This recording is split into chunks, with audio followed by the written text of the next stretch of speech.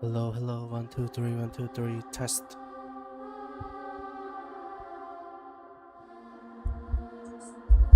Alright, we are back. Let's get started. Irminsul is connected directly to the ley lines. The tree serves as a central hub where the ley lines converge, and its core function is to record and store the world's knowledge and memories. But something has gone awry, severely compromising the performance of this core function. Information is bottlenecking inside Irminsul, hampering the ley line's flow. If this continues, new information will languish unrecorded, with existing records thrown into disarray. In short, the souls of the dead will be stranded, while the living have their sense of reality warped. In the long run, Kale's dream could well become a reality. And that's just the beginning. There's no telling what other nightmares could end up coming true.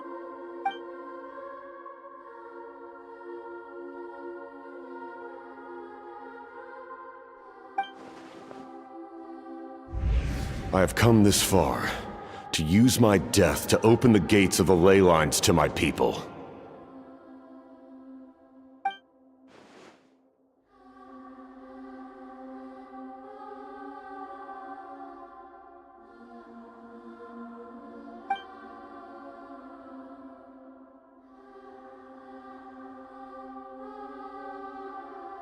Faced with a growing backlog of information, the Dendro Archon decided to connect herself directly to Irminsul and take over the recording and processing function herself. But it is an almost impossible task. Individual brains aren't equipped to deal with the sheer volume of knowledge and memories involved. All that information flooding in at once would instantly fry any human mind. And for a god, even for a god, the suffering must be unimaginable. The Dendro Archon's power originates from Irminsul. Any issue with the tree itself takes a toll on her to begin with. On top of that, she's subjecting herself to the grueling task of processing all that data. It must be torture for her. And despite all of this, she is somehow finding the strength to investigate the Irminsul situation from within and send us her findings. I finished analyzing the latest data. Looks like our working theory was wrong. There's no signs of Irminsul having been attacked from the outside. So it's internal then? Some sort of disease, perhaps? No. I've spent half my life studying the ley lines. If Irminsul malfunctioned this easily, the world would have met its end long ago.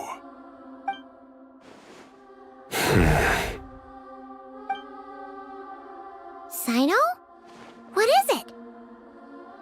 Not long ago, I got a tip from the Core of 30 that a large number of unidentified merchant caravans had recently been spotted entering Sumeru through Beta Harbor. At first, I suspected that they might have something to do with all this, so I sent some people to investigate. But if Irminsul wasn't attacked from the outside... Don't you think there are more important things to worry about right now than guessing who's behind all this? It's been over 12 hours with no new intel. If even the Keeper of Irminsul is this badly affected, you can imagine how bad things are in there.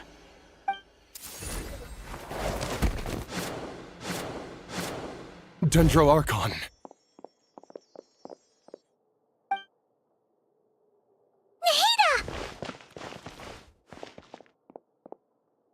What's wrong?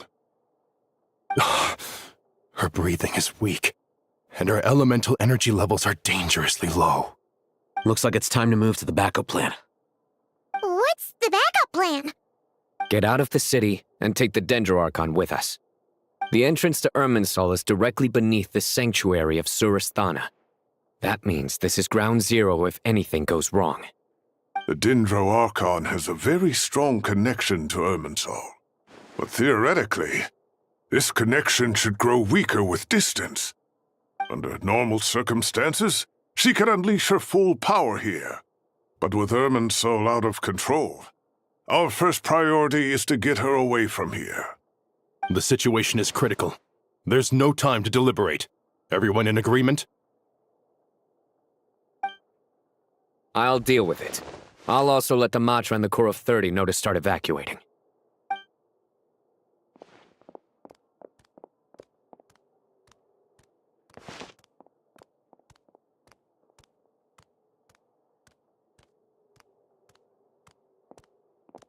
Let's go. No sense grieving when there's nothing more we can do. Agreed. We'll be back as soon as this is over.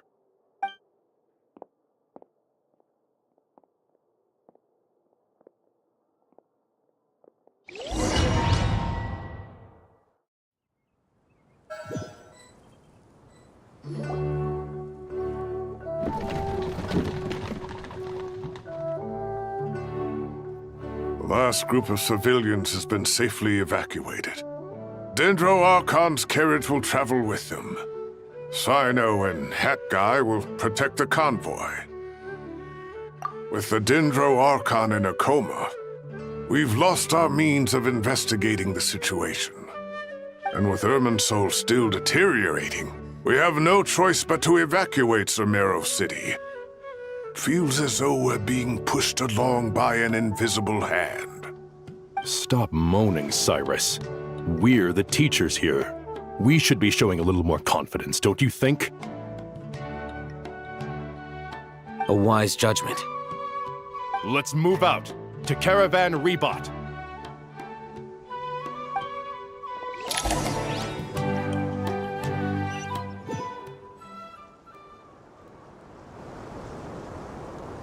Sir, all units are in position. Good. Everything is going to plan. Interfering with Sumeru City is a necessary step, so do not hesitate. The Irminsul situation will not harm you. We need to speed things up here, too. We don't want to keep our client waiting, do we? No, sir. You have my word. Everything will be completed on schedule.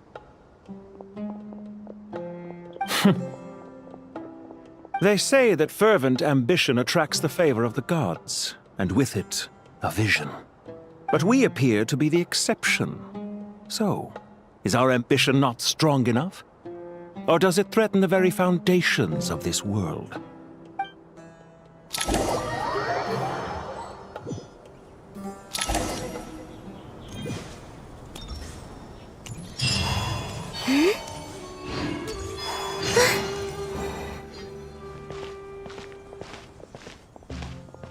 How is the Dendro Archon?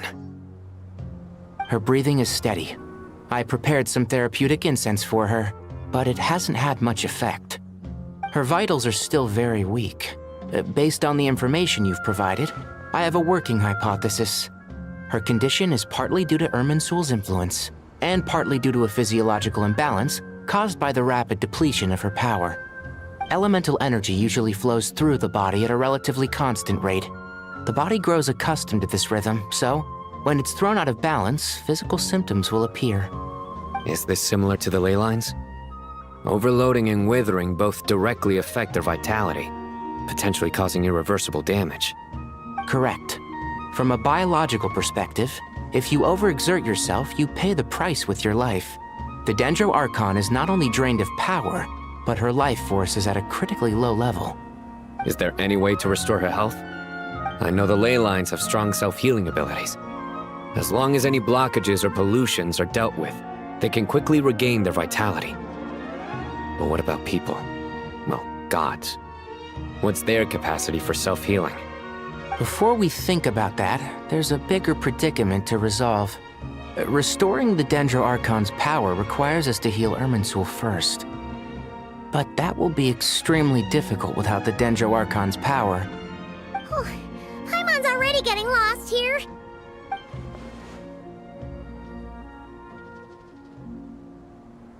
Master Tainari and Sino look so serious. I've not heard Master speak in this tone for a long time. Tainari.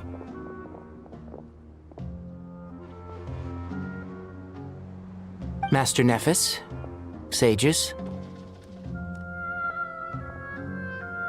Tainari, haven't seen you in ages. Have you gotten taller? Or did your ears get longer? Hopefully the former, Uncle Baladori. Sino, where's Professor Cyrus? I thought he'd be with you. He went out into the wild to investigate the situation. He said that the Irminsul anomaly will likely start to affect the real world soon. He shouldn't be trotting around alone at his age. Which way did he go? I'll look for him later. Would someone mind introducing us? Ah yes, of course. Allow me to do the honors.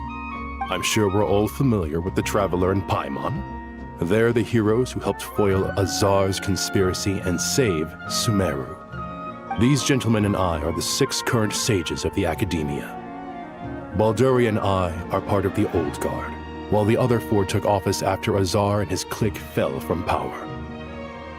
We have Sage Alkindi of the Spantamad Darshan, Sage Farnas of Kasharawar, Rataoist Sage Shakir, and finally Harabatot Sage Rusht. Nice to meet you all! I've heard much about you. Delighted to finally meet you in person.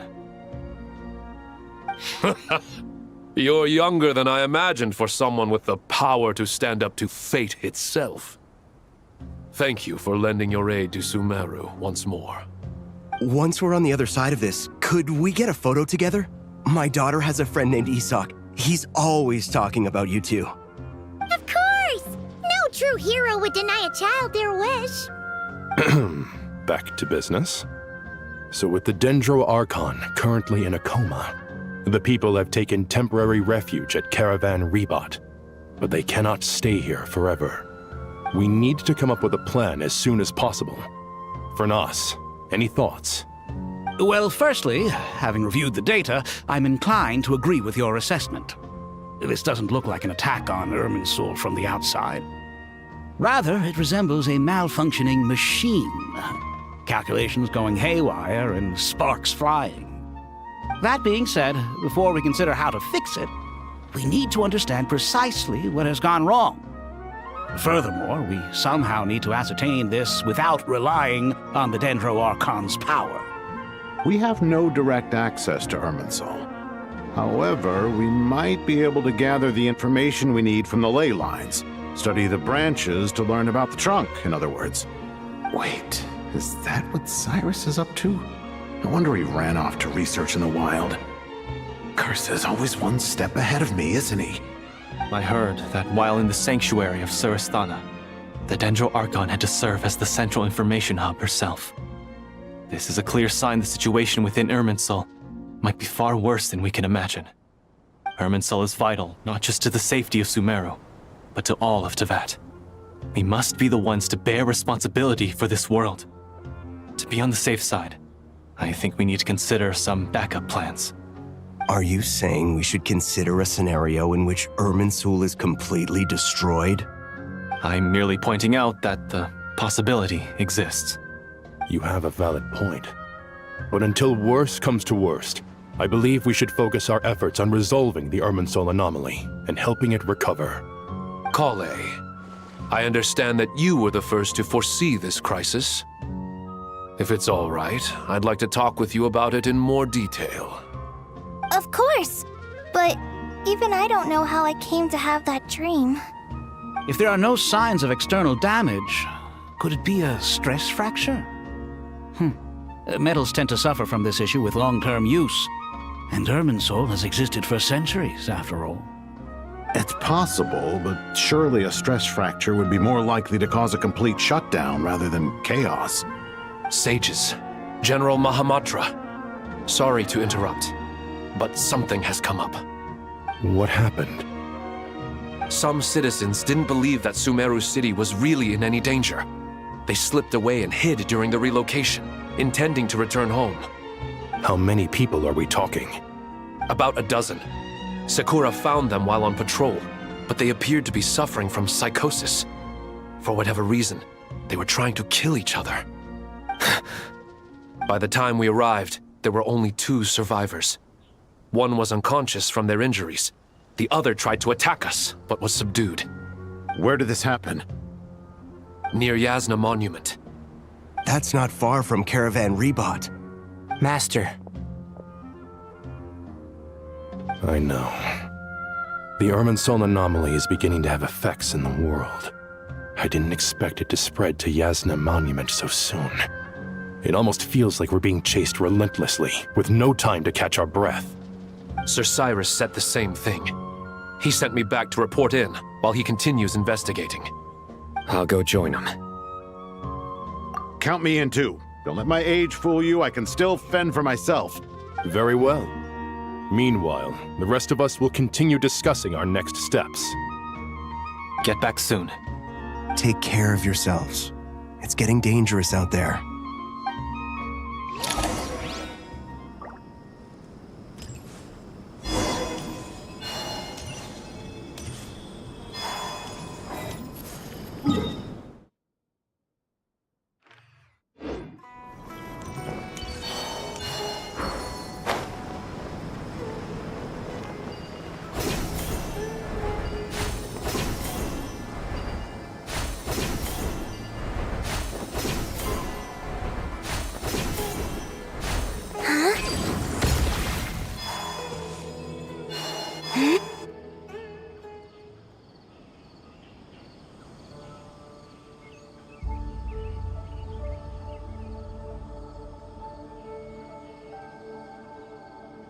Please, don't go any further.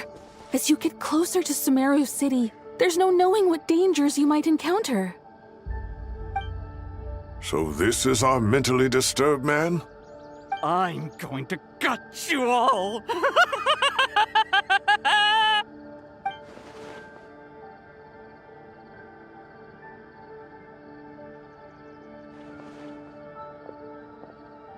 Cyrus, you didn't even bring a single guard?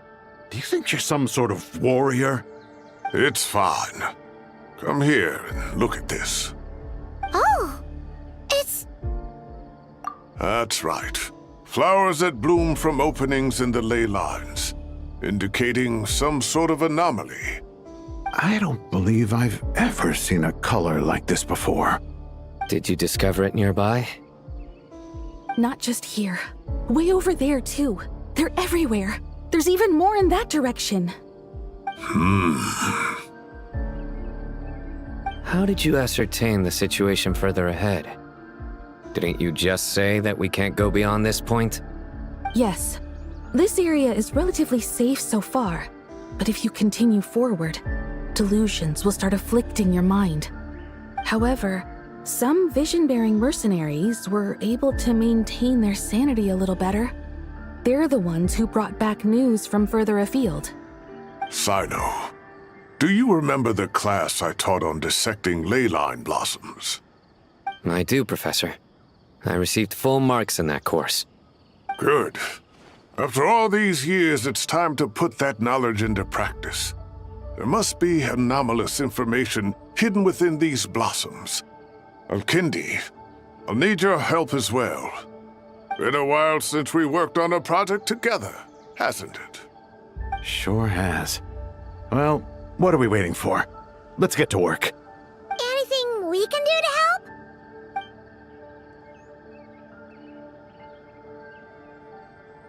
Will you need my help?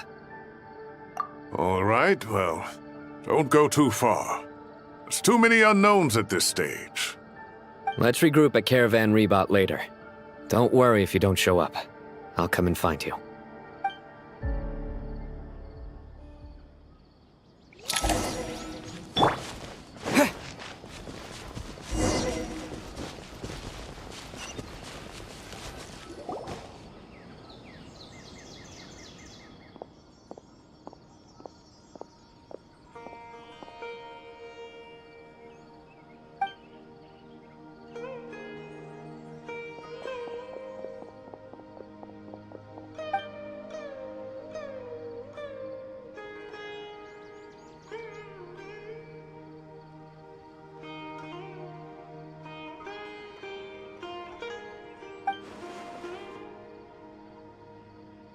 That should be the heart of Oasis. All we need to do is light it with the fire seed, and it'll restore a pep with elemental power. The damage it suffered internally will also slowly begin to heal.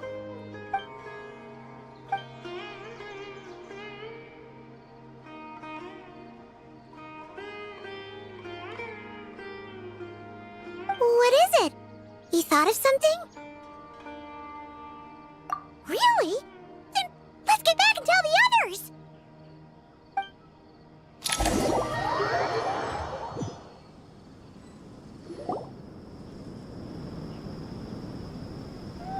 Whew. Glad to see you've returned safe and sound. Any longer and we would have gone out looking for you. Well, this is a nice surprise. Paimon sure feels better with everyone we know here. We've made some progress, so let's start by giving you and Paimon a quick update. By dissecting the ley line's blossoms, we've been able to deduce that although Irminsul is experiencing an anomaly, it has not completely rejected access from the outside. The Dendro Archon has the power to connect to Irminsul, but there's also another way. I assume you recall the devices everyone was wearing when you first arrived in Sumeru? Devices? Oh, wait. You mean... The Akasha terminals? That's right. Of course! It's been so long, Paimon almost forgot all about the Akasha. Wasn't it shut down, though? Yes, but although the system isn't currently operational, the technological infrastructure is all still there.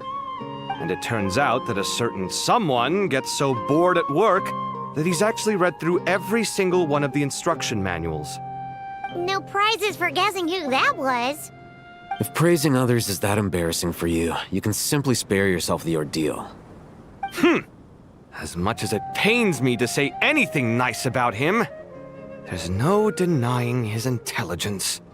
He rarely forgets anything he's read. The Akasha is exactly what Sumeru needs at this moment.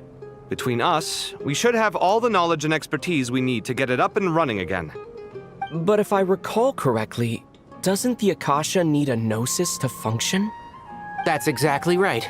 The Akasha relies on the Gnosis as a power source, and in its absence, we'll need to find an alternative. To tackle this problem, it looks like we'll be relocating once again.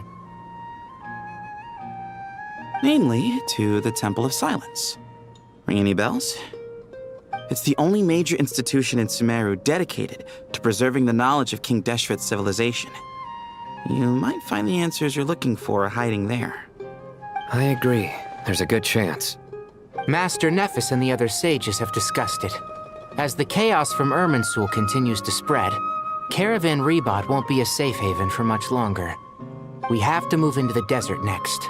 The scholars and sages will head to the Temple of Silence, while the civilian population seeks refuge in Aru Village. The Eremites will keep everyone safe during the journey, and Candace will be there to receive us at the village. This leaves us just one thing to worry about. That Dendro Archon. She's very weak. We can't afford to wait until Irminsul is fixed. There has to be another way to help her. Huh. Well, luckily, the Traveler had a eureka moment while we were out investigating. Really? Wow, nice one, Traveler. Let's hear it.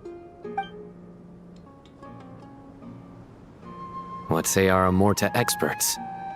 Theoretically, it's feasible. From what you're saying, although elemental life and elemental energy have their differences, the Dendro Archon has explicitly stated that she can imitate the power of the former. In which case, as long as Apep is willing, she should be able to convert her own power into a form that the Archon can use. It wouldn't be difficult for her at all. The only problem is convincing her to help.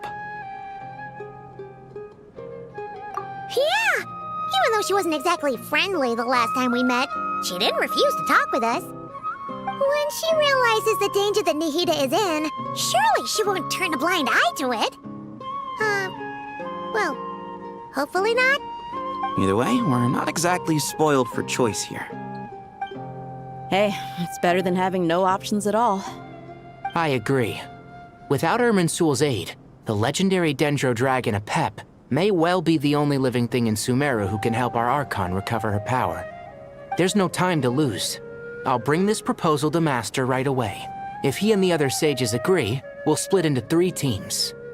The academics will go to the Temple of Silence to look for a solution to the Akasha problem.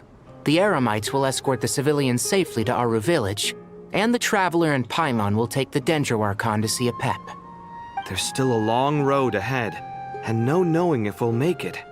But at least we have a direction now. I'll take it over floundering around in confusion. If there are no objections, then let's proceed. But before we adjourn, I would like to leave you all with some parting words. No matter the distance between us, there will always be an invisible force tying us together. May the bonds forged in the past shine bright like stars and open a new path before our feet. Huh. Is that from King of Invocations? No. This one's from King of Invocations, the sequel. What's the difference? The sequel's much cooler. Couldn't agree more. Well, it was very apropos. Once this is all over, I'll give everyone a copy of King of Invocations and the sequel to show my gratitude. Come on, let's get moving.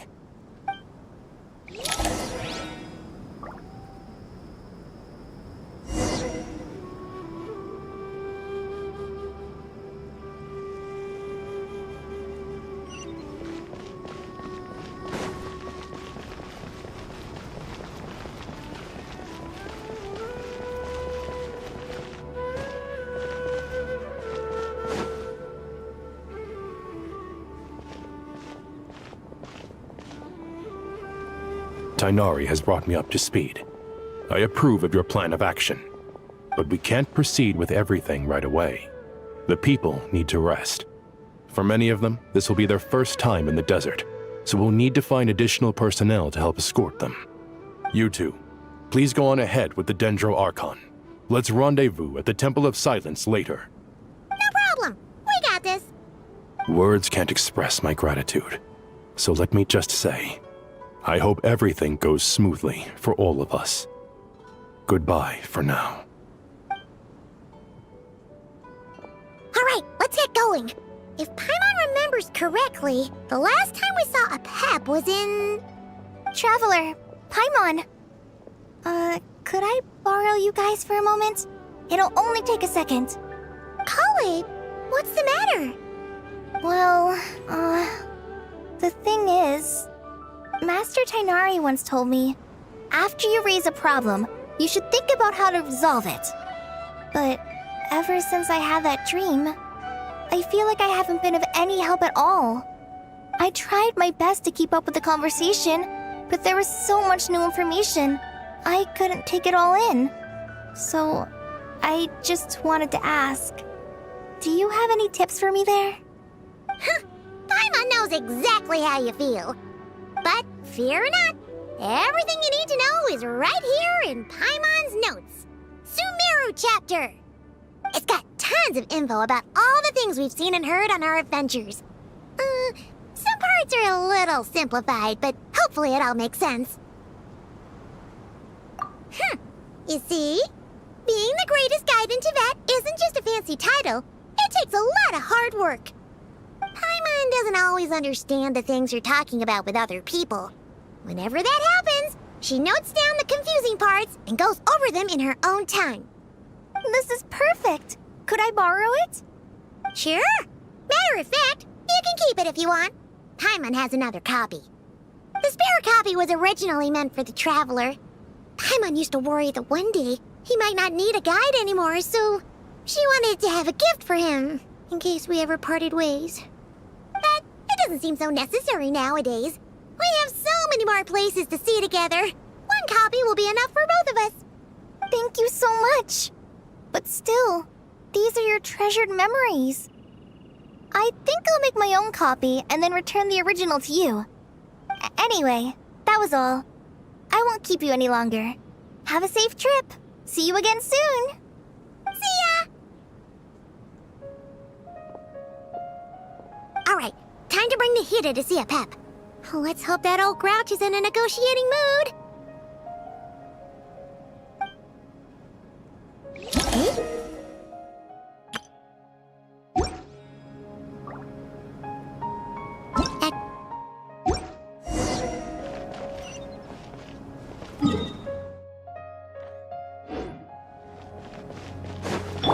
Running late again.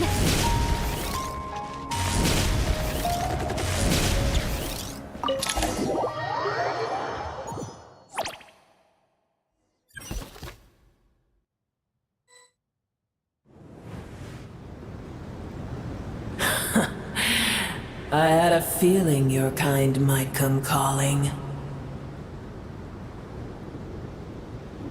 The ley lines are in disarray.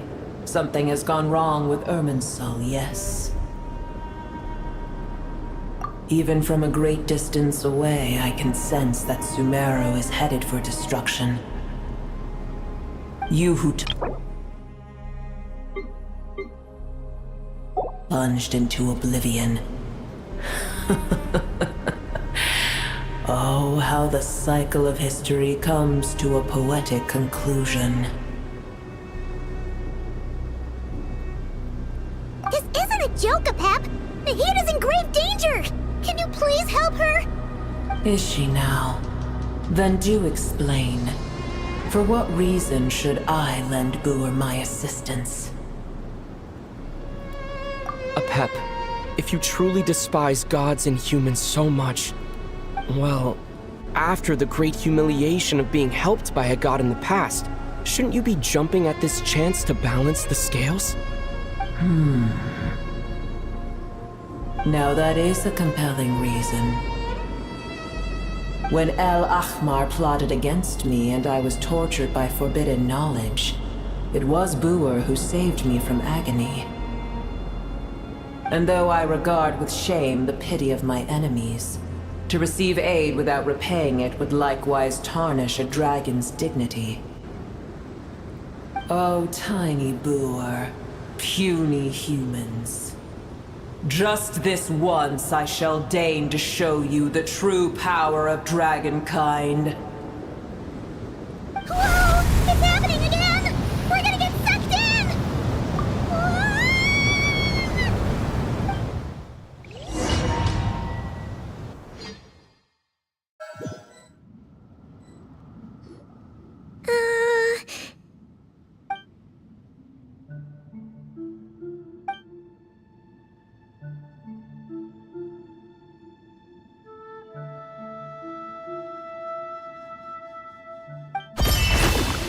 It is done.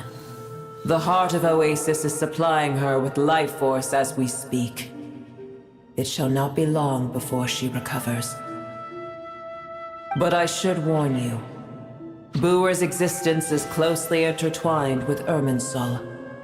Unless the issues plaguing it are resolved, she will never completely recover her former strength. Oh, thank you. Spare me your words of gratitude. You may also spare me your feigned concern.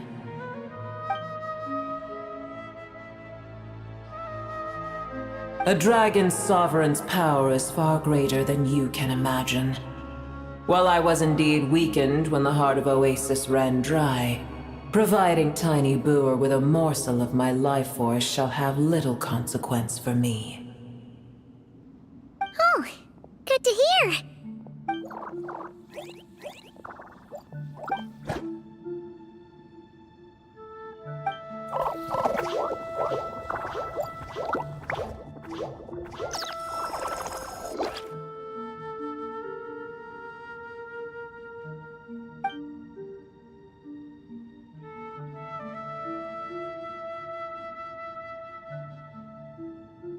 Ever held in high favor, I see. Oh, well, you know. The compliment was sincere. Simply accept it.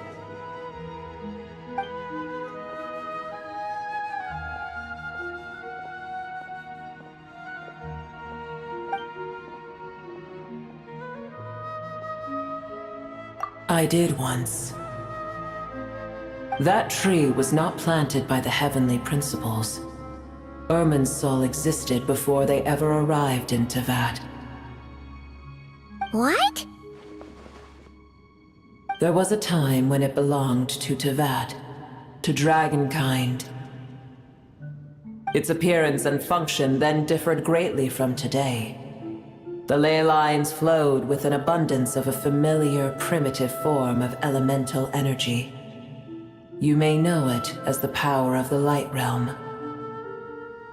The heavenly principles usurped and refashioned Irminsul, made it serve humanity, and used it to anchor the fate of the world.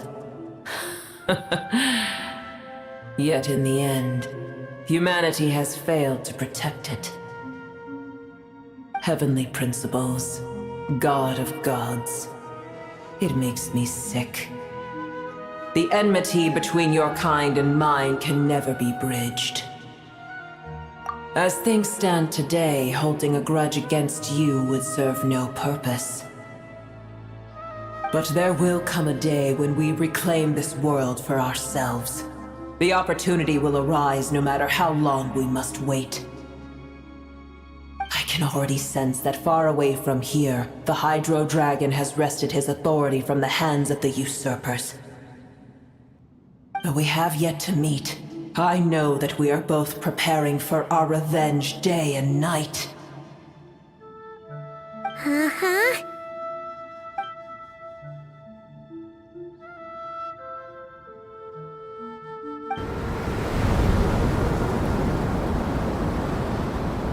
I hear a great disturbance out there. Huh? What is it? Sandstorms come. The Jinn. I see. Another calamity approaches. You both seem restless. Let us part ways here. Boer is safe with me. Once she has recovered, I shall return her to your side. Oh, thanks again. Take care. I told you already I have no need of your feigned concern.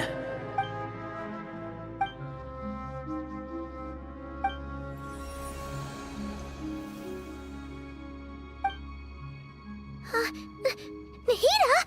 You're awake! Are you okay? Cease your interrogation. Yes, she awoke for a brief moment, but she has now lost consciousness again. Take it. We shall talk more at another time.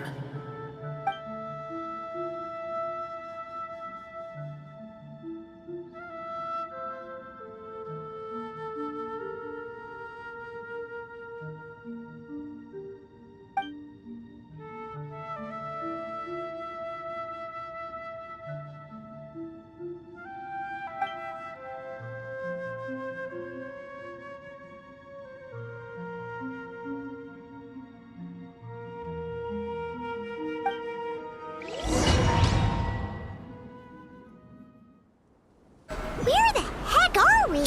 Did you just dump us in the middle of nowhere? Wait. No. Paimon remembers now. The Temple of Silence.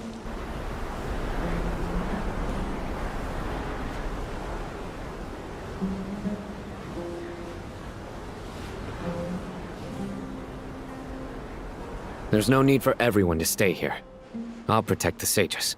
The rest of you, return to Aru village. Yes, Mahamatra Sino.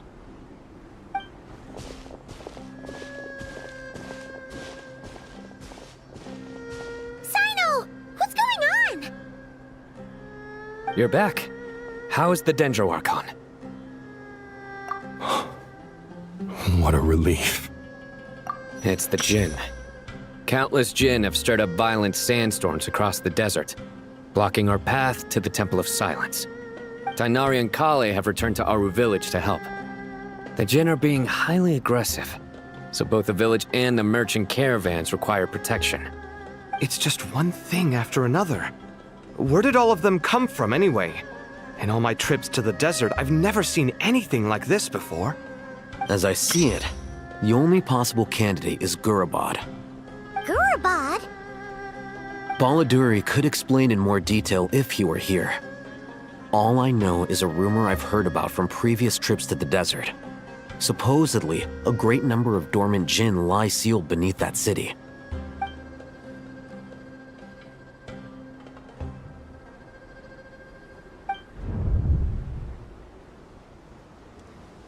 Gurabad is, for me, a fated land. I must therefore return back to this city, where my destiny awaits me still. My master, I am sorry that I couldn't stay by your side for long, and that I could not have more time to get familiar with you. Lilipar. Yeah, we once said goodbye to a friend there. Well, maybe not a friend exactly, but someone one we met on the road, anyway. She was a strange bottle. If we can find a way to wake her up, maybe she can help solve the situation in Gurabad. Well, be careful. You may find there's more than just the Jinn to worry about. You mean, there are other dangers in Gurabad? It's a sensible assumption to make. The moment we arrived in Caravan Rebad, the Irminsul anomaly started spreading in that direction. Now we've moved to the desert, and suddenly we're plagued by Jinn and sandstorms. To call it a coincidence would be a stretch. Don't worry, we've gotten a lot stronger since our last stint in Sumeru.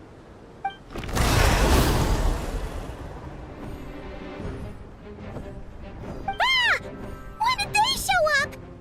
It appears the monsters native to the desert have been stirred by the Jinn's activity.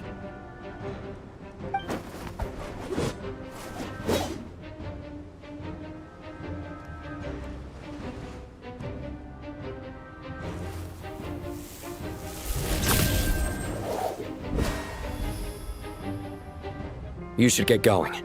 We'll take care of things here.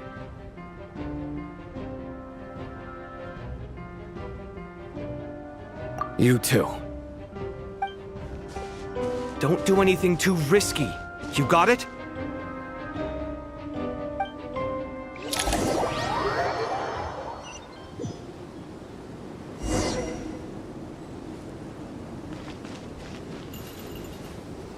Time to roll! The Jinn are swarming out of Gurabad! Looks like Elevation was right! Let's get inside and see what's going on! Receive my blessing.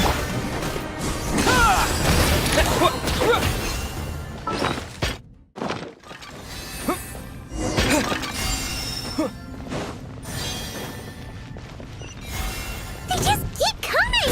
How many Jinn are there? We'll never get them around! Let's just head further inside for now! You want to stand down! Three moons converge.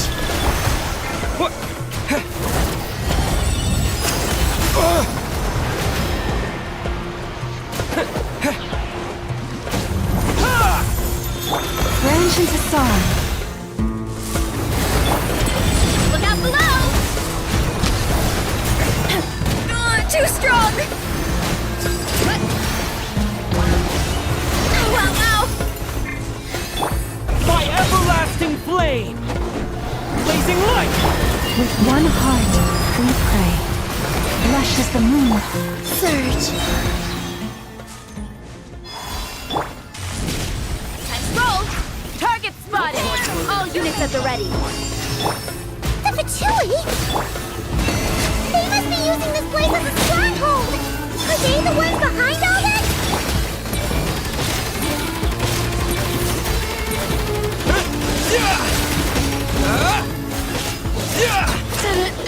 Take too long.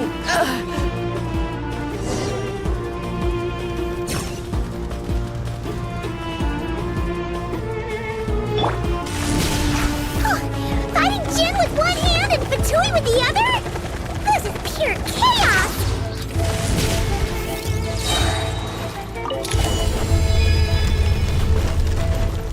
You see that strange machine? Paimon has a sneaking suspicion that that's the thing wrecking Gurabad and setting all those dangerous Jinn free! The target has reached the core zone. Requesting backup. Repeat. Backup en route! Stop him at all costs! Careful! You're back again!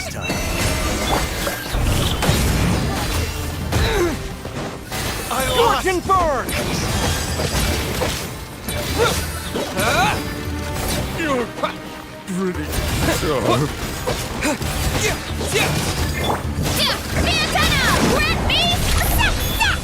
Nice one, Traveler! Let's keep going! Charge! By the frost moon of old. Surge. Headbutt! It's justice o'clock! Oof! Look out below! By everlasting flame!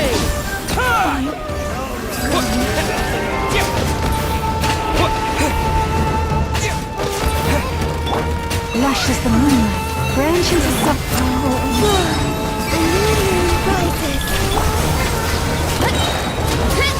By my spark, the night burns! Receive my. Time to ignite!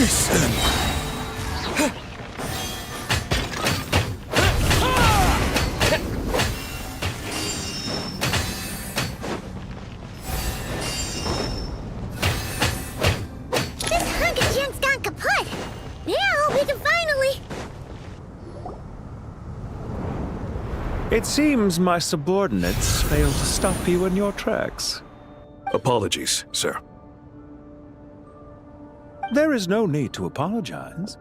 You did well to hold your ground against such a powerful adversary for as long as you did.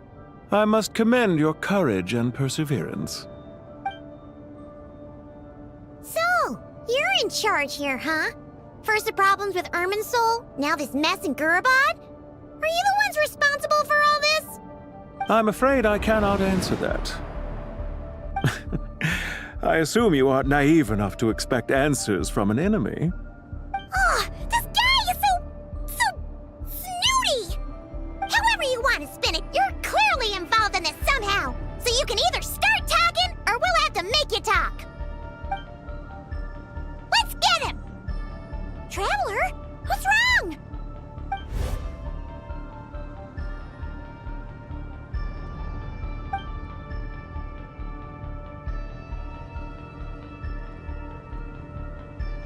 You're remarkably calm. Some would act more rashly upon finding the ringleader all alone. But you keep your cool. Even as your enemy, I must applaud you. Did you show yourself just to say that? Is this you trying to take back control of the conversation? Unfortunately, I really don't have anything to say to you. I am here merely to indulge my own curiosity. Your names are well known among the Fatui. Naturally, I wanted to observe you up close while I had the chance. Hey! Don't treat us like we're some kind of exotic animals in a zoo! Oh, I wouldn't dream of it. You seem rather predisposed to misunderstand me. I'm quite aware that you are both heroes of great renown. You have resolved crises in many nations and won countless allies along the way. I've been following your adventures with great admiration. My only regret is that the trajectory of your journey conflicts with our goals. What do you mean, admiration? Sorry, but that sounds pretty weird coming from you. I don't see why. We may happen to occupy opposing sides, but there is no cause for deep-seated enmity between us. To respect one's enemy is to respect oneself. Well, now that you're observing us up close, what do you see? I've observed as keenly as I can. Yet, while I endeavor to understand, your true strength remains a mystery to me. Violence is not my area of expertise either, so, you see, I would much rather converse with you like this than determine a victor with the edge of a blade. Besides, I've heard that even 3 moons in the sky fail to eclipse your brilliance. I know better than to bite off more than I can chew. 3 moons? So you have a connection with the Harbinger, the Doctor. Well deduced.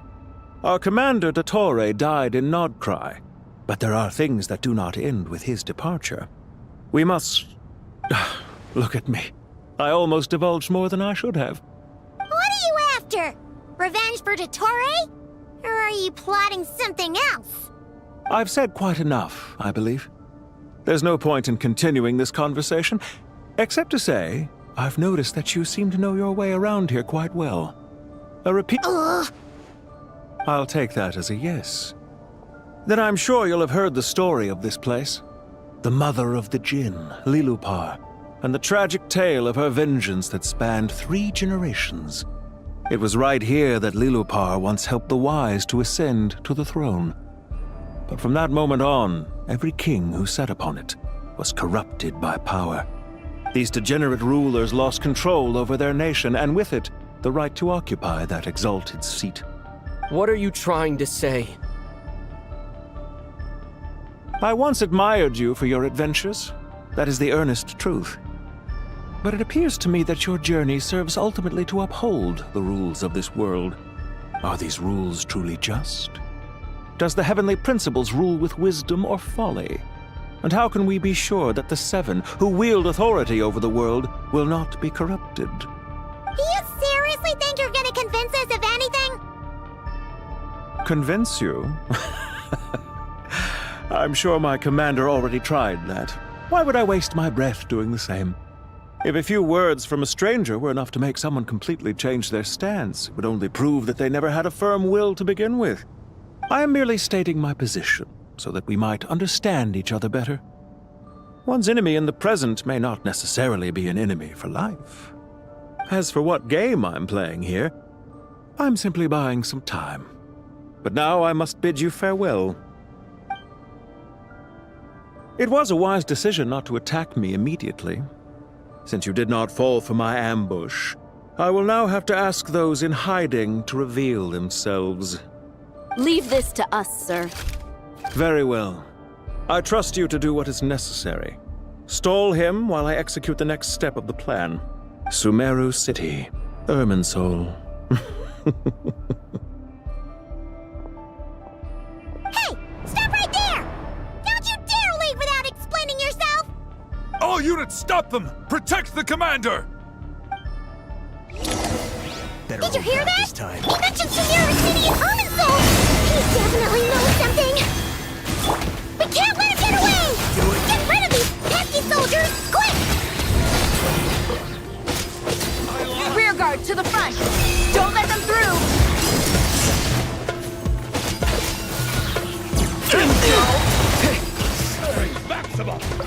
By everlasting flame! Hurry up, Brassa! Charge! Get that thing in position!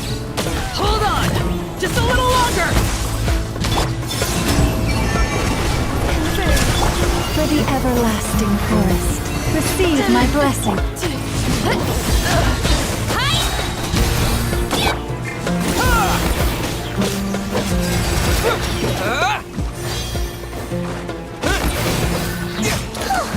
We finally beat them! That mysterious guy can't have gotten far!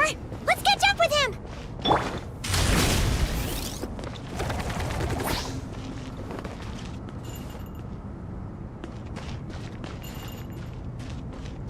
Running late again!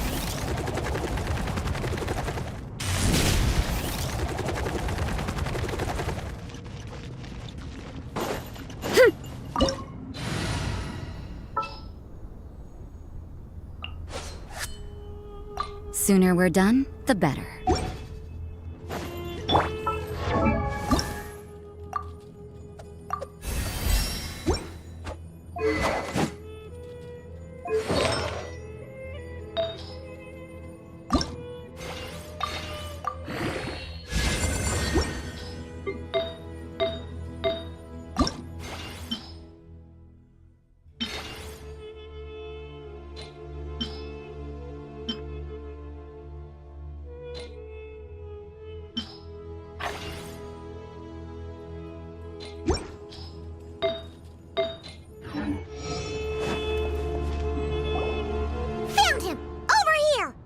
You're very persistent.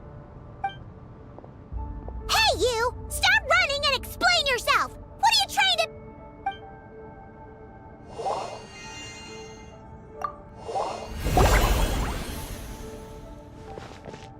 What's this?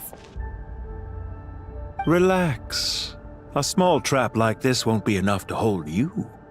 The sandstorms from Gurabad will die down soon enough, but this small window of time was all we needed to launch the next phase of our plan.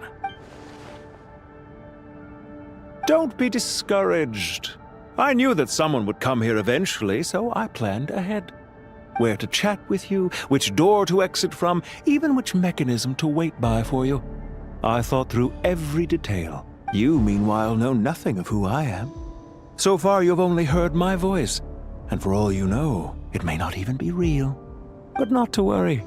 This is only our first meeting. It shan't be our last. Just answer me one last question. Why do you continue to follow Dottore? He has conducted countless cruel experiments, even on his subordinates. Follow isn't quite the right word. Let's just say even those you see as villains have their friends, even if they aren't the most sincere of friendships. When any set of rules is established, there will be those who benefit and those who lose out. People will do anything to justify what they have gained or escape from the hardship imposed upon them. Neither he nor I are tolerated by the rules of this world. We were both searching for a new order. Our ideas of the final form that should take may have differed, but our journeys took a shared path. Goodbye, Traveler and Paimon. I wish you a timely escape, albeit not too soon. I will need a little more time to prepare, after all. Hey! Come back! Wait, this dark wall. We've seen these on our adventures before. It swallows people up! I'm sorry. She shouldn't have jumped the gun! Oh, okay. He may have fooled us this time, but we'll get him back!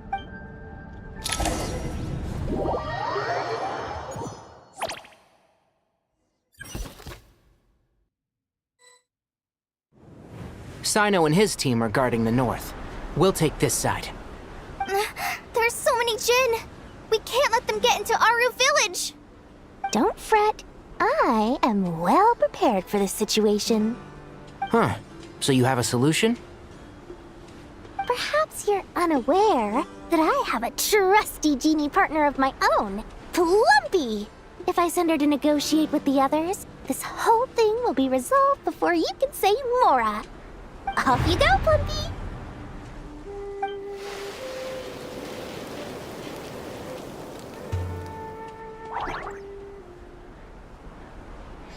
Come on, what's the holdup? 5,000 Mora. 20,000 Mora.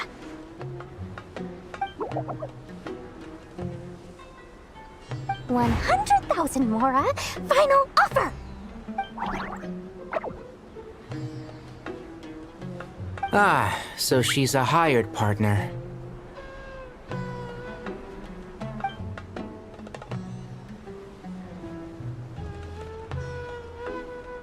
Hired partners are reliable too.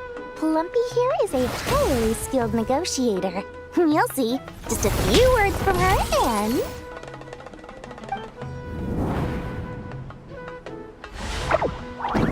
Plumpy! Don't you Jin have any respect for the rules? This was supposed to be a negotiation! How dare you treat my messenger like this? You wanna play rough? You can play at that game!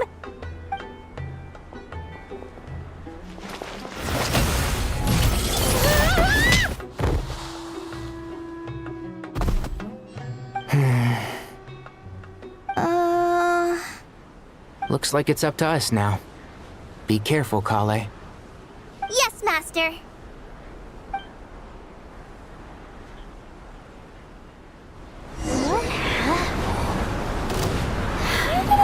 Pass out!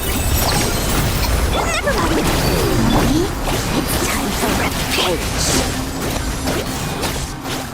You know, this reminds me of when you first arrived in Avidia Forest. You were trying to help a child retrieve a lost toy when you stumbled upon Spino Crocodile territory by mistake. Yeah, I remember. Our first time fighting side by side. There's too many of them! I can't believe I used 12 rare items in one battle! Ugh. I shudder to think how this is going to affect this month's accounts. The sight of that glaring deficit might be more than my poor heart can take. Tighnari, how's the situation on your end? We held the line, though it was a close call. But it looks like they're preparing for another attack. Has something happened?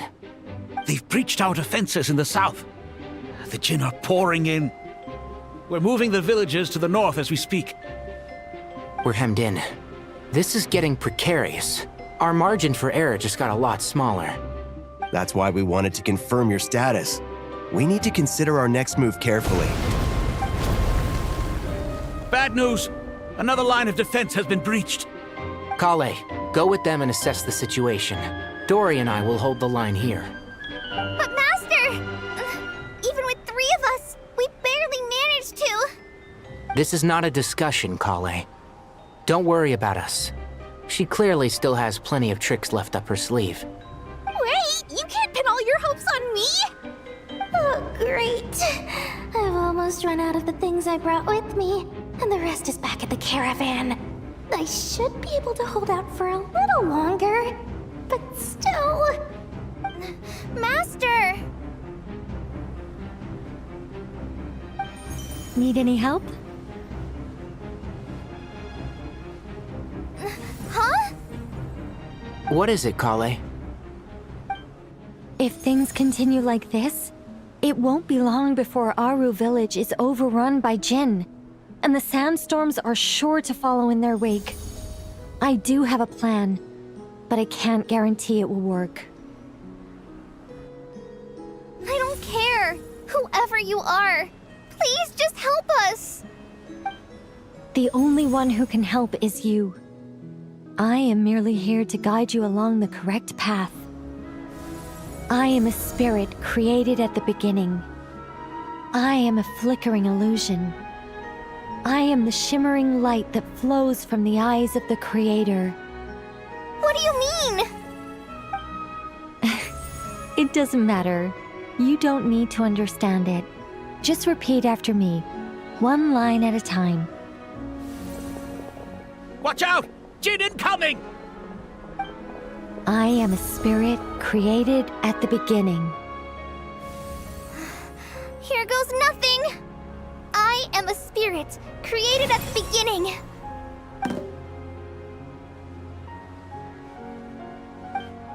I am a flickering illusion.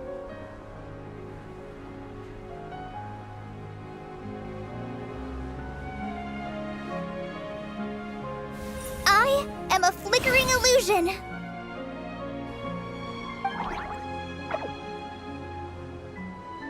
What's wrong, Plumpy? I've never seen you so agitated before. But how do you... Do you know what Kale is reciting? I am the shimmering light that flows from the eyes of the Creator.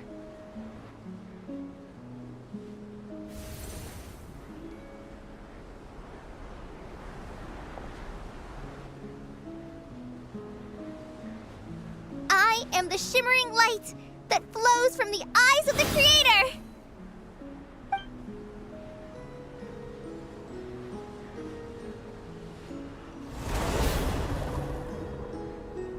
It's a song composed by the goddess of flowers. But is Kale an avid historian? Not to my knowledge. The Jinn have actually quieted down. Although... no, it's more than that. It looks like they're showing... submission.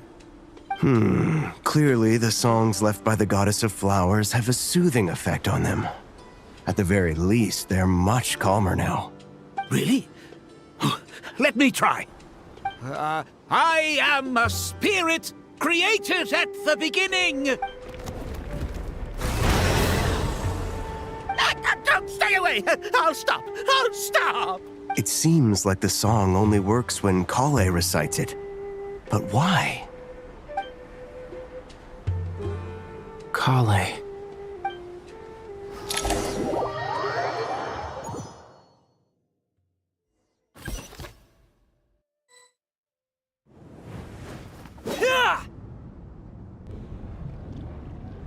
Any luck?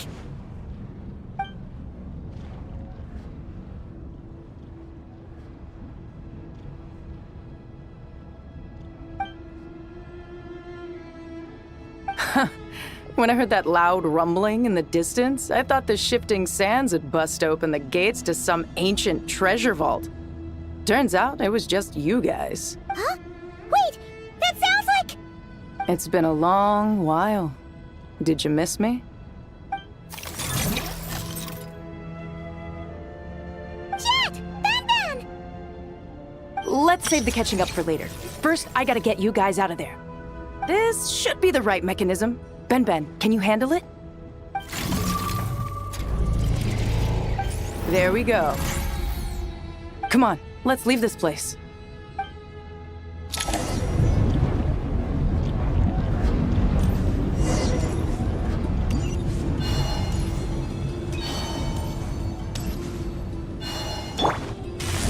Running late again.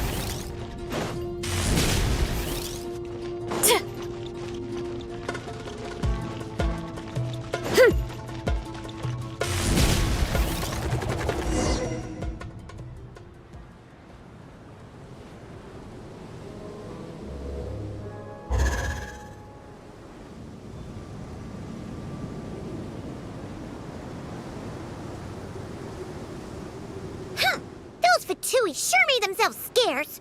It's like they were never here. The Fatui? They came to the desert again? Yep. No idea what they're planning this time. They were being very coy about it. How have you been, Jet? Well, since we last met, I've started my own band of mercs. We've actually made quite a name for ourselves. Oh, yeah. On a slightly different note, I have some good news. I finally took care of Masaira. Not much to write home about. It was just another day. Found his hideout. Dragged him out of his cozy little bed. He tried to talk me into seeing his point of view, as usual. But I'm way past that by now. There was nothing he could say to save his life. What about you guys? Bet you'd forgotten all about me and Ben, huh? Of course not! We're super duper best friends! Wow. Sounds like I should make time to visit some other nations too. Anyway, what brings you to Gurabad? Oh, right. I almost forgot. We're here to look for Lilupar. Oh, that bottle? Yeah! We need her power to calm the Jinn and stop the sandstorms. Here's hoping we actually manage to find her, after all the trouble we've been through. Surely, with everything's been going on in Gurabad, she must have woken up, right? Only one way to find out.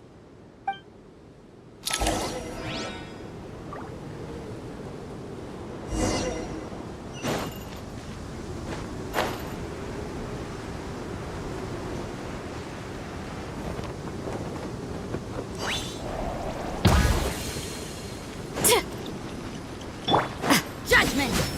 Time to roll!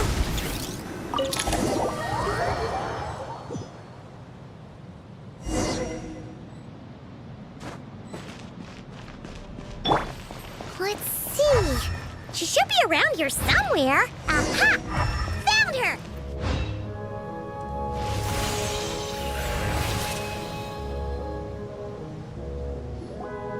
Lilupar! What a long dream that was.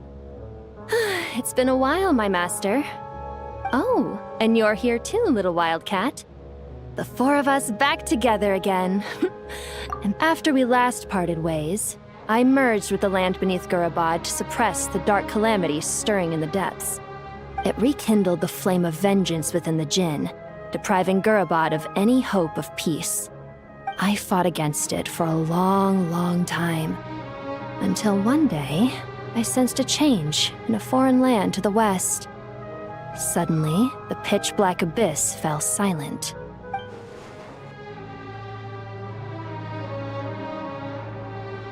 Once satisfied that that dark power could no longer bewitch the Jinn, I too fell into a deep slumber, from which I have only now awoken. Why have you returned to Gurabad, my master? And why is my sand-swept homeland in disarray once more? Well, basically, Sumeru's in danger and a lot of our friends are affected. Some bad guys messed around with Irminsul and now they've released the Jinn in here. We managed to chase off the culprits, but we have no idea how to seal this place back up and stop the sandstorms. Child's play. I shall quell the Jinn and scatter the storms. Thank you, Lilupar. No need to thank me, my master. I have granted many wishes in my time, and this was the most trivial of them all.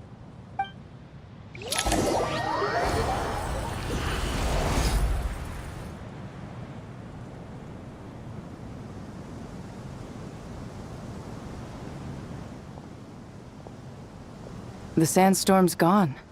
The sun shines bright again. When I said that we'd meet again under a lovelier sun, this was exactly how I imagined it. Yay! Although, honestly, Paimon would love to hang out with you more, even if the weather sucked. Well, there shouldn't be any more gin breaking out, right? Are we okay to head back? Sounds good. You can introduce us to your other friends. Another adventure begins. Lovely. The storms have stopped! We should be able to get to the Temple of Silence without any problems now. Time to regroup!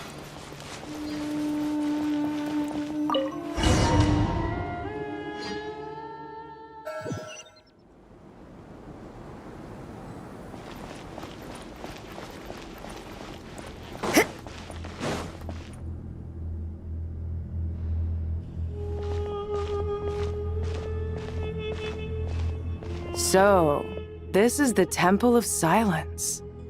I've heard the Nagarjanites mention it in passing, but I never imagined it would be this big. It's colossal. I thought the temple moved to the rainforest ages ago. When did they scamper back into the desert? I don't know. This plan sounds a little too risky for my liking. Even in King Deshret's day, this was experimental technology. We have no idea what could happen if we activate it. Well, unless you know of another viable alternative for the Akasha terminal, I'm afraid this is our only option. The plan is sound, and the risks are manageable. However, if we are to proceed, we must act quickly. The scale of this project is enormous. Even with Kaveh, Faruzan, and every other scholar of mechanics working on it full-time, the proposed modifications won't happen overnight.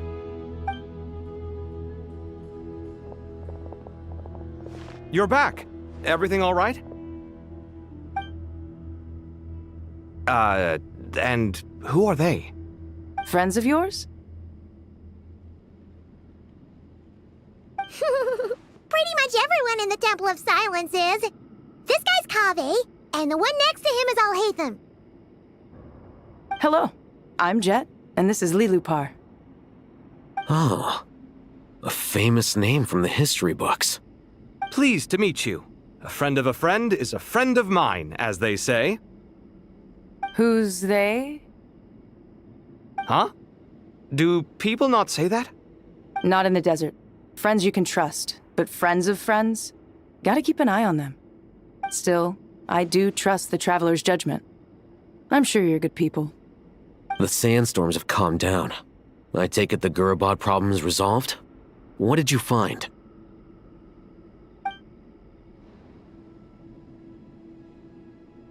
And after getting all smarmy with us, he trapped us there. Luckily, Jet used the mechanism outside to free us, and then we got Lilupar to put a stop to the chaos. Wow. Thanks for being there to help them.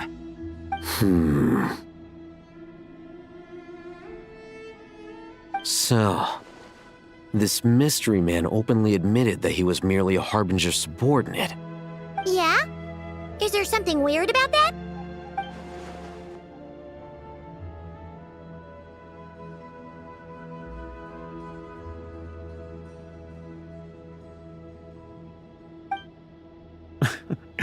I assume you aren't naive enough to expect answers from an enemy.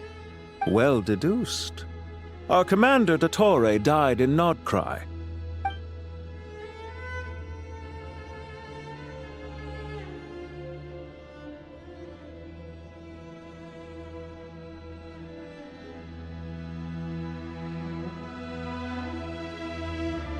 Are you wondering about his true identity? Or do you think there's a big conspiracy behind all this? I wouldn't go as far as to call it a conspiracy. Just the simple fact that having someone to shift the blame on tends to prove useful should trouble come knocking later. The most important thing for now is to solve the immediate problem. Perhaps that man knew you wouldn't have the resources to investigate his background and so didn't put much effort into disguising himself. this is all getting a little cryptic for me. I'll let you guys talk while I take a walk with Lilupar. Jet? Aren't you with the Blazing Beasts? What a coincidence. Didn't expect to run into you here. We're mercs. You can run into us anywhere. Who's this with you? So, did you find the solution you were looking for in the Temple of Silence? You bet we did. This place is incredible. It has everything. So far, we've discussed a plan and verified its feasibility. Building a new system from scratch is out of the question. So our only option is to modify the Akasha using certain resources we hope to find in the mausoleum of King Deshret. According to certain sources in the Temple of Silence, there is a core device in King Deshret's mausoleum known as Aru. Little is known about this device in academic circles, which suggests it was hidden quite effectively. If these sources prove correct, the energy contained within Aru may be sufficient to power our Akasha renovation plan. However, this raises difficult questions regarding technological integration. The sages are still debating it. Yeah, but I'm sure they'll reach a compromise once they've argued it out. The people of the rainforest are always cautious when it comes to desert technology. But times of crisis like this leave us with little choice. Wait, Paimon has a question. Is this the same Aru we've heard of before? It's sealed off, right? Some sort of prison where the Goat King, Ibis King, and Crocodile King are locked up. Well remembered. Yes, that's exactly right. According to our records, Aru was the most brilliant creation King Deshret ever conceived of. Built by divine and mortal artisans working together. It was a miraculous accomplishment, and it lies hidden deep within the king's mausoleum to this day. That being said, what Aru actually does and why it was built, those are deep secrets we are not privy to.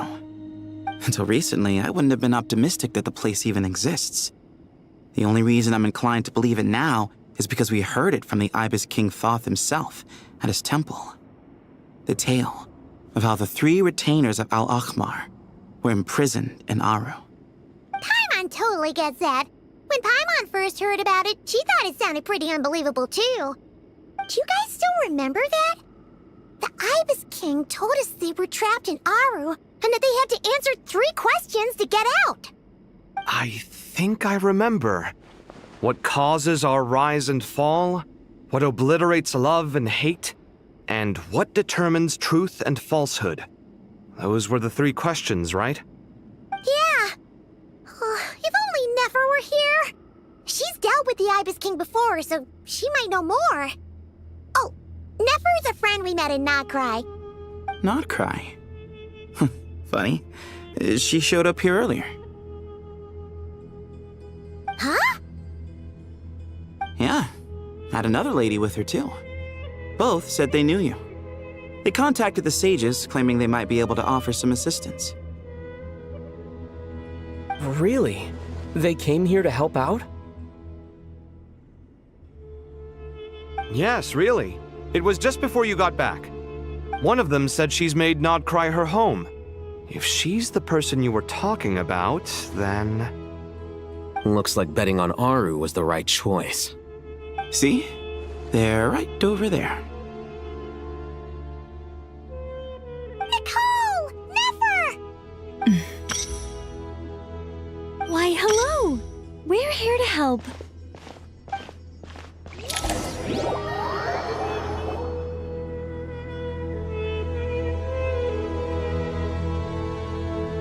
It's a good thing we left early. We almost got locked out. Locked out? What do you mean? Oh, you haven't heard? An invisible barrier has appeared around Sumeru's borders, cutting off all travel in and out. No one can leave and no one can enter. Sumeru has become a lonely island. Are the Fatui behind this too? Actually, no. This has nothing to do with them. I suspect it's a defense mechanism within Irminsul itself. Irminsul is the source of Tevat's ley lines, after all. and Sumeru is the nation closest to it. I imagine this function was put in place to seal the entire region off in the event of serious damage, preventing the disaster from spreading to the rest of Tivat. It may have been implemented long ago. But doesn't that mean that the people here won't be able to escape to other nations if the anomaly keeps spreading? Currently, that does appear to be the case, which is precisely why I am here. This is a critical moment for the world, and Sumeru is the eye of the storm. Paimon's surprised you managed to convince her to come back to Sumeru. Indeed. Even for someone of my wisdom and eloquence, this tested my skills to the limit. And why should it concern me that Sumeru's in trouble? Surely you don't think I still have feelings for that place? Judging by your tone, I suppose you don't. Sounds like you don't know much about my past. And here I thought you knew everything. All I know is that the Ibis King is the source of your power. He was quite a prominent moon envoy once upon a time, so I do know a thing or two about him. As for your past, I have ways to learn the full story if I wish to. But everyone has secrets they'd rather keep to themselves, wouldn't you say? I'm glad you see it that way, Miss Nicole. I've chosen to call Krai home, which is why I did my part in its hour of need. That doesn't mean world savings become a habit with me. I have no particular desire to play hero in Sumeru, thank you. I understand. Human emotions do not appear and disappear without cause. There is always a reason to be found behind both salvation and destruction. Still, if time has taught me anything, it's that human emotions are often complex and in conflict. That's why people change their minds about things all the time. But that's where we angels come in. Our duty, ultimately, is to guide people towards their deepest, truest desires and help bring them to fruition. So I wish to hear about your past, because I do not believe you are motivated by hatred alone. And if we still arrive at different conclusions in the end, that's okay.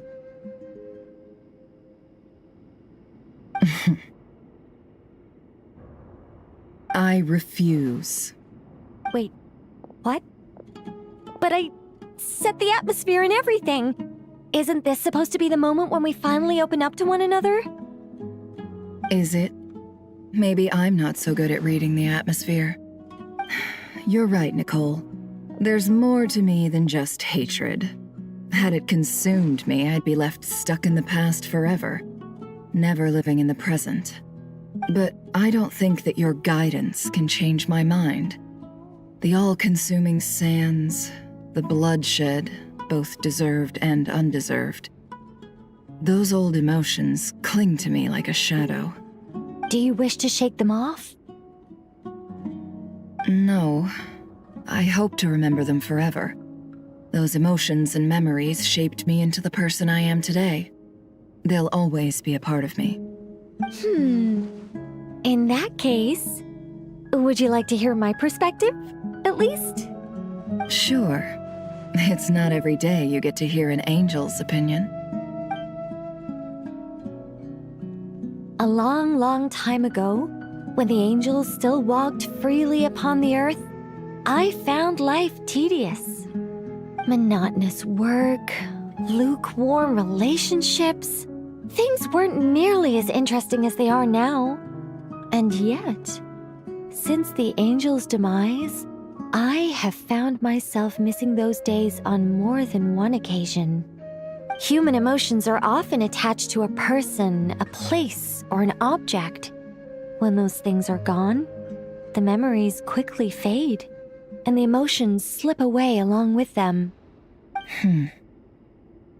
If Sumeru were destroyed, both rainforest and desert would be no more.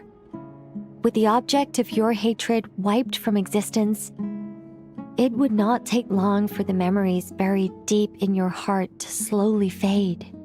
Both love and hate are intense emotions, but they are nothing compared to the void left behind when they disappear. Most sophisticated, Miss Nicole. But anyone focused on the future could only ever applaud the destruction of the things they hate. Still, I'm a special case. Someone once told me that human memory is more selective than a Mora-hungry merchant choosing between customers. We all need a reality check once in a while, so we don't forget the truth. As much as I dislike Sumeru, this is no way for it to perish. All right, you win. I'll help you out a little, but I won't work for free. How much will you need? You're not gonna milk this for all it's worth, are you? What do you think? I'll be upfront with you. I don't have much more on me. If that's what you need, I could borrow some from Alice. Or perhaps I could pay in sculptures. The ones I carve are actually worth quite a lot. Just cover my travel expenses. Huh? Is that all? That's all. Given all the people I owe favors to, I can just about justify a trip to Sumeru. Yehoda! Here, boss! What do you need? I'm going back to Sumeru for a while. While I'm away, you'll be in charge of the curatorium. Me? I'm in charge? Whoa! Don't worry, boss. You can count on me! And that was how the ingenious Angel Nicole brought you the perfect person for the job in your hour of need. Hip hip hooray! That was far more detailed than necessary. Not lacking in embellishment either. I never thought I'd return. Especially not the desert. But life doesn't always go as planned, I suppose. What's Candace up to? I don't think I've seen her yet. She's still taking care of things in our village. Should be joining us before too long.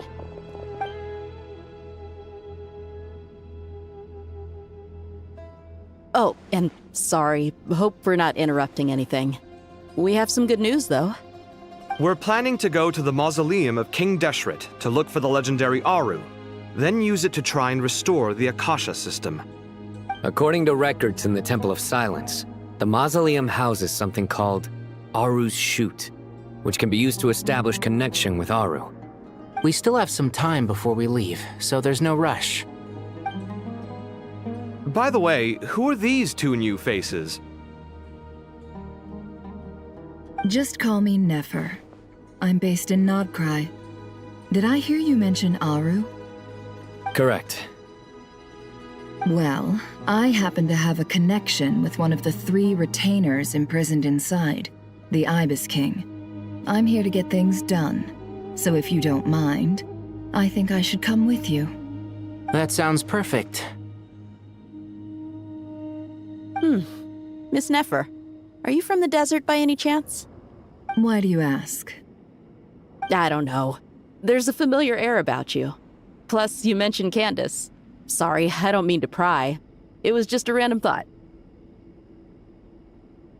I'm Dia, an Eremite mercenary. My work usually keeps me out in the desert.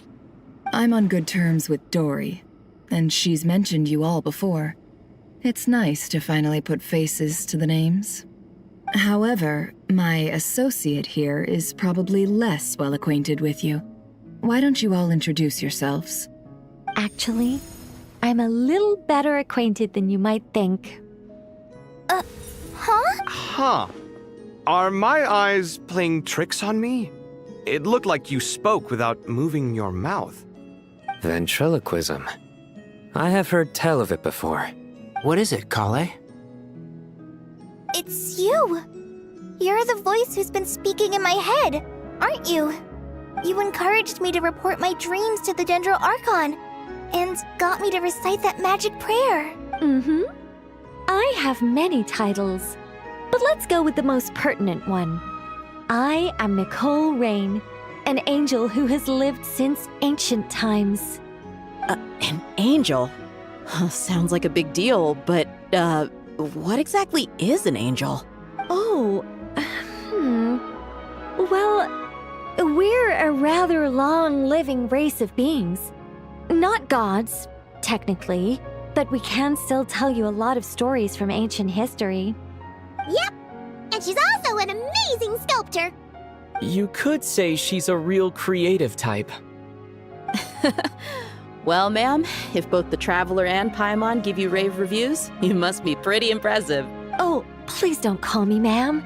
I find it so awkward when people get too formal with me. Just relax and be yourselves. No need to be nervous.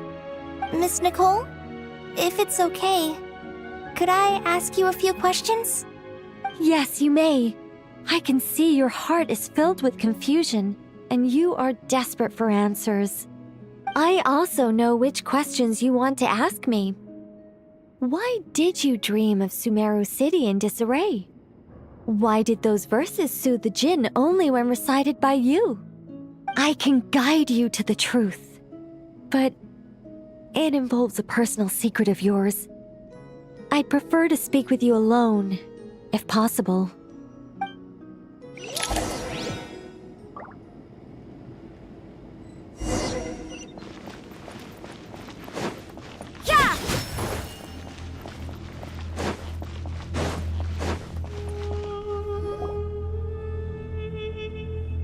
I thought we were going to speak alone.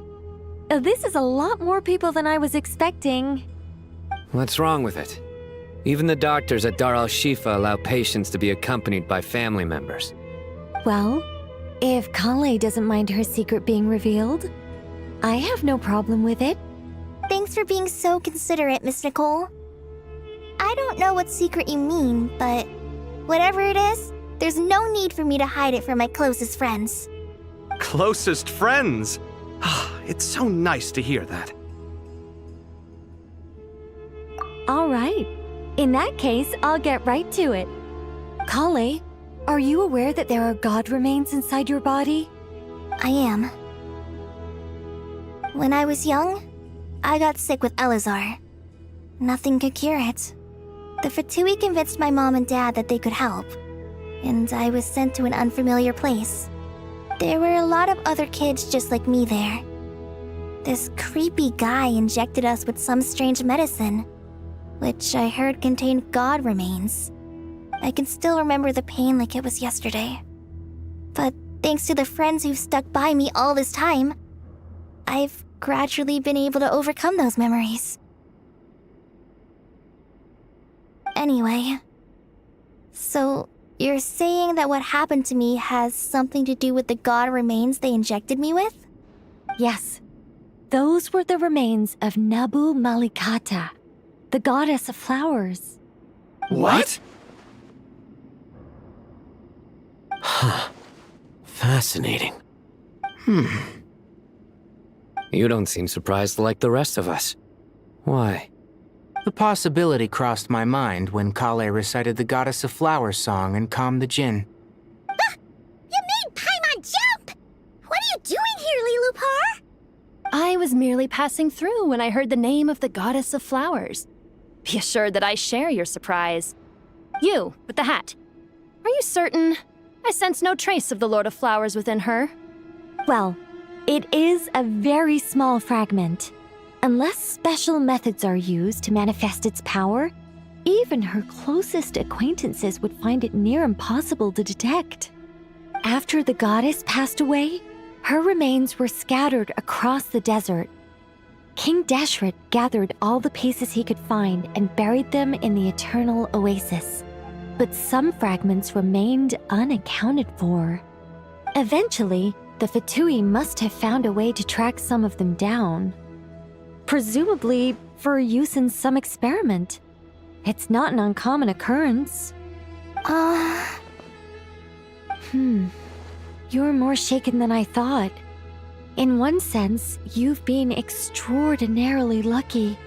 So many people who yearn for this kind of power never attain it, yet you have coexisted with her all this time without even realizing it. I don't know what to say. I'm glad that I could help everyone with this power, really. But knowing that a fragment of the Goddess of Flowers is inside my body is... It's a strange feeling. Well, people value their autonomy very highly. Even a well-intentioned intruder can shake one's sense of self. I understand how you feel, Krai. But once you get used to it, you'll find it's nothing to be concerned about. Huh. I guess you, of all people, have a good reason to speak on this. 2 good reasons, in fact. Incidentally, 3 is the maximum number of Hermanubis' Ba fragments that I could bear. Let me guess. Because 2's company, but 3's a crowd? Thanks for helping to explain the joke, Tainari. Not my intention. Goddess preserve me. I should take my leave. This boy in his wolf's head hat speaks much too differently from the Hermanubis I remember. Kale, all I'm trying to say is, no matter how many Hermanubis fragments there are within me, you wouldn't think of me as Hermanubis. In the same way, you are simply you. Yeah, I know what you mean. So about that dream I had, was it a warning from the Goddess of Flowers? Yes. Just like me, she was an angel created by the primordial humans, born with the instinct to guide living beings. Though her body and soul have perished, her essence retains its natural instincts. Even her smallest remaining fragments would do their utmost to send you that warning. The Mother of Dreams? Lord of Flowers and Oases? She must have had a premonition. That is why she gave that dream to you. We won't let our efforts go to waste. But I still don't understand. Why me? Yes. Why indeed? You weren't the only one injected with God remains, but only in you have her fragments persisted. I suspect it may be because of the firm will you showed in the face of suffering. She was likely assimilated by that will. Of course, this doesn't mean you have to shoulder any extra responsibility. As this young man said, you are who you are, and that will not change. All right, any further questions from the family members of the patient? If not, we should head to the mausoleum of King Deshret. Let's move out. Time to put our plan into action. We all hope it'll work. But will we really be able to open Aru? And even if all 7 pillars of King Deshret agree to let us proceed, the scale of the work to follow is daunting, to say the least. Haven't you handled other big projects before? I mean, the biggest project I've worked on to date is probably the Palace of Alcazarzaray, I guess? But this is orders of magnitude beyond that. It's a total nightmare. Look on the bright side. At least this time you're actually here when Sumeru needs you most. You won't have to come asking me for details after the fact. Mock me all you want. But now that I'm here, things will be resolved far more quickly and smoothly than last time.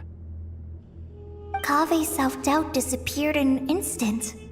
Like magic. Well, this confidence is most gladdening. Now, go and pack your things. We'll head to the mausoleum as soon as you're ready.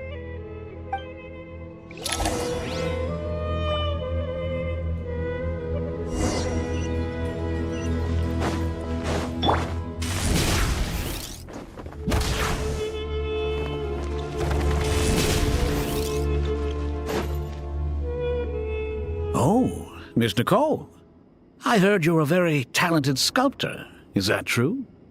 Oh, I don't know. I wouldn't want to blow my own trumpet. Honestly, even though Kasharawar is best known for its focus on mechanics, plenty of Kasharawar scholars are quite serious about sculpting as a hobby. So if they rate your work, that's enough for us. We just have to take a look. Who's we? Myself and a few other scholars. Kashif, Daneshvar, come take a look. Oh, well, if you insist, I suppose there's no harm in showing you.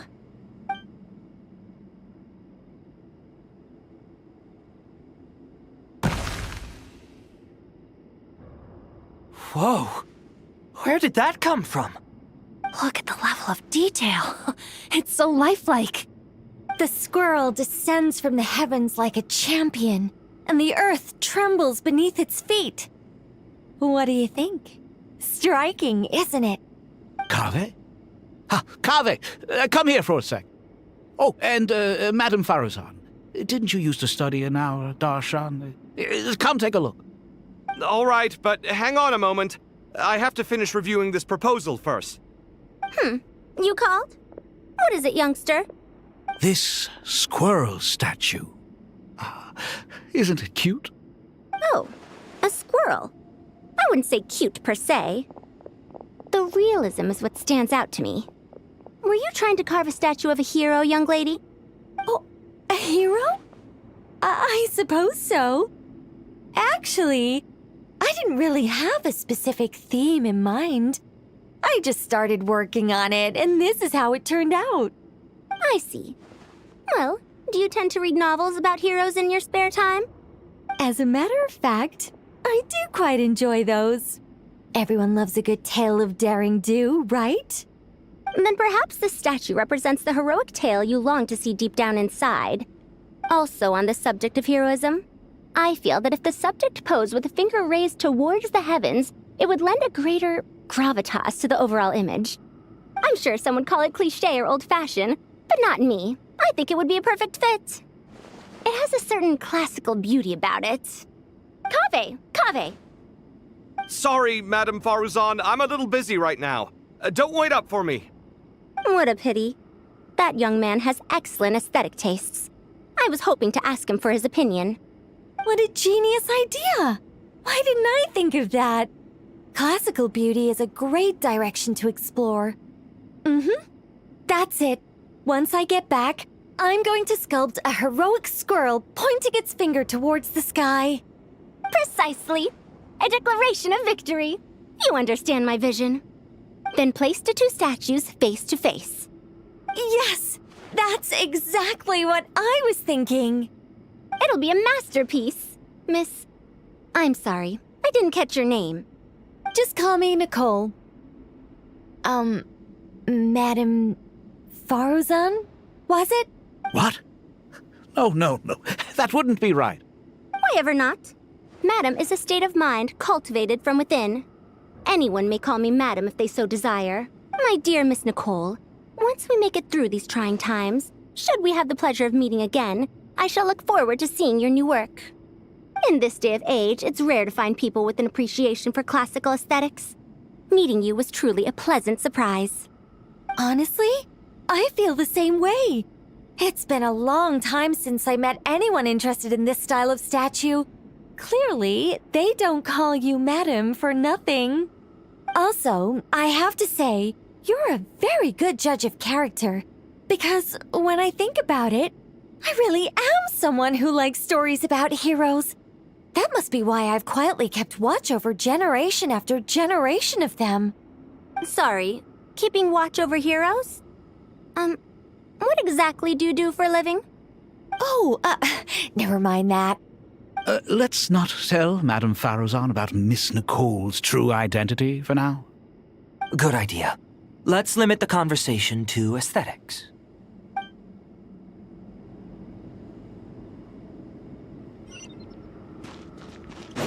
You can't run!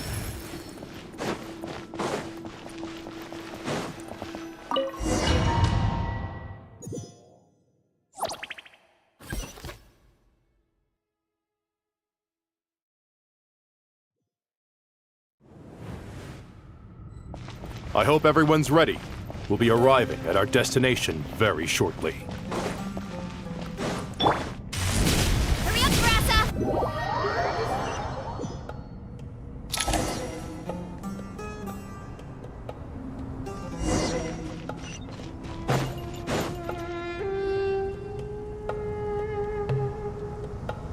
Why, we've not seen so many visitors ever, really.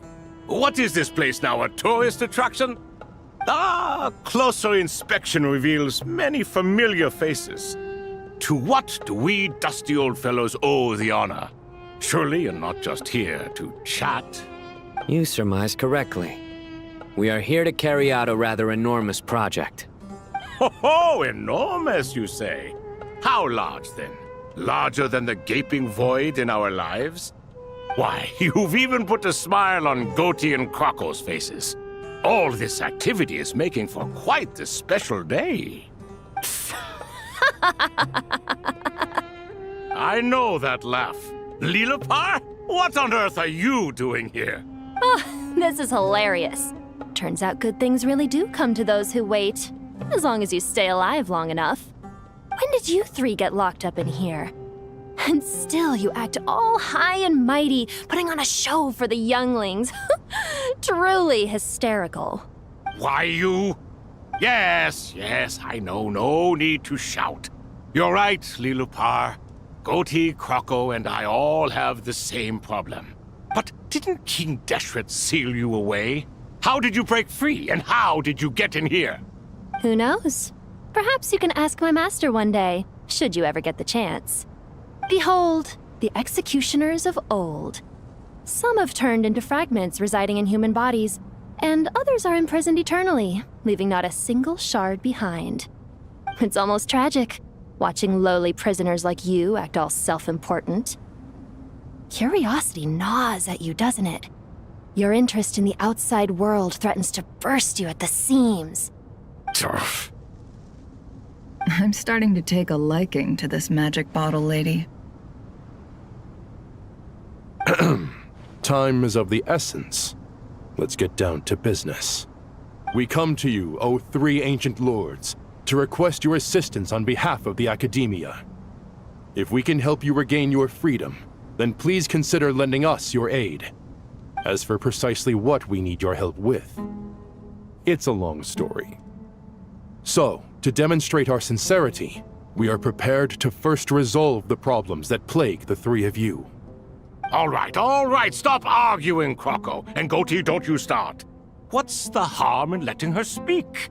It's not worth getting so angry about. Forget about her. The three questions are the crucial thing here. But do you really have a way to answer them? You once answered the final question, Nefer, but the seal did not open. Unless, with the passage of time, you have found a new answer? You could say so. When you first asked me what determines truth and falsehood, my answer was a liar's soul. Liars are the best at seeing through the falsehoods of the world. But if you want them to tell you the truth, you have to reach their soul. I think that makes sense. I found it quite compelling myself, and I told Nefer so. Unfortunately, it brought us no closer to liberation. Well, that's simply because it was my answer, not the one King Deshret was looking for. Can you guess which answer Al-Ahmar wanted then? Time. And that's not only the answer to the final question, it's the answer to all three of them. All things wax and wane with the passage of time. Love and hate eventually fade into nothing. Current affairs are always fraught with conflict and controversy. Only time can distinguish between right and wrong. You once described King Deshret as a proud man. I'd say that the prouder someone is, the more inclined they are to believe that only time is qualified to be their judge. Time. Well. Indeed. Perhaps in building Aru, our king was in fact attempting to reverse time, to bring love and hate, right and wrong, the rise and fall of all things back to their point of origin.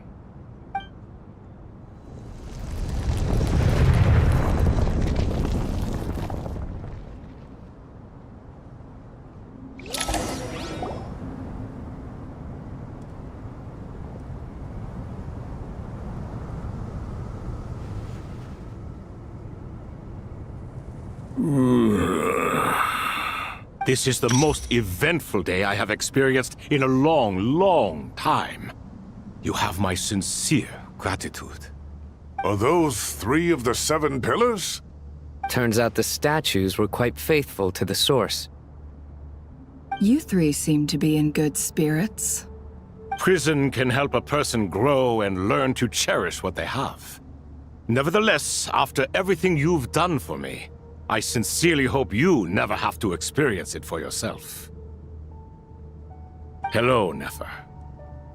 It's good to see you, Thoth the Ibis King. Nice. Definitely puts my mind at ease, seeing you two getting along so well. Should we maybe introduce ourselves, or... Sure. I'm Sethos, the current leader of the Temple of Silence. This is General Mahamatra Sino, and this is the former Spantamad sage Cyrus. But I'm guessing none of that means a whole lot to you. Everything is equally new to us, in truth. We've been gone from this mortal world for longer than you can imagine. Let's hold off on the introductions for now. We can always ask Nefer about you later. It'll give me something to talk about with my chosen disciple. You're like a helpless parent. Gods and people of yore are not necessarily welcome in today's world. Self-awareness is one of my finest qualities.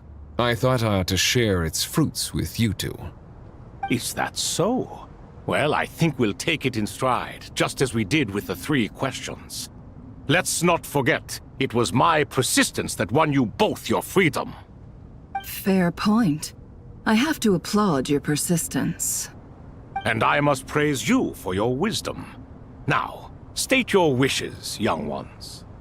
I'm sorry? Why, your tremendous accomplishments deserve a reward, do they not? You must let us do something for you in return. General Mahamatra, what do you think? I won't beat around the bush. Sumeru is facing a crisis the likes of which have never been seen before. And we need your help. Every calamity throughout the ages has been connected to us in one way or another, whether we were its cause or consequence. Whatever is wrong with Irminsul, it severely affected the Dendro Archon. She fell into a coma, and is currently receiving treatment from the Dendro Dragon. The Dendro Dragon? I'm sorry, the Dendro Dragon is helping to heal the Dendro Archon? Not a pep, surely. Not vicious, cruel Apep who possesses no virtues aside from her basic instincts. Ah, good heavens. Oh, I shudder to think what could have caused Lesser Lord Kusanali to suffer such a plight. Still, why would the Dendro Dragon lend you her aid? She has always held nothing but contempt for the Archons. I suppose she and Kusanali must have some history. You can help us make history too. A smooth talker. Well said, lad. Currently, no one can connect to Irminsul. We hope that by opening up Aru and making some modifications to it, we can use its technology to our advantage. Unfortunately, Aru is an imperfect creation. King Deshret never managed to realize his full vision before his death. Much remains to be done if it is to be pitted against Irminsul itself. Besides, I hear your reasons, but to give Aru up over such would be... The archaeological records clearly indicate that although Aru's construction took a long time, it was not beyond human means to achieve. Modern technology should solve the efficiency issues. We have no choice but to go all in on this. This is by no means a threat. But the only reason we helped you escape from Aru was to gain the necessary leverage to negotiate with you. You asked us to state our wishes, and we have. Each one of us here needs your help, as do all the thousands of people living in Sumeru. They need you, and they need Aru. What do we think, my fellow old fogies? Shall we lend our support or not? Since you ask so nicely, naturally. Naturally what? Are you for or against? I simply mean we shall do what comes naturally. You claim that you wish to open Aru. Know you then that the golden slumber created by King Deshret is preserved within? We do. We understand the risks involved. In all likelihood, the mortal world will never again be able to replicate King Deshret's work. Never will there be another chance to come so close to creating a utopia. Knowing this, are you sure of your decision? We are sure. Before people can dream, they must first live. If your minds are made up, very well. We shall summon our erstwhile colleagues to discuss this further. Saint Shezepank, Saint Bennu, once you surrendered to silence and were buried with King Deshret. But now, we invoke the right to awaken you with our voices.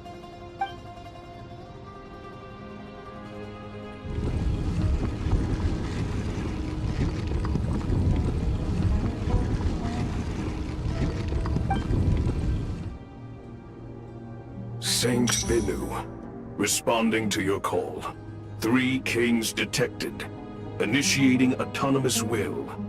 Saint Shezepank, responding to your call. 3 kings detected. Initiating autonomous will. Ah, Lord Herreshoff. What a long time it has been. I trust you are keeping well. Then your trust in my well-being has long outlived your physical body. You have always opened with that same phrase, in life, death, and now even beyond. Al-Akhmar is long gone. What is the reason for this meeting? You're awake? Good. We are voting on whether to give the people of present-day Sumeru access to Aru and permit them to perform technological renovations. You have the right to support or oppose the motion. Aru is the pride of Al-Akhmar. Opening Aru requires the unanimous consent of the 7 pillars. I hope you have a convincing reason to present to us. Sumeru is currently in the midst of a major calamity. Let us not forget that while Al-Akhmar was a stern ruler, he was also a teacher of wisdom. A god without his people shall cease to exist, and King Deshret's greatest wish was to provide protection for his people. Let us then honor our God King's wishes as we consider our decision. I do not mean to mock these proceedings, but what is the point of a unanimous vote when we know that the last of the 7 pillars, the Dendro Dragon Apep, will never communicate with us? This will no doubt surprise your mechanical mind, and I have no intention of trying to persuade you it is true. But Apep is, in fact, healing the Dendro Archon as we speak. Huh? Can someone attest to this? Do we have any proof? I ask the 3 kings. Can any of you vouch for the truth of this claim? Naturally, the Ibis King, Thoth. What? It was Thoth's disciples who revealed the truth to us. We need not debate its veracity. Simply let Thoth bear accountability. That way the rest of us may have a clear conscience. Herreshoff, you diabolical fiend! I awakened our former colleagues for you, supported your opinion, and backed your decision. What sort of fiend would do that? I miss the days when Hermanubis was still around. At times like this, he would offer to take accountability. What are you trying to say? Is my word worth less to you than Hermanubis's? Hypocrite though you are, Lord Thoth, you are humorous in equal measure. How could we bear not to associate with a character such as you? I, Saint Shezepank, approve the Goat King's proposal. Since King Deshret is no more, we shall receive no reprimand for acting beyond our remit. Nevertheless, I sincerely hope that those before us understand the significance of what they intend to do. Remember, the moment that Aru is liberated, the myriad souls residing within the Golden Slumber will return to the ley lines. And once the ley lines flow again, these souls shall in turn be received by Irminsul. To take this step is to bring the perfect afterlife created by our king to a permanent end. We understand that well, and we have decided to proceed regardless. Furthermore, the contemporary human perspective would contend that confining souls in this way is no act of benevolence. The deceased have a right to rest in peace. King Deshret's creation is clearly a place of rest and peace. It is just that many do not see it this way. But no matter. Saint Binu approves. Hermanubis' representative and the Dendro Dragon Apep made their choice ahead of time, while the Goat King, Ibis King, and Crocodile King have also granted permission to liberate Aru.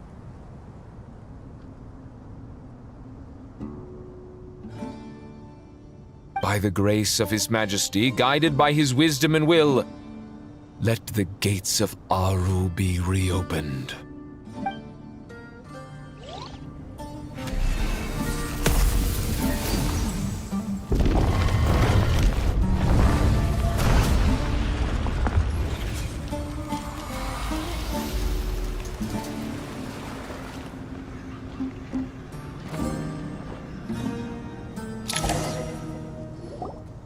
Hey! Look at that! What's this? Are we under attack? No. Wait, it's...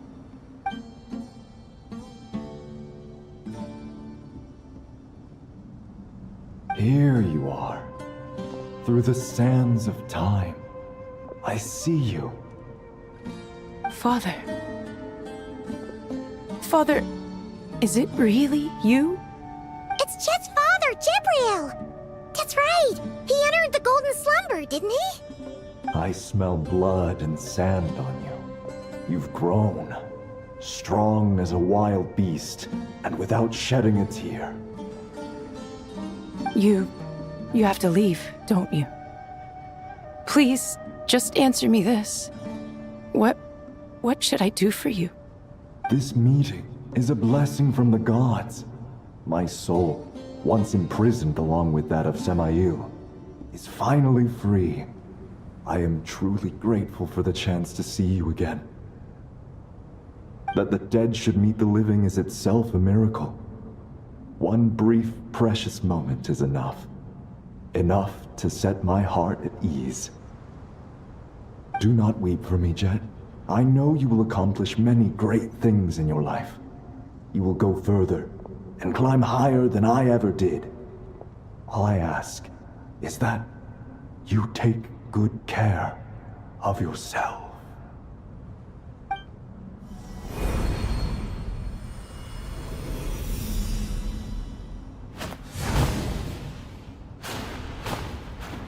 Father! Father! Father. Hey, Jet. Do you want something to eat? I'm fine. Thanks, Paimon. It was just a little sudden. The chance to see my father again meant the world to me. He was trapped in the golden slumber for our sake. And now, after all this time, he can finally rest in peace. I'm glad. It's a huge relief. You've grown strong, Jet. More than enough to fend for yourself. Yeah. I'll leave the past in my memory where it belongs. My family, the good times and the bad. Goodbye, Father.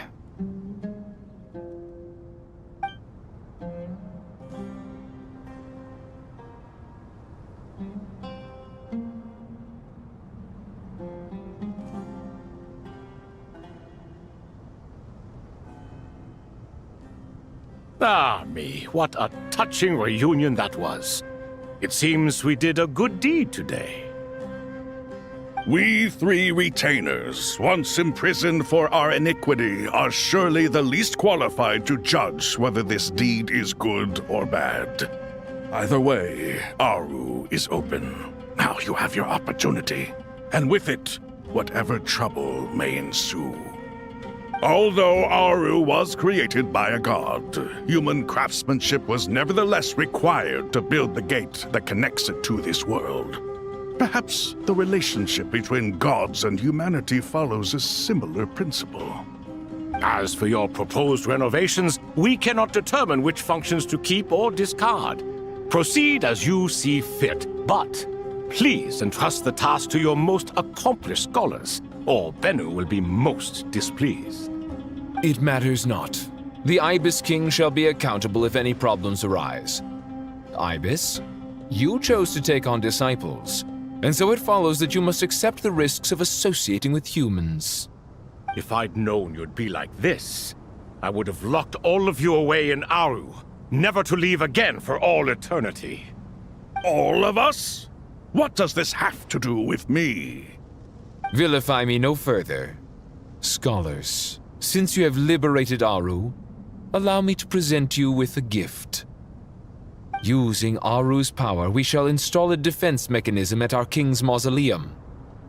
You must be guarded even against Irminsul itself. This shall afford you some convenience. Unseen and unheard. From this moment forth, none may by sight or hearing perceive anything said or done within the mausoleum. Amazing. And all this is achieved just with the power of Aru? With technology from the heavens, the possibilities are endless. Just because King Deshret did not use it for this purpose does not mean that it cannot be done. So, marvel away. This is the reward you have earned. All right. Well, that resolves the issue of confidentiality. What about the technical side? Do we have the manpower? Why, yes. I've already contacted them. They'll be here soon.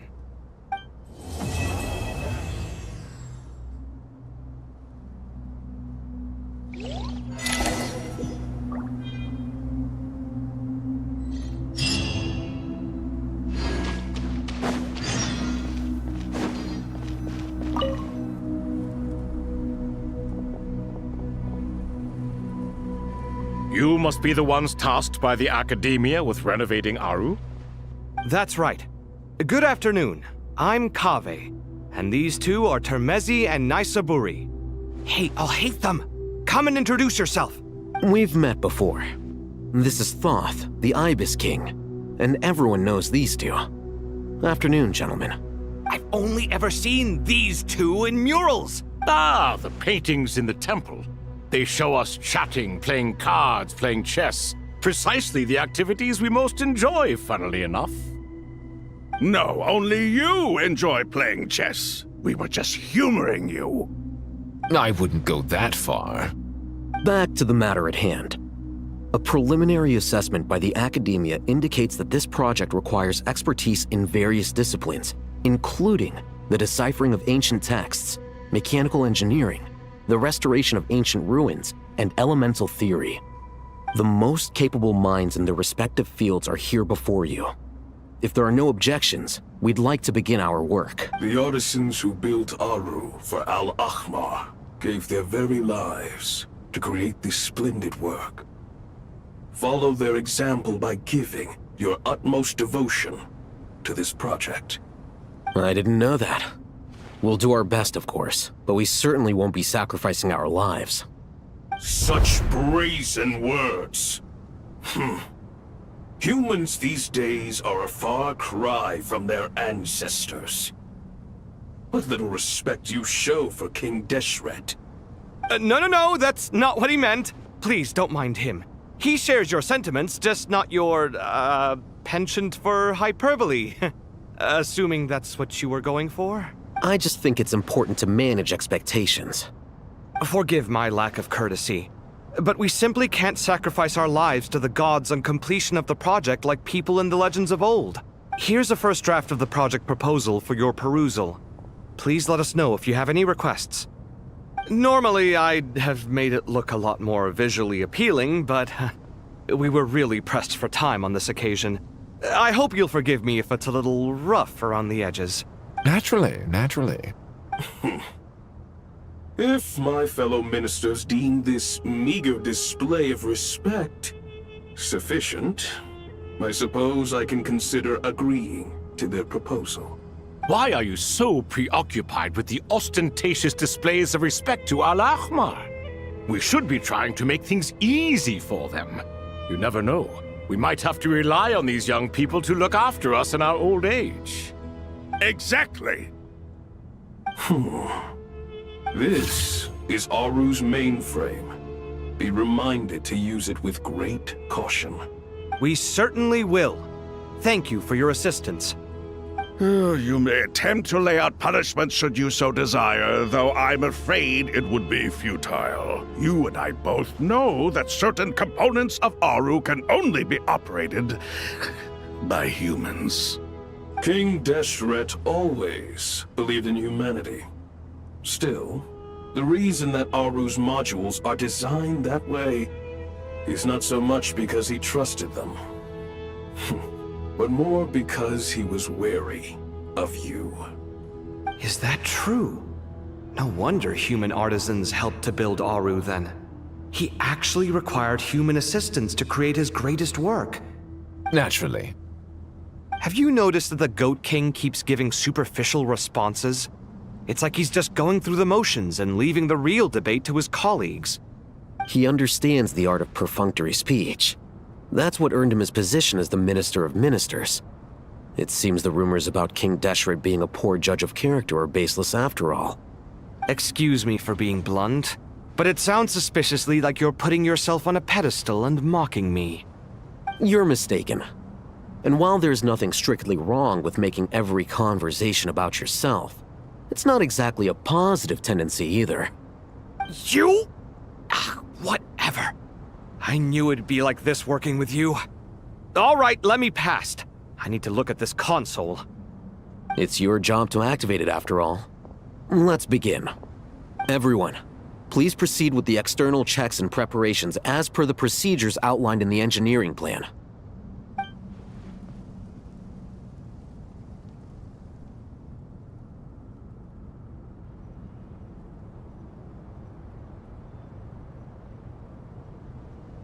Hello there, youngsters. Whoa, the Ibis King came to life. What do you mean, came to life? I've been alive the whole time. You did say we could start our research, right? Are you having second thoughts now? I've reviewed the proposal. The work you're planning to carry out on this grand device is ambitious in its scope. You have ample confidence in your abilities, I take it? I wouldn't say I'm feeling hugely confident, but given how bad things are, I'd rather at least try something than sit around waiting to die. You are the top scholars of your day. I trust you are aware that there are countless links between Aru and the Akasha? Aru and the Akasha?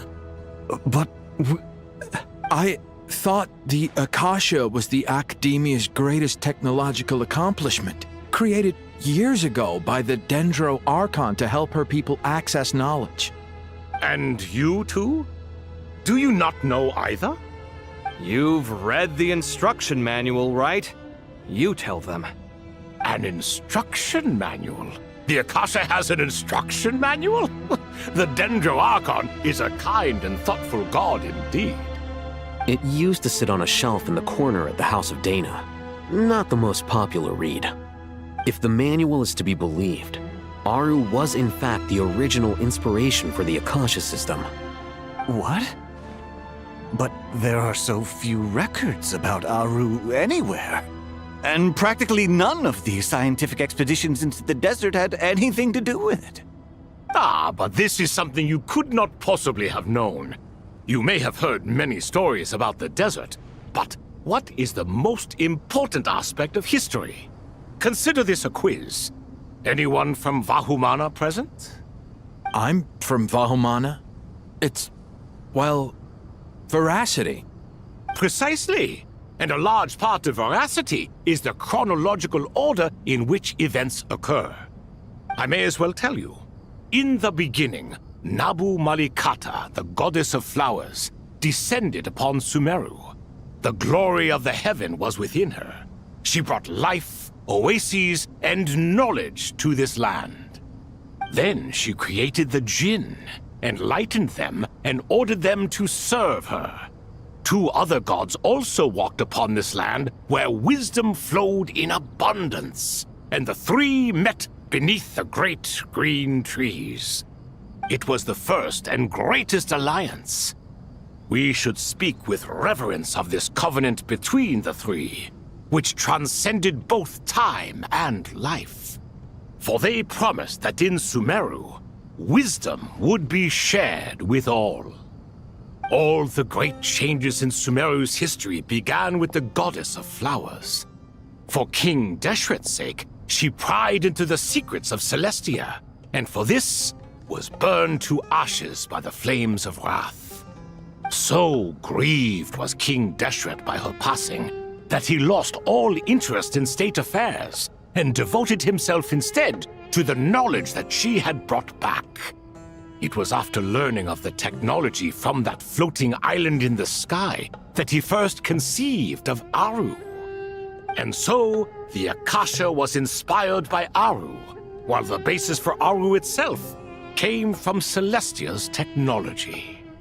Well, if the two share a common technological origin, then connecting one system to the other is an entirely feasible idea. Unbelievable. Have you no reverence at all for celestial technology? No, I do, but there's no time for that.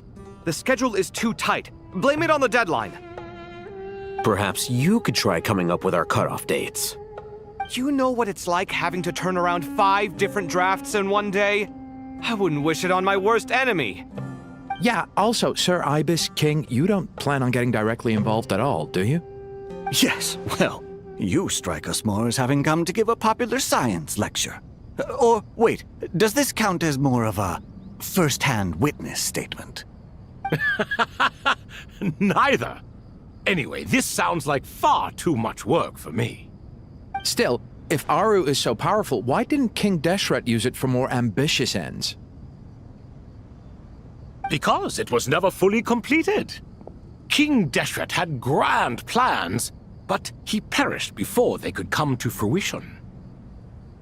In the beginning, his wish was to create something that could rival the very world itself. The Lord of Flowers sacrificed everything for that ambition. What he desired, she bestowed, and thus was knowledge brought into the world. Her courage and sacrifice had to be honored with the most splendid of monuments, or King Deshret would surely have deemed it a grave injustice. And that monument, built from knowledge and technology, etched with a sacrificial and courageous love, even in its unfinished form, it deserves to be treasured. At that time, King Deshret said the following to the Lord of Dendro. Since we share an eternal covenant, I shall never be your enemy. Hence, the fruit of wisdom from the heavens is not to be devoured. Remember, it is not that I lack the power to become the enemy of wisdom. Yet you and she have taught me much and shown me kindness. For this, I cherish you both. In the end, Aru was only used to store a portion of the souls. It was but a primitive form of the masterwork the king had envisaged. His final hope for Aru was to return to the past, when she yet lived. So the point you're making is, King Deshret was both powerful and ambitious, and he only ceased his imperious ways out of affection for the goddess of flowers and the Dendro Archon. You could see this as an act of mercy, but you could also see it as the sentiments that lay between these three gods placing constraints on him. This was, after all, the foundation of the alliance between them. This explains why Aru was both a prison and a monument, and why the answer to the 3 questions was time. You have to be careful who you get involved with, or you invite all manner of misfortune. This is as true for gods as it is for humans. Love is the same. It is both a prison and a monument. All right, let us pause the story here for now. Seeing as you've been so diligent, I'll offer a little help.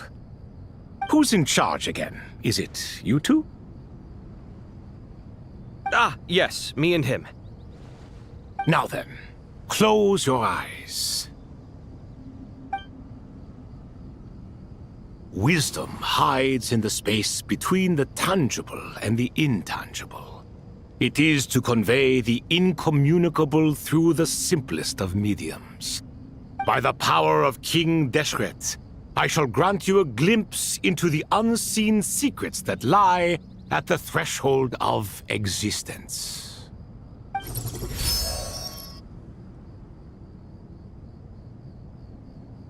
Where did this come from? Is it a new mechanism? It looks more like some form of externalized information. You've rendered it visible? Just as the Akasha allows you to access a greater range of knowledge, the power of our king permits one to perceive ingenuities that do not belong to this world. This is no ordinary mechanism. It reflects the internal structure of Aru. Whether you choose to increase or decrease, keep or discard. Come, use these to achieve the outcome you desire. Looks mechanical to me. Better let me handle it just in case. But wait, how do I get up there? Turn around. So that's where the elevator is.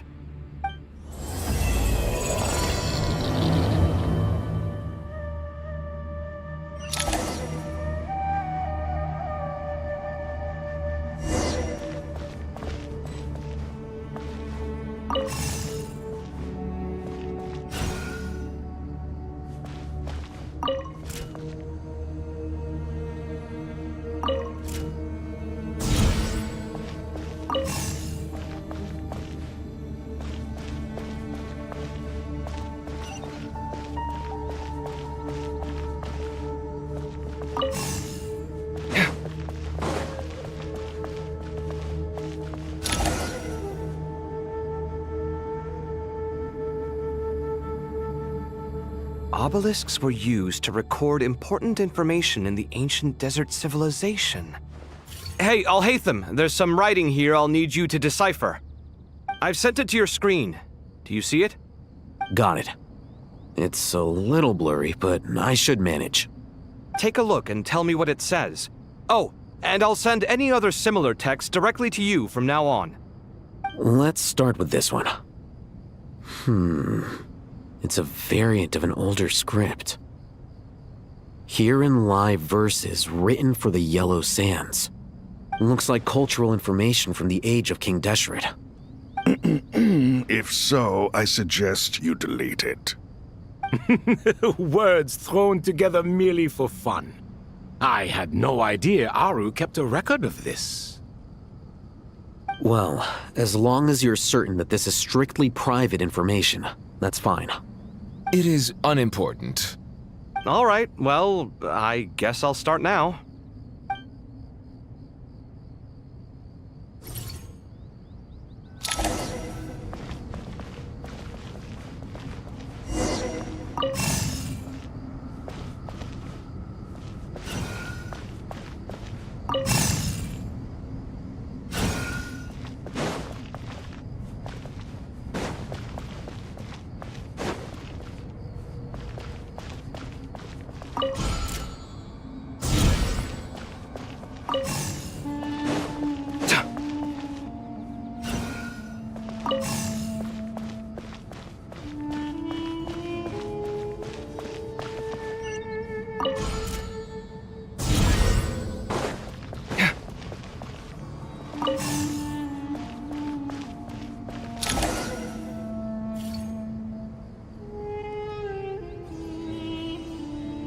Found some more. Sending them over to you now.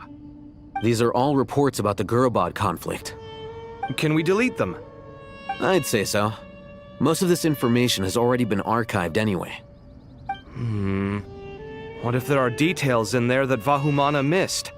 What are we supposed to do if they come after us in the future? They'll just have to live with it. If we don't resolve these issues now, there won't even be an academia in the future, let alone a Vahumana Darshan. Yeah, you're right. Okay, done. There's some other similar monuments nearby. I'll check them out.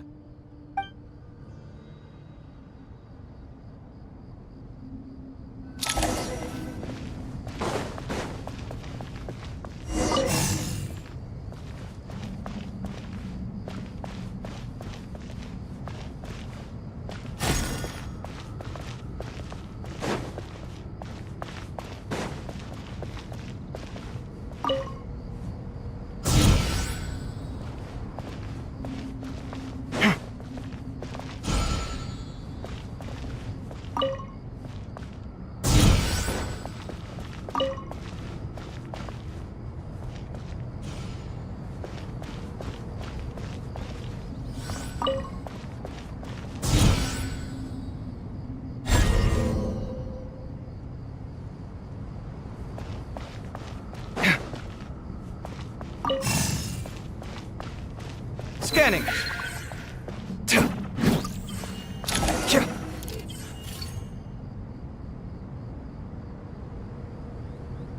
Another monument. Hold on.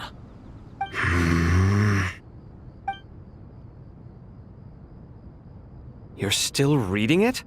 How long is it? It records the development and governance of the Oasis civilization. Most of it concerns the Jinn, but it also contains records left by the artisans who built Aru. Is it important? Some of it. There was no way for me to read the whole thing in its entirety, so I had to rely on my intuition to pick the parts worth keeping. What about the artisans' records? What do they mention? They're speculations, mostly. For instance, they were wondering how to protect themselves if King Deshret decided to silence them after the construction of Aru was complete. Sounds like pure mythology to me. Surely that kind of thing didn't really happen. The records do emphasize that this was merely their conjecture based on various myths. Still, the artisans did leave details of their plans to survive, including blueprints for their escape route. Even that got recorded? Okay, well, I'll make a copy of this first before I delete it. Is that truly necessary? You won't be needing those. No, the blueprints are important. I want to keep them as a memento.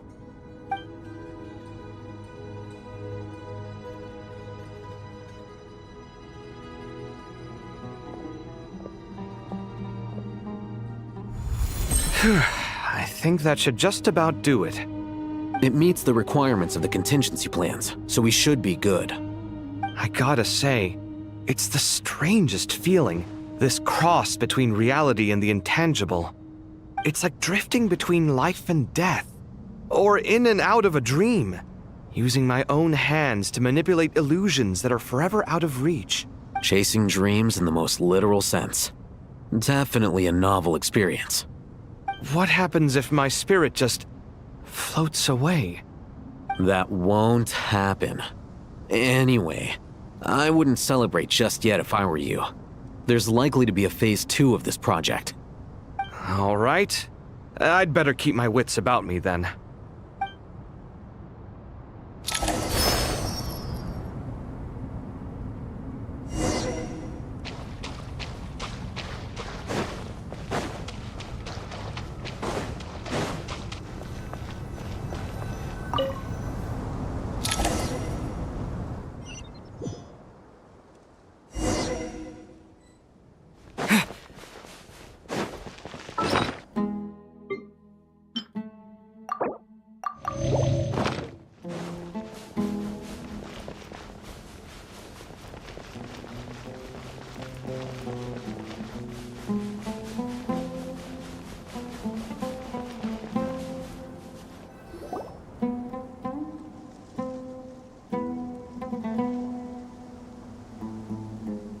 Traveler from afar, do you worry for the fate of Sumeru as well? Whoa! It's Sobek the Crocodile King! Greetings, Crocodile King. Please be at ease. I'm just here to chat with you about Lesser Lord Kusanali. Sounds like you really care about her. Yes, although to be exact, it is a mixture of both concern and curiosity that I feel. Speaking of Nihida, Paimon was wondering how she's doing. Wait a moment.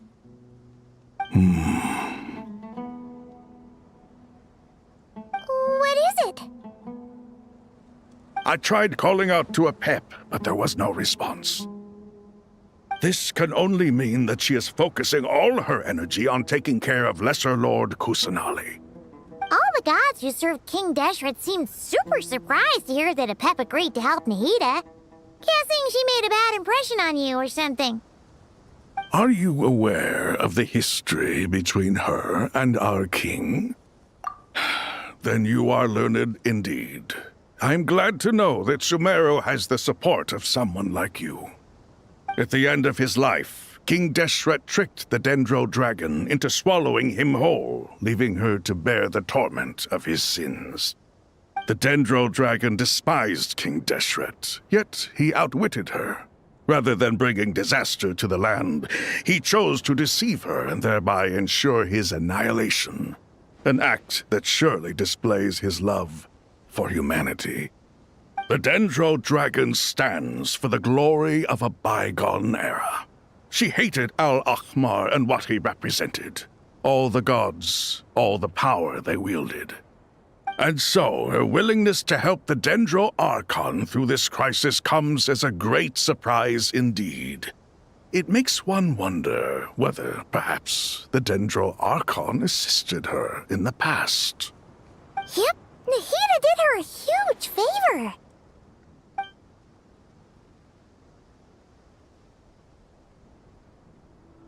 So Lesser Lord Kusanali put an end to the Dendro Dragon's many long years of torment. As much as she loathes the Seven, a pet knows kindness when she sees it. No wonder she was willing to make an exception. Yeah, that's the sense we got from dealing with her too. She is not incapable of coexisting with other living things. Rather, she actively chooses to avoid coexistence. And this despite the fact that she symbolizes life itself. How ironic. All of this being said, I wouldn't expect too much from her if I were you. Nothing will change her hatred towards humanity and gods. We'll keep that in mind. Anyway, how much longer do you think Nahida needs to stay with the Pep? For all we know, the Fatui might still be in the desert. Just to be on the safe side, why don't we grab anyone who isn't busy right now and go look for her? I'm alright, Paimon. Huh? Was that Nahida's voice? It seems the treatment was effective. Since when do my deeds require your evaluation? Ah! Here will do just fine. I had no intention of taking you any further. One ought not expect greater generosity than they have earned. You always hide your kindness away like an oasis within a sandstorm. Only those who make it through the swirling winds can know just how beautiful that oasis is, and how much hope it brings. You dare appraise my being? No, I'm expressing my gratitude. I want to thank you for sharing your precious life force with me.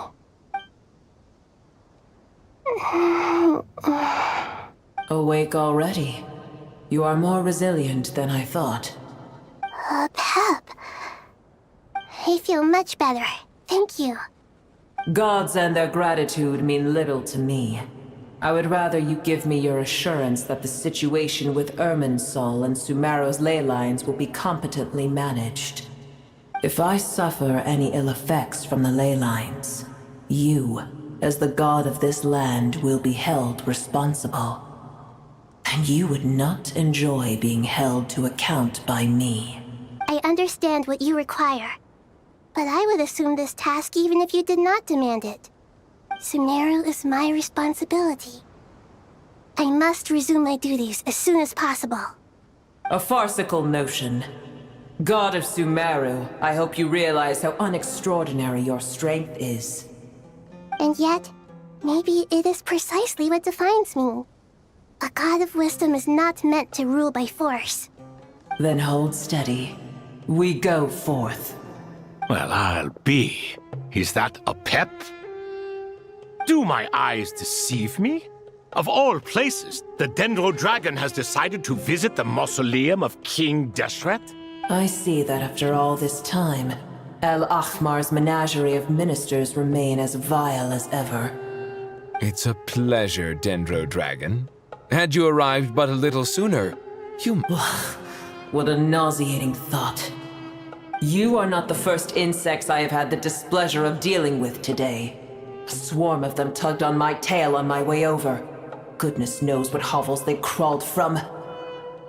Why do all the creatures of this world remain so lowly after all this time? What did you do with them? I cast them away. What would you have me do? Keep them as trinkets? Boer, this is where we shall part ways. To be clear, I do not wish to see you, or anyone else here, ever again, unless absolutely necessary. Then I wish you peace as you return to your dwelling place. It matters not to me. Simply refrain from bothering me again. A force to be reckoned with. At times like this, I feel glad that she has no interest in any of this. Hold on, just hold on, okay? We're almost there. We made it. Huh? Wait, that voice! It's... Uh-oh, I'm gonna fall!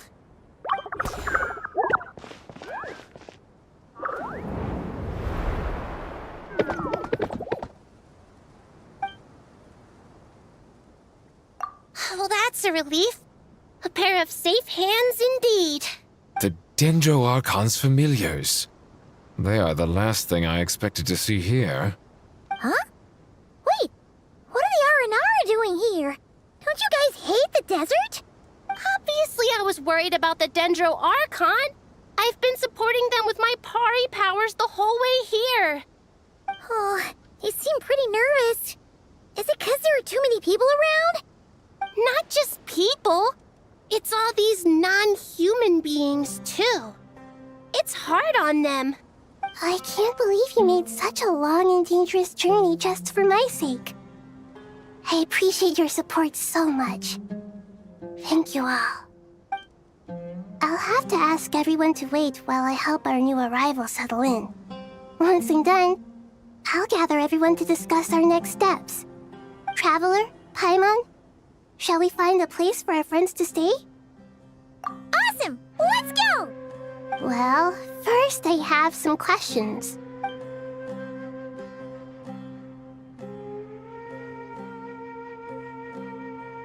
Okay, I think that covers everything. Thank you. We can get going now.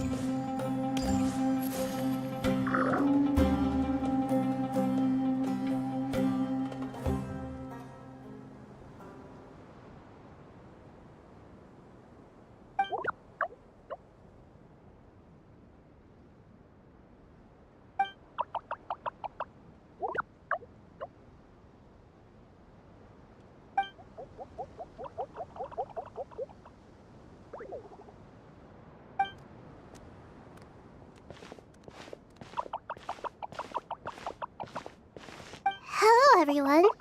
It's only us.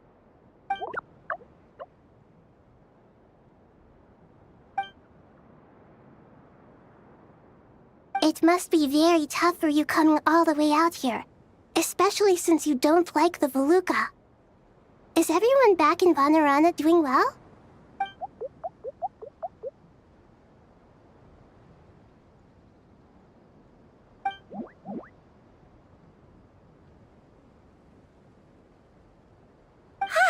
Everyone's here.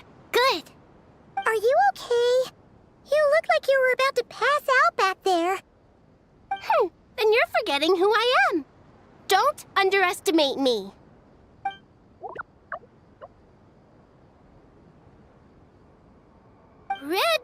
Oh, excuse me!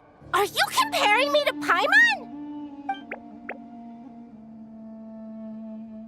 I suppose everyone is gathered here because of me. As we can see, the situation is critical, and everyone is very busy with their various tasks, so...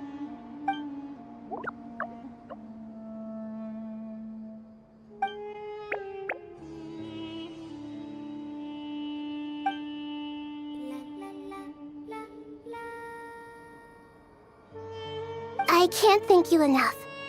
Right now, we're focused on restructuring Aru, processing excess information, and helping restore everyone's confidence. I'm sure you'll find it all very straightforward. I can help too! Just let me know where I'm needed.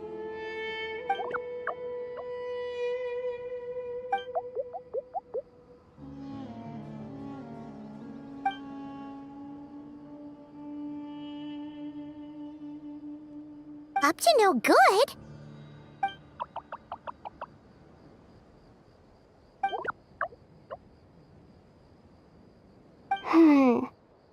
That definitely sounds suspicious.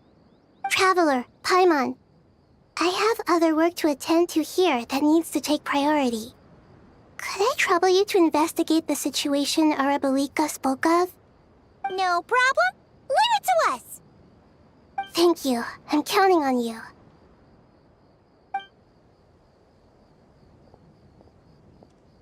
There's one other thing. If you are to work alongside the people of Sumeru, you will need to make yourselves visible to them. Is that acceptable to everyone?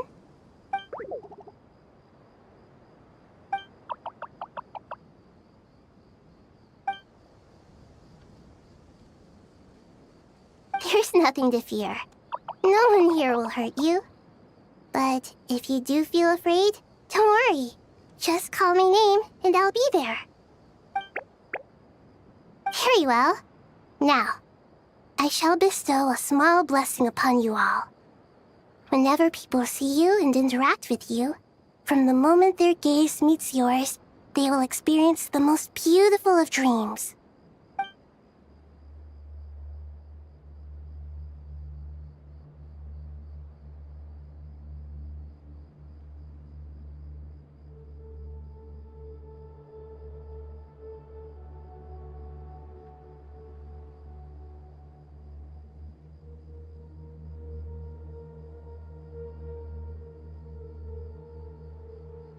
Do not fear. We will face it together. This too shall pass.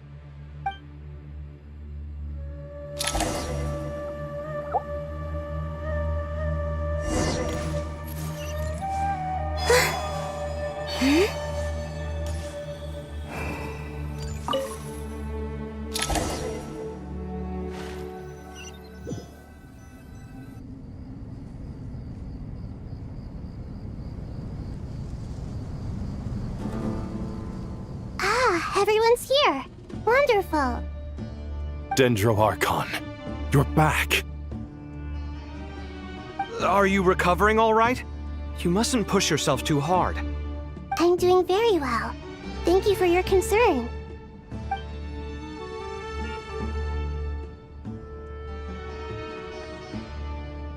I see. Using the power of Aru to reboot the Akasha and gain access to Irminsul. It's a sound plan, although I regret to be the bearer of bad news. But with the state that Irminsul is currently in, it's impossible to access via traditional means. Even the Akasha won't change that. Alas, we had feared this may be the case. What about non-traditional means? Non-traditional means? Are you saying... Desperate times call for new measures.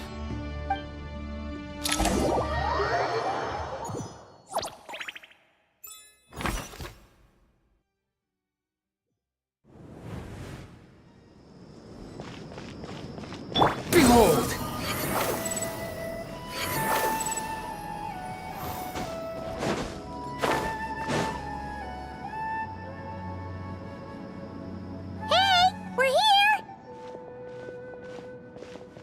Ah, it's you. Is there a situation?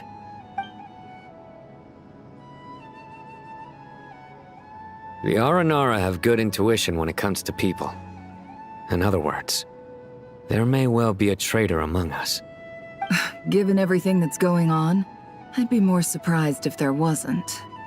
Miss Nefer, as a professional intelligence broker, I trust you have a solution? Not one that I'm willing to volunteer. What's in it for me? Let's say I'll treat this as a pilot project aimed at expanding your intelligence operations. Whatever business you're in, an avenue to demonstrate your abilities could never hurt. I like the sound of that. Glad we're on the same page. Given that you rarely set foot in Sumeru, practically no one at Caravan Rebot knows who you are. I take it you've read the files on everyone in the area? Yes. I also skimmed the list of evacuees, and are more or less up to date on where everyone stands. Any initial suspects? Limiting the scopes to males whose recent activity could be viewed as suspicious. I've identified 3 names. The Aranara saw 2 people talking, but currently we only have 1 suspect. The other person was probably just a messenger, and in all likelihood has already left Caravan Rebot. Everyone is heading for the desert per the evacuation order. Anyone willing to turn back at this stage is almost certainly with the Fatui. There's no way it was a spur-of-the-moment decision to act at a time like this. This spy must have been planted long ago. We need to smoke him out from wherever he's hiding. Sounds like you have the beginnings of a plan.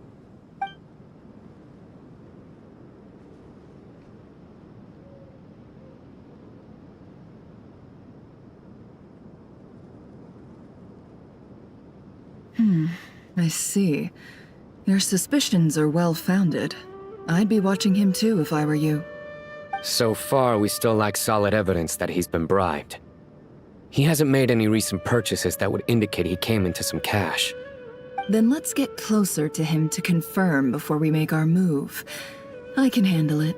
I'm not based in Sumeru, so barely anyone at Caravan Rebot knows who I am. And you're certain you've never encountered this person in Krai? I'm certain. Besides, it's extremely rare for me to have had any direct contact with Sumeru mercenaries besides Jet. There's no way he could have seen my face before. Sino, stay out of sight and wait for my signal.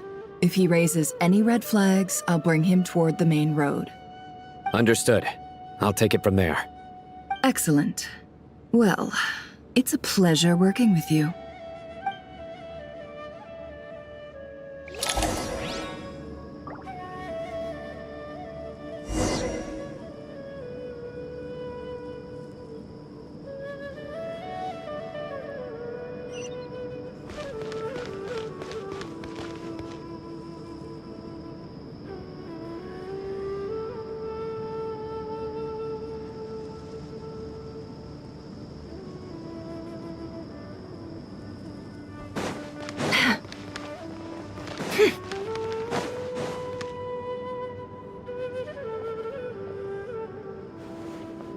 Darker skin, scars, frequents the desert and has ample combat experience.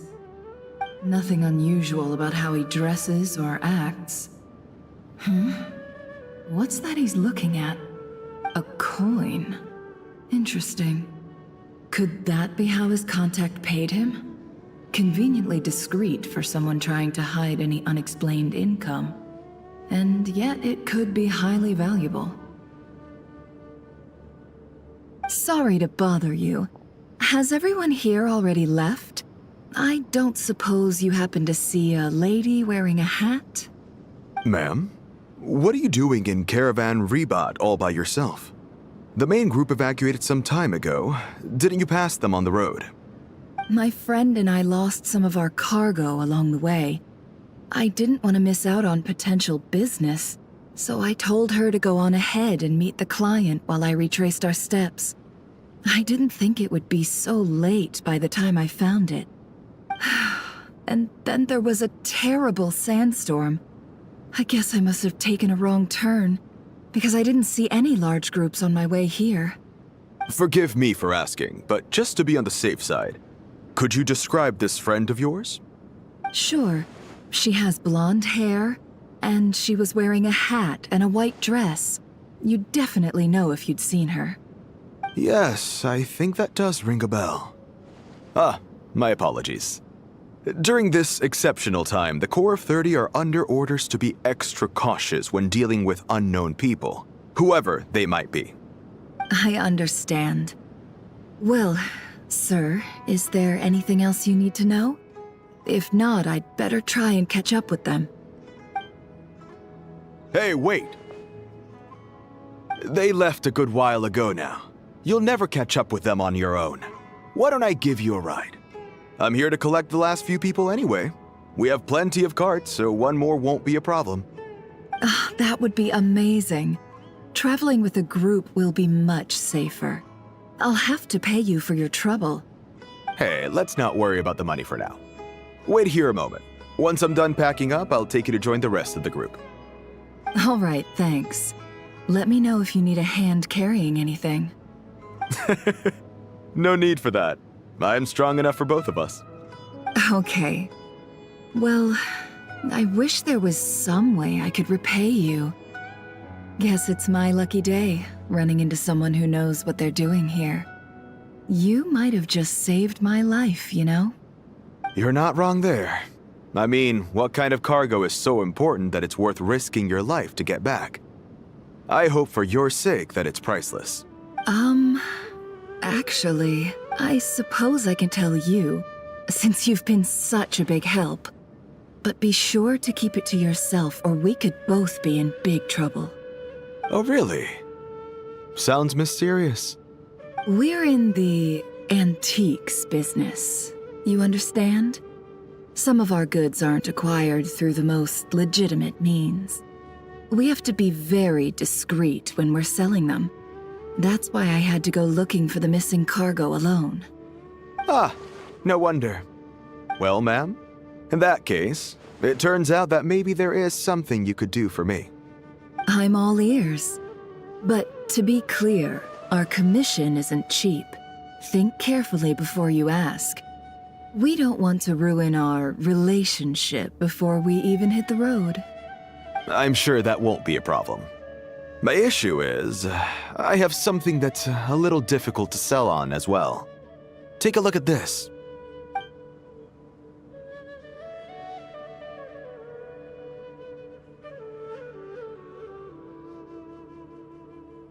Pure gold. That's quite something. How'd you come across it?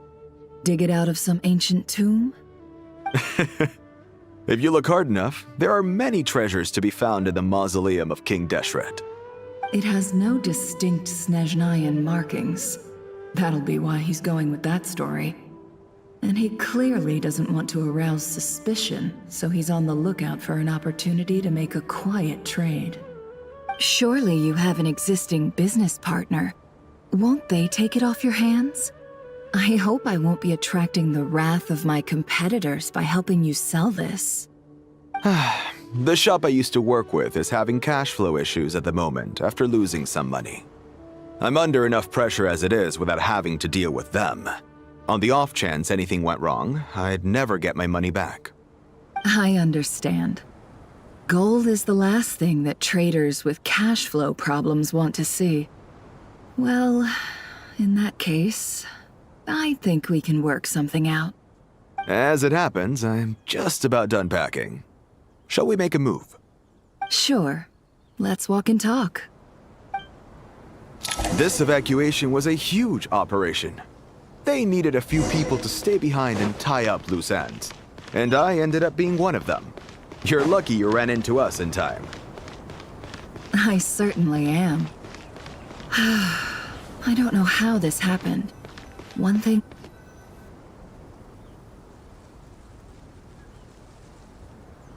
Huh?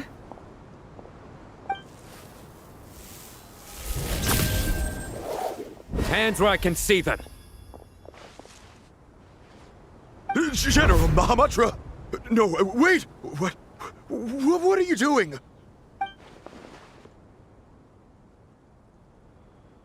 This is the coin?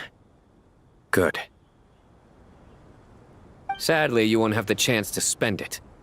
Nicely done. Looks like Sumeru's Matra are a well-oiled machine nowadays. Unmarked gold coins are quite difficult to trace. Thanks to you, we have secured the evidence. Here's what's gonna happen.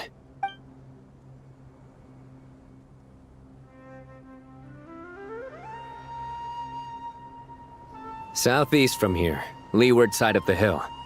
That's where he's meeting his contact. Great work.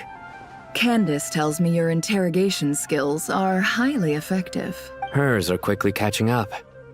She's improved a lot in recent years. Looks like it's over to you for the next step. Because I'm quickest on my feet? Because you know how to trail a target. Plus, it'll be easier to monitor their activity from the air.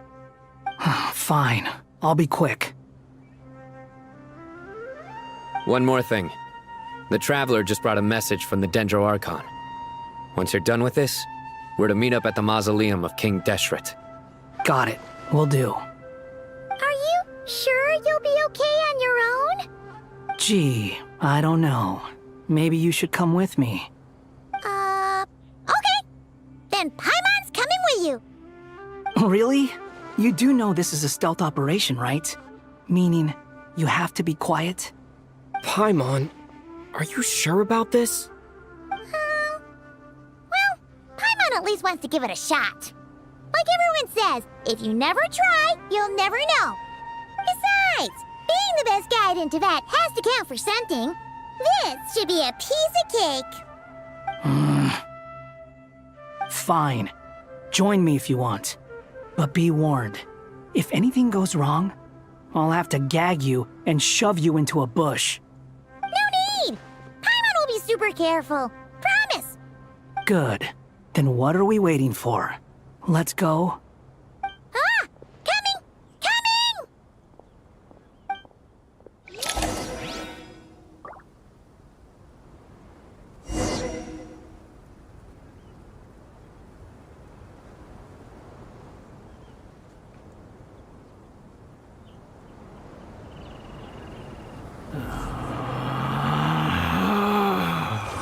Relax.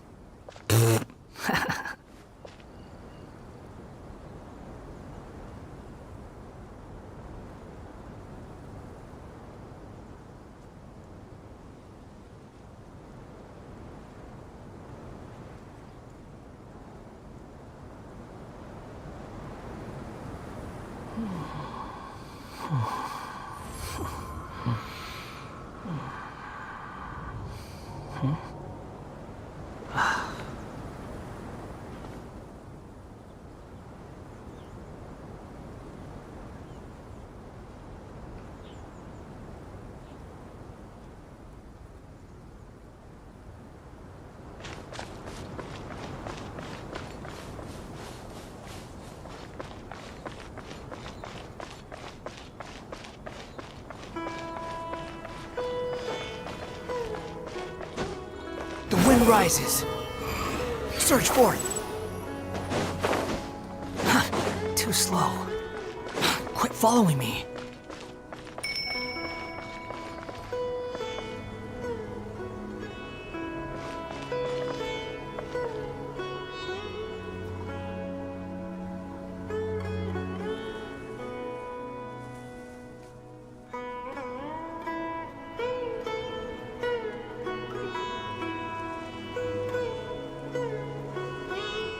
You think I've got a sharp tongue? I just tell it like it is. If someone can't handle it, maybe that's their problem.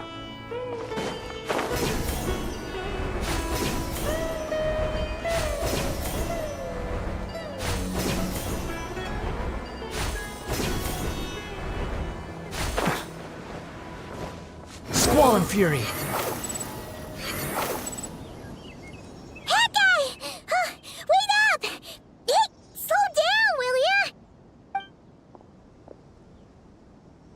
We're here. Now we wait. Okay, yeah, cool. Cool. What's on your mind, Paimon? Huh?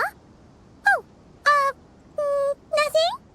I thought all you cared about besides being a guide was food and sleep. Why the sudden urge to go on a dangerous mission? What's that supposed to mean? Paimon's been on plenty of dangerous missions before. But never on your own. You hardly ever leave the Traveler's side. Just saying. I'm kind of at loose ends right now. So if you did want to share, I suppose I'd have to listen. If not, suit yourself. Makes no difference to me.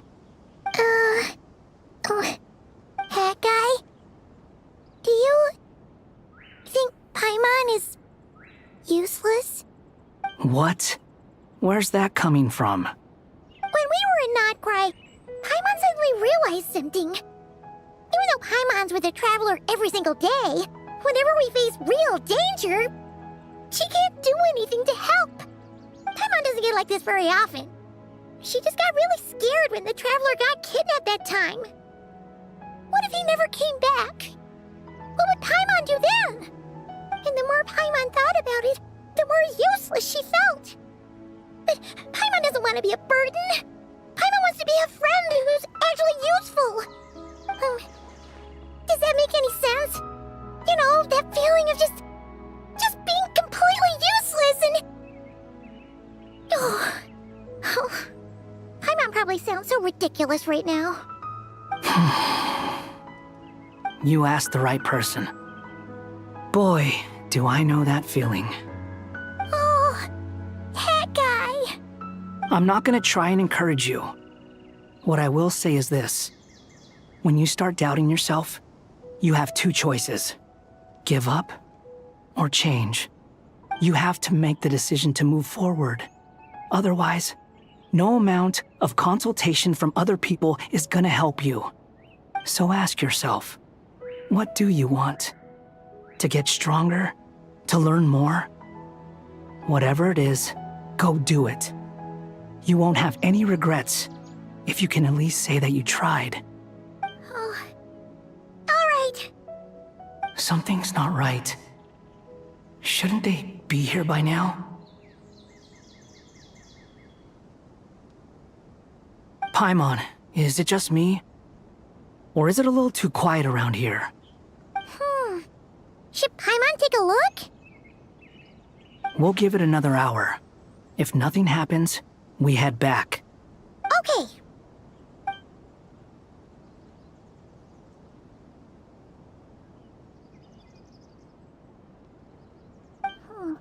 How strange. We've been here for ages. Where the heck are they? Have we been stood up? What is it? Did you think of something? Something feels off about this whole situation, but I can't quite explain why. We know for sure that the guy Sino caught had something set up, yet somehow his contact is a no-show. So, either the handler got caught, or, more likely, they decided to cut our guy loose. But how would they know to do that? Wouldn't they at least send someone here to check things out? That's the problem.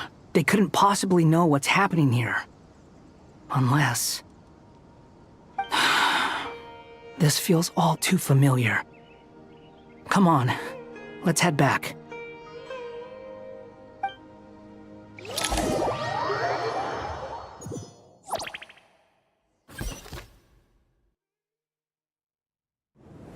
Even though this isn't a formal meeting, I'd still like to start by saying how grateful I am to each and every one of you. Thank you all for coming here and standing by our side. Shesipank and Bennu are currently assisting the scholars with the maintenance of Aru.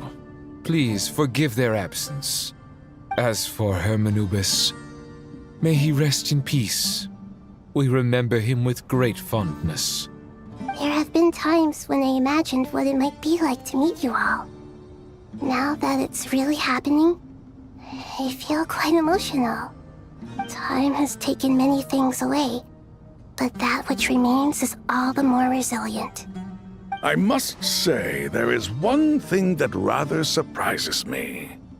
You appear to be in good spirits, Lesser Lord Kusanali. But even so, I can sense that the life force given to you by the Dendral Dragon has far from fully resolved the problem of your vitality. Oh no! So even a Pep's power didn't work? Don't worry, Paimon. It worked very well indeed. The issue is how closely I am tied to Irminsul. Until the problem with it is resolved, there is no way I can fully recover. Sumeru has undergone tremendous changes during your absence. When gods pass away, inevitably, people's faith in them grows weaker. You must have sensed it already. Your power is not what it once was. Regrettably, this is true. I too have grown weaker due to the effects of Irminsul. Right now, we're all in quite a sorry state. Then what do you suggest? We take all the help we can get. Sumeru is our shared home. You and I, gods and humans alike. We must unite all our strength in this moment. Though Al-Ahmar is no longer with us, the alliance between the three gods remains in force.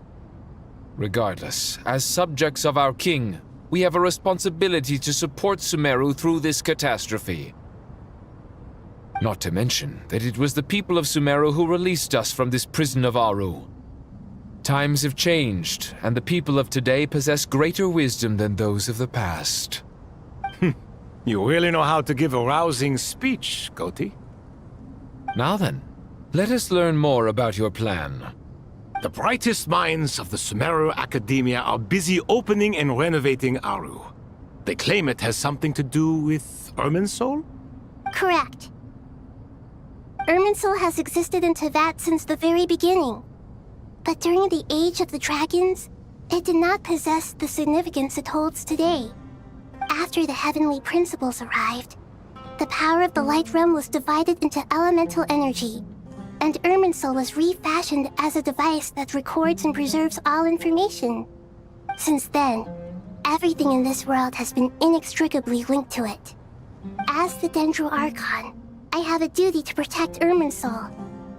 To Sumeru, it is both a national treasure and undeniably a major threat. Teyvat has seen many upheavals in the last few years. The most recent of these was a major crisis in Krai, which forced Sumeru to be even more vigilant than usual. I made sure to monitor all the pathways through which an outsider could potentially transmit themselves into Irminsul. But despite my efforts, a major problem still arose within. I still believe that someone has actively invaded Irminsul. But rather than taking any of the pathways I referred to, the intruder chose instead to utilize the most direct route, and the only one that cannot be protected against, by entering Irminsul through death. I see what you mean. You cannot simply stop all deceased souls from returning to the ley lines because of a potential invasion that could occur at any time. That's right. As important as it is to guard against external threats, I couldn't allow myself to stop the souls of the departed from finding peace. Please, understand how difficult this predicament was for the Dendro Archon. Defense has never been an easy task. After Irminsul was invaded, my authority was quickly restricted.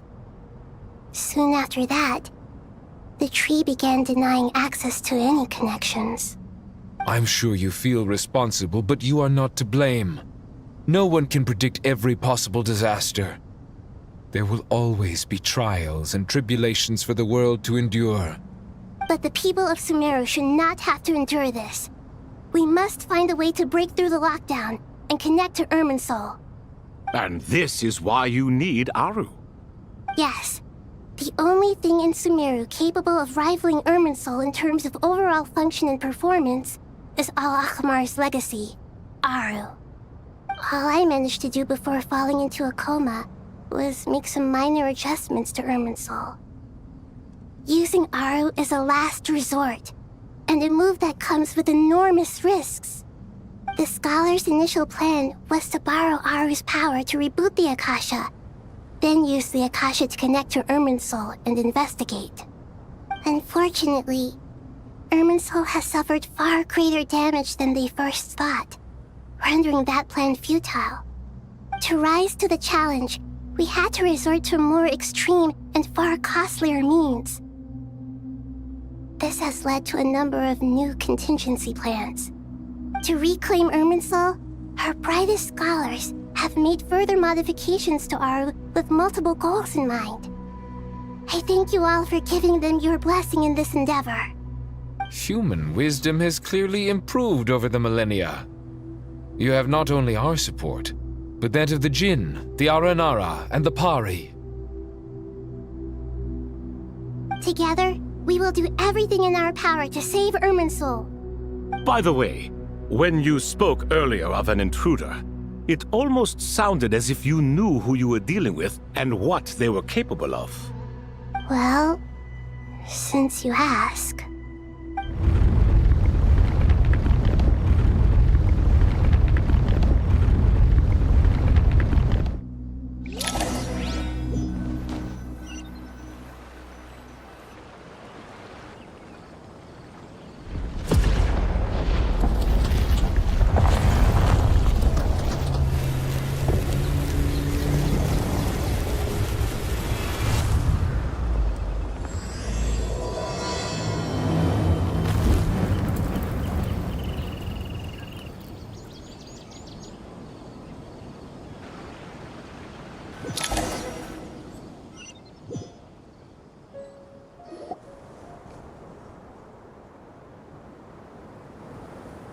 Master Tainari!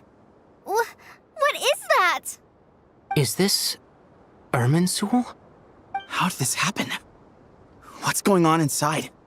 Luckily, we managed to evacuate everyone. What in the world was that? That was terrifying!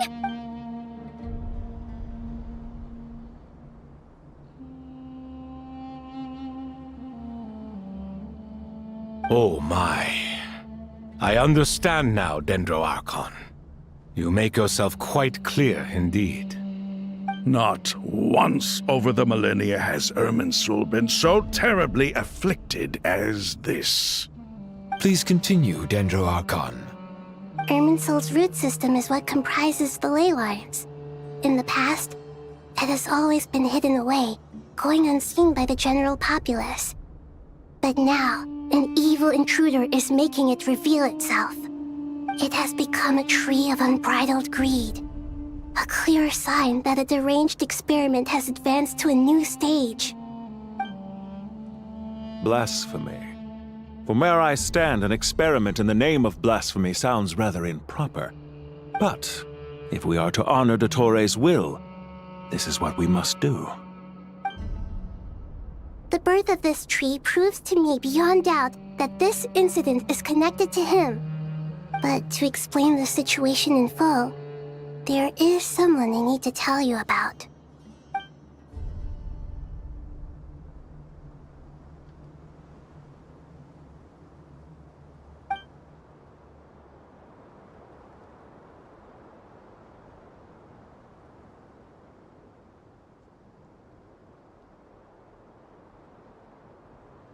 Zandik. So it was him. I saw him in the desert once. A man of supreme arrogance. So this is where it has taken him. But didn't Dottore die and not Krai? How is he still able to do all this? He must still have loyal followers amongst the Fatui. Even so, I'm still unclear as to how he has been able to wield such a profound influence over Irminsul. I can confirm that Fatui forces have arrived in Sumeru City. Furthermore, Irminsul seems to be undergoing some kind of mutation. Evil branches are beginning to grow. Things that do not belong to this world are slowly but surely materializing. Sorry, I couldn't think of any other word to describe it. They don't seem to be fully formed physical entities yet, after all, but they are gradually becoming real. A baleful tree climbing up into the heavens. Speaking of Dottore, I have some information on that front as well.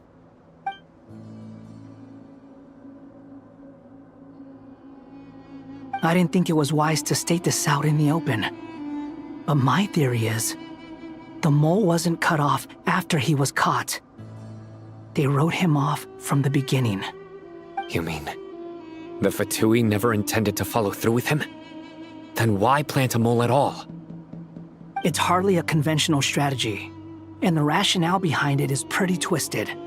But as it happens, I know someone who works exactly this way. And when it comes down to it, His goals are very simple. He just wants to confuse people, so they can't figure out what he's up to. He's been a collaborator of Dottores from the outset. That fact alone confirms that Dottore is involved with this somehow.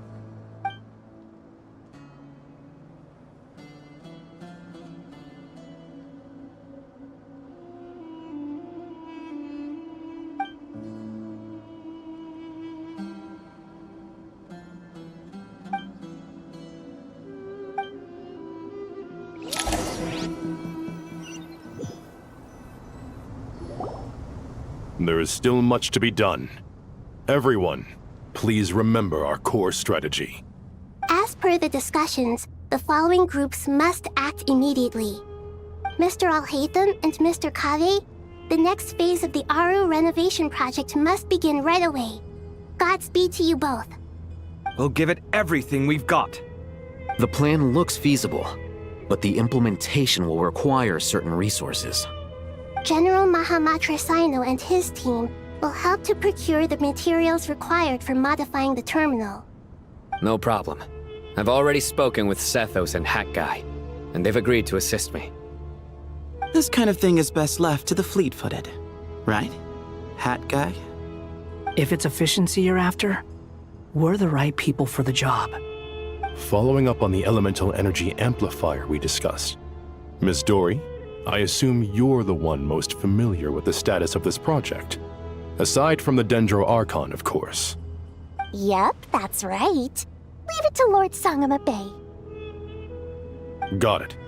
Well, I'd like Madame Farazan, Kale, and Nicole to support Dory on the technical side. You can count on us. Will do.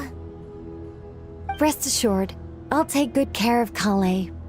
Dia, Candace, and Nefer, you'll be in charge of negotiating between the various parties. I trust you remember our goal. You bet. We can handle it. Good. I believe that covers... Poor Tainari. Must be tough being Nephis' student. Getting bossed around all day, every day. Hey, don't try and drive a wedge between us, you old rascal.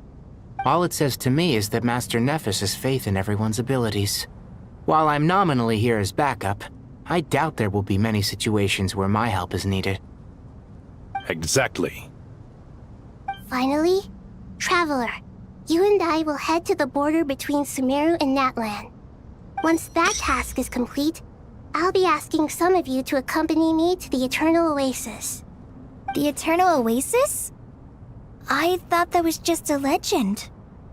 So it does exist after all. Regarding your trip to Natlan, under normal circumstances, a meeting between our two nations would be a far more formal affair. Unfortunately, Sumeru is all but completely cut off from the outside world at present. So regretfully, we won't be able to give the Pyro Archon Mawika the grand reception that she deserves. My apologies for the inconvenience. No point putting too much pressure on yourselves. That goes for everyone. Right. Especially you, Dendro Archon. I'm sure you're still feeling quite weak. Don't worry about me. The Dendro Dragon's life force will sustain me. Plus, we'll be there every step of the way. Nahida will be just fine. Yes. I believe in myself. And I believe in every one of you. Well, time to get going.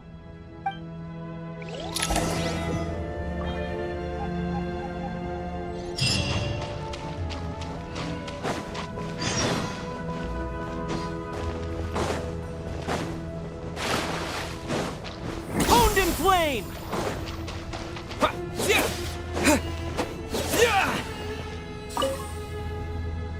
To what extent we can implement the final plan depends on how successfully the Akasha can be modified and configured. And to make sure the configuration works, Aru will also need some further optimization. Yeah, no surprises there. Once we roll this out, any Sumeru citizens who already have Akasha terminals can simply continue to use their existing devices. This still leaves us with a significant equipment shortage, though. Many groups of people were never issued Akasha terminals, including mercenaries, the desert folk, and many others. we'll need a supply of rare materials for the renovation of Aru and the production of new terminals. Right now, the best place to source these locally is from the primal constructs within King Deshret's mausoleum. Time is not on our side here. It's gonna be a race against the clock. The Aru merge and renovation project will have to be carried out by you two. Everything's riding on this, so failure is not an option. Best of luck to you both. As discussed, General Mahamatra Sino and Mr. Hatguy will source the required materials. Mr. Sethos is quite familiar with the layout of King Deshret's mausoleum. With him accompanying them, things should go quite smoothly. I have every confidence. In the meantime, we may as well take a breather. Makes sense. There's not much we can do until the materials arrive. Get in formation and stay close. What is this, boot camp? Knock it off. It's just Sino being Sino. You know what he's like. Everyone clear on our mission objective. Look at the excess primal constructs, dismantle them, and extract the required materials. And King Deshret's 7 pillars agreed to this? If they're just sitting there doing nothing, we might as well put them to use. Thoth's words, not mine.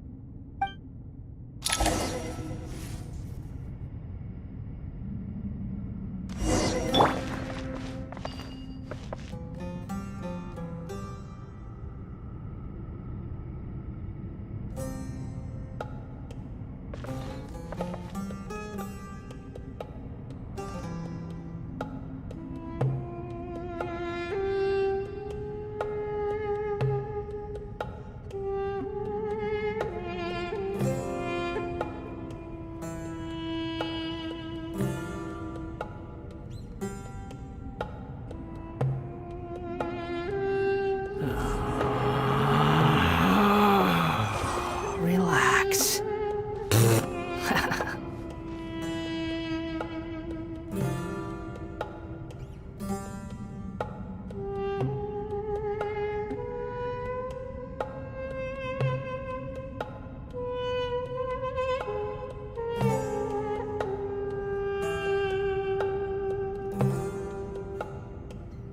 The wind rises.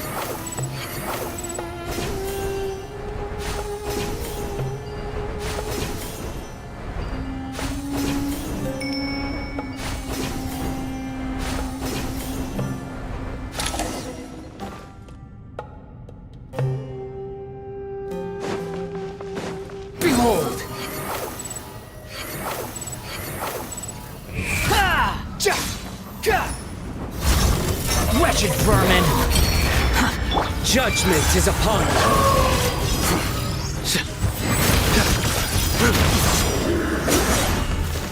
You stand condemned! Way ahead of you!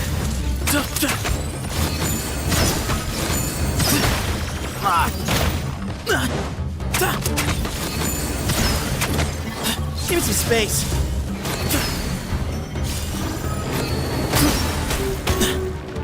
Squall and fury!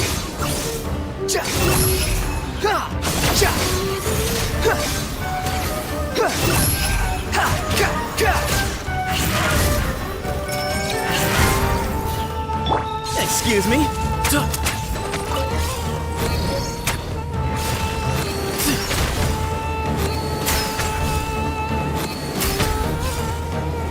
On you!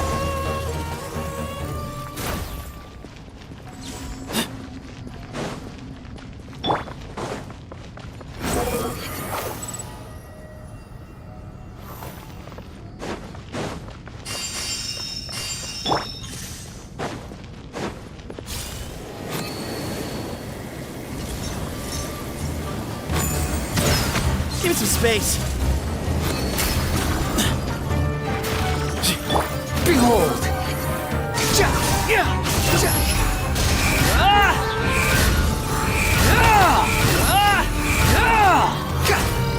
Way ahead of you!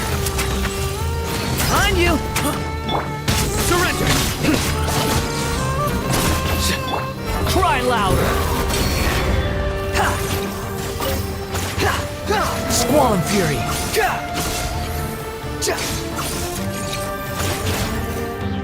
Excuse me?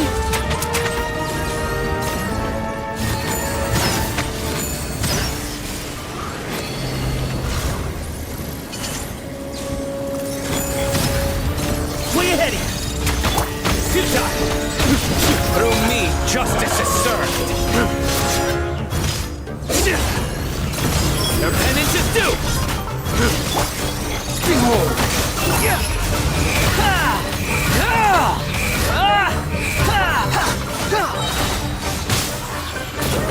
Upon the gale, unsightly insects. Surrender!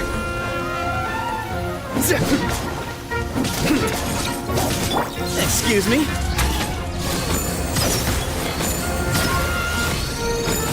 These devices should still be usable even though they're broken down. Let's take them back for the others to review.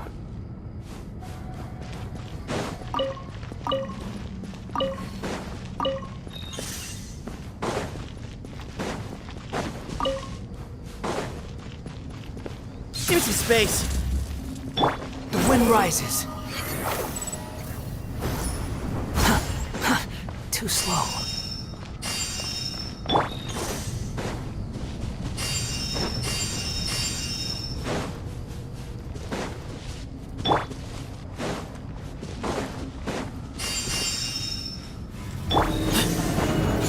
Way ahead!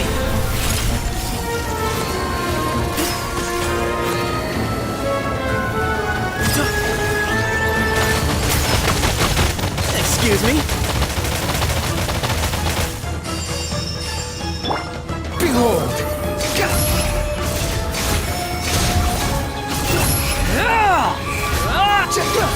How amusing.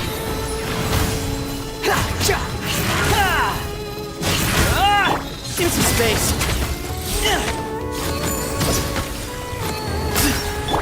Nowhere to run.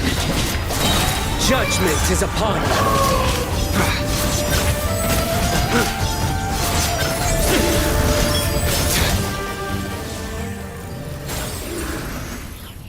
How many do we need again? Enough to make an Akasha terminal for everyone who doesn't own one. I remember you telling me how revolutionary these Akasha terminals were. You've used one before, right? The Academia declared the Akasha to be the most powerful and comprehensive wisdom dissemination system in history. That should give you an idea of how powerful it is. Certainly sounds impressive. Neither Hat Guy nor I have ever had an Akasha terminal. Well, if it all goes to plan, that's about to change.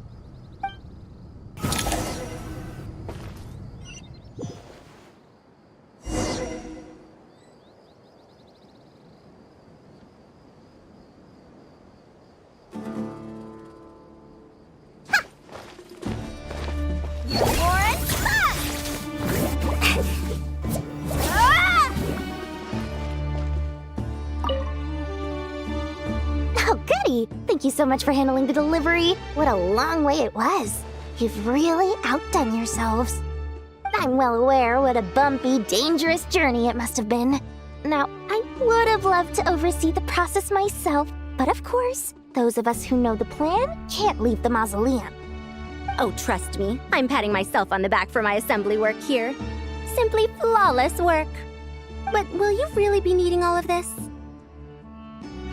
According to our plan, yes, this is the quantity required. I have no complaints about the quality either. Only the price. So expensive. I heard you covered a lot of the funding out of your own pocket. Oh, that's an exaggeration. The Academia provided most of the funds. I just offered a small token of my goodwill. Of course, the real tragedy is how little profit I'm making on this. You know, it's a serious crisis when you can't even make money out of it. It's really quite a beautiful design. And I'm intrigued by how such a diminutive device is able to output the power of the Light Realm. Did you attend the lecture on Light Realm energy, Madame Farzan? I don't believe I saw you there. Of course I attended. I was just a little late, so I had to listen to the whole thing from outside the back door. Anyway, I have a perfectly good understanding of Light Realm, elemental and abyssal energy, as well as the relationship between the three. Good to know. Master told me in private that the conversion process between Light Realm energy and elemental energy involves highly classified knowledge that shouldn't be disseminated too widely. But even so, the scholars still shared said information.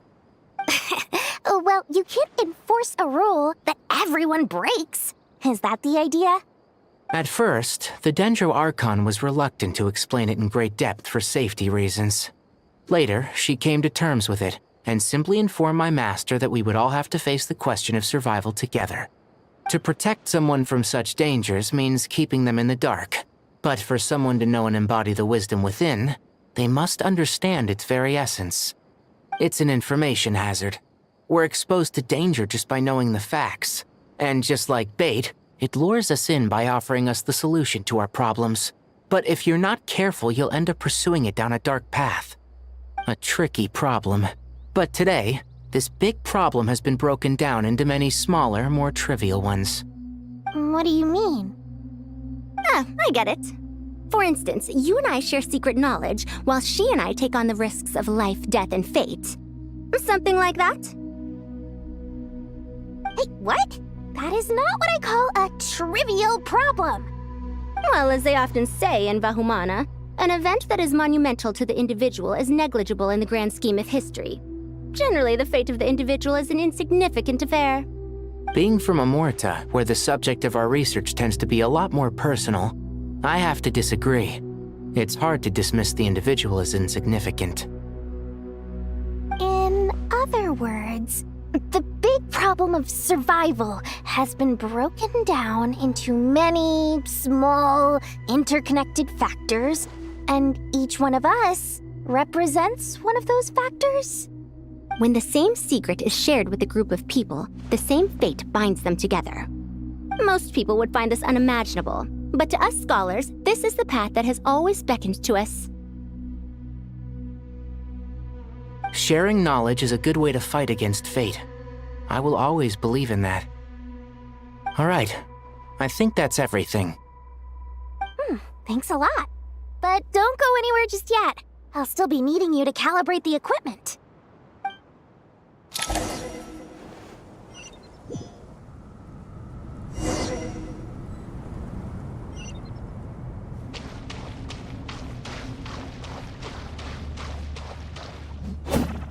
Yeah!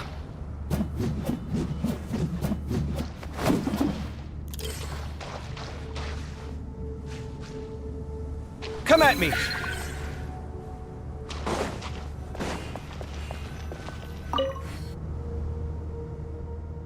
Okay, the materials are ready. We can proceed with the next phase. Al-Haytham, how are you getting along? Most of the information in Aru is written in ancient desert scripts. Some of this is written in a tribal language, while other parts seem to be a variant of an oasis script, based on the glyph forms. Oh. Not lost to history, I hope. Some are. All we can do is infer the meaning based on the rules of related languages. Although, this section actually fills in some of the missing historical record. I'm transcribing it so we can bring it back to the academia. After Aru started up, 2 more lines of text appeared here. Can you read them? Humans may not read what is written by the gods, except by not reading. Victory should not be easy to attain, for it symbolizes divine wisdom. Knowledge must not waver, for it has external borders. Is this a clue to solving a puzzle? Or is it being symbolic? You can't read it unless you don't read it. Victory is wisdom. Knowledge is confined by borders. Wait, I think I've got it. It's a metaphor, isn't it? It's talking about... a chessboard.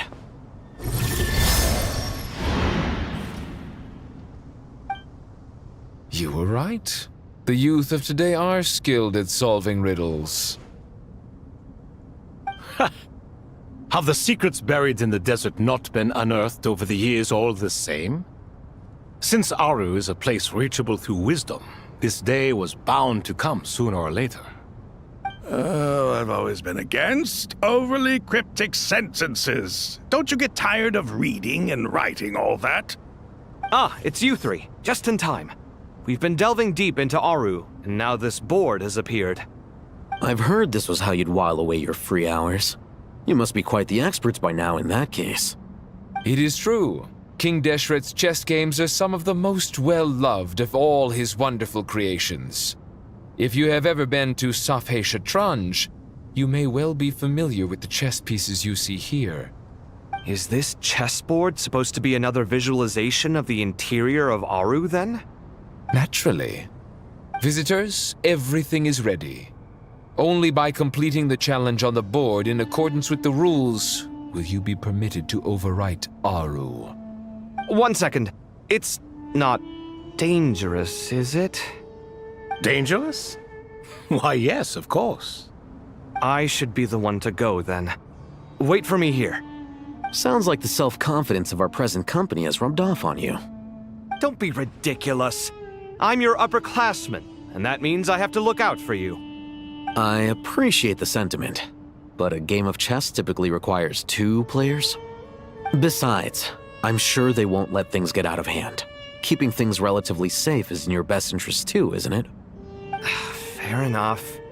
I mean, you guys are controlling the difficulty, so please don't go too hard on us, all right? Ah, but Bennu said he wanted to put some respect into these whippersnappers.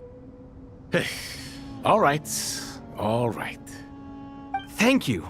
Obviously, we'll still try to be careful. This doesn't seem like ordinary chess. Is the goal to defeat the opponent? No, you must enter the board and pass the trials we have placed there. Ready?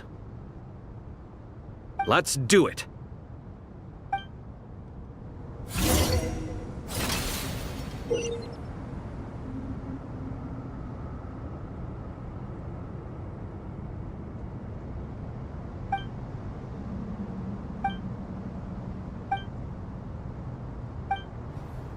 The first trial is posed by me. I don't think this is gonna stop us. Ah, but the key to this game lies in working together. Otherwise, you will be deemed to have broken the rules. Looks like it's up to me. Marak, can you open it? King Deshret's favorite primal construct. Living on in suitcase form, of all things. Amusing. Ho ho! Excellent work.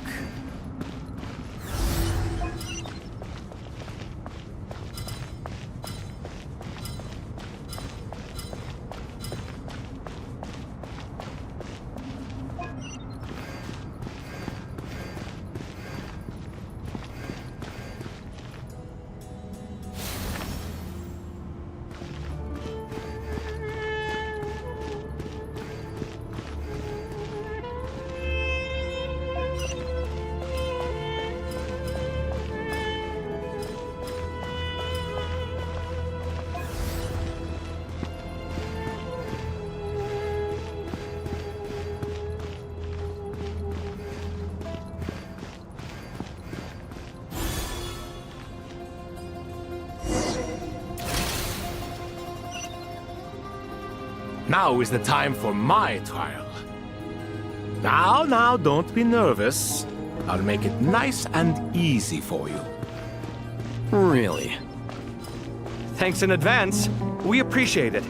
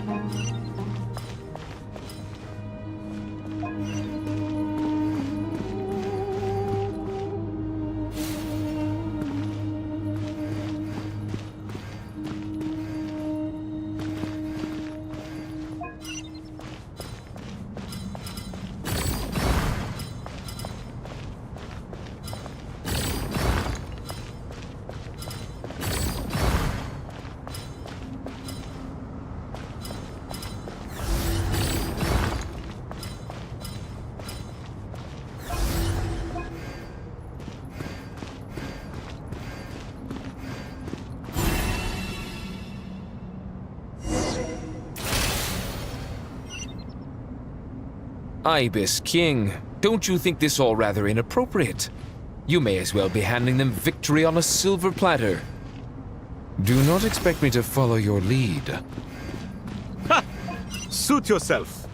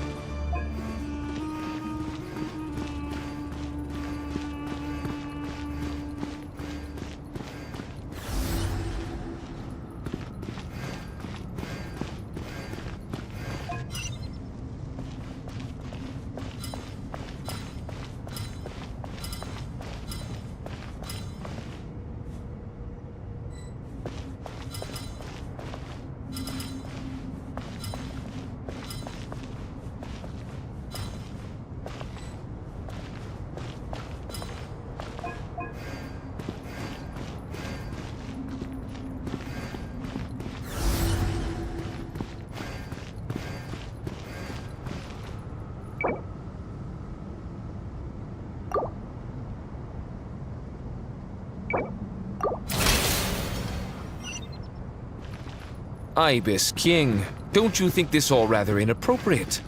You may as well be handing them victory on a silver platter. Do not expect me to follow your lead. Ha! Suit yourself.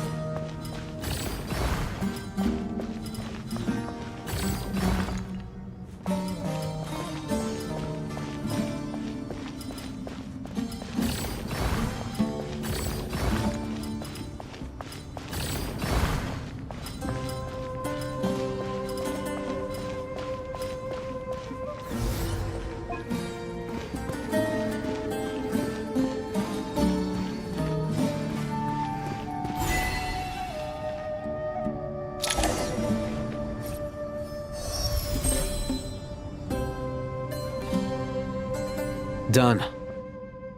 Finally. It's over. But seriously, that was incredible! Standing on the chessboard felt completely different from standing on solid ground. And also... Oh, sorry. I'll save my thoughts for later. Thanks to the three of you for helping us out with this. Is it just me, or were you giving us quite a lot of guidance along the way? We made but a humble contribution. You lived up to our expectations. Bravo!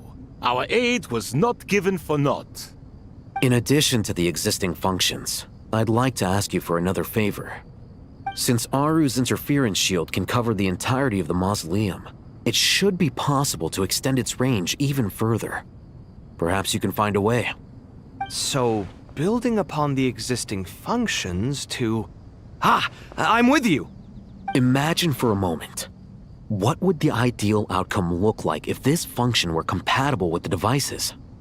I agree. This is the best solution possible. Please, everyone, we beg you to help us. Me, oh my! Well, since you ask so very nicely, I suppose... Goti? Kroko? What do you say? Naturally.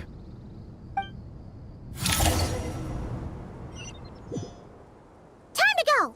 Let's go find Nahida!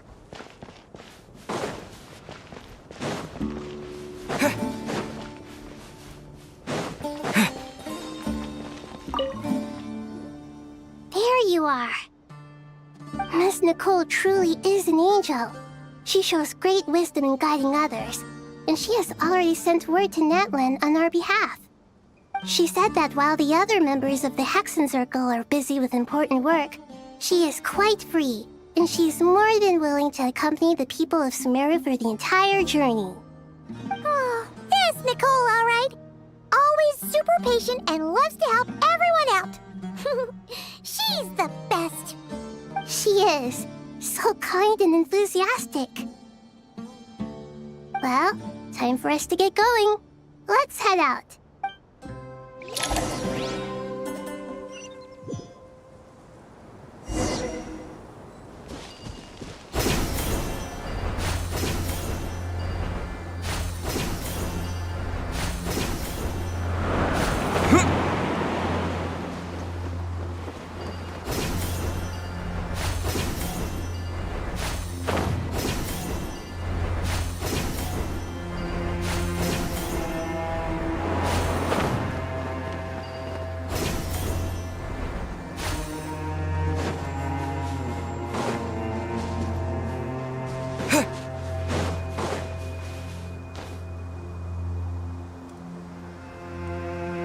This should be one of the closest places to Natlan in all of Sumeru. There's the barrier Nicole and Nefer mentioned. It completely cuts this nation off from the others. But why? Why separate you from the rest of the world now, specifically? And if I'm not mistaken, Irminsul was polluted once before, wasn't it?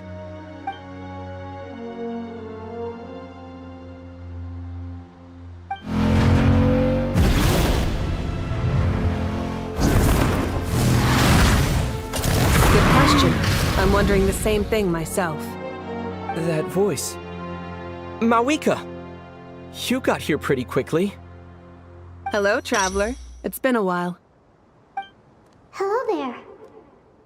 Hello, Dendro Archon. Mawika, I apologize for asking you to meet at the border on such short notice. I also apologize for not being able to greet you in person. The form in which you see me now is one carried by the Traveler. The real me is inside the mausoleum of King Deshret, and I am reaching out to you with my mind from here. Irminsul has been infiltrated by the Doctor. We must be on our guard, as he can spy on information in the world from within the tree. Fortunately, there is no record of the Traveler in Irminsul, and you are still within Natlan's borders. My records will be preserved in the Night Kingdom, rather than the ley lines. As long as the Night Kingdom remains disconnected from the ley line cycle, the Doctor has no way of knowing my movements. Exactly. So by meeting each other in this way, the meeting essentially never happened. No wonder Paimon didn't come. You were concerned that her activity would be recorded by Irminsul. The Natlanese have heard about the situation in Sumeru. With the borders sealed off, merchants have been forced to stop their shipments. It's pretty serious. and you're the ones bearing the brunt of it. I'd like to address the question you raised at the beginning. I can offer a brief explanation, although it will sound rather cruel. I don't reach this conclusion gladly, but Irminsul predates the heavenly principles. It existed long ago, when the dragons of Natlan were at the height of their power. So even when the people of Sumeru became ill because of pollution, it was not a critical issue from the perspective of Irminsul itself. As long as it continues to function normally, the barrier will not be activated. But this time, the Doctor's invasion has directly affected the tree. That is what caused the barrier to deploy. The heavenly principles established a rule that when Irminsul is plunged into grave danger, a portion of power will be reserved to isolate Sumeru. That way, even if Sumeru is destroyed, the outside world at least has some time to catch its breath. We'd certainly need it. The heavenly principles created almost everything that exists in Teyvat today. To them, preserving the existence of the world and its inhabitants takes priority over protecting Sumeru. Meaning, protecting Sumeru now falls to you. Yes. My own power may be limited, especially compared to yours. But that doesn't mean that we're just gonna sit around and wait for the end. If necessary, I will utilize any and every means at my disposal. Nicole of the Hexen Circle didn't say exactly what this meeting was about. But after hearing everything you've said so far, I think I can guess where this is going. That's right. Nahida and I discussed it at length. We both know how presumptuous this is, but...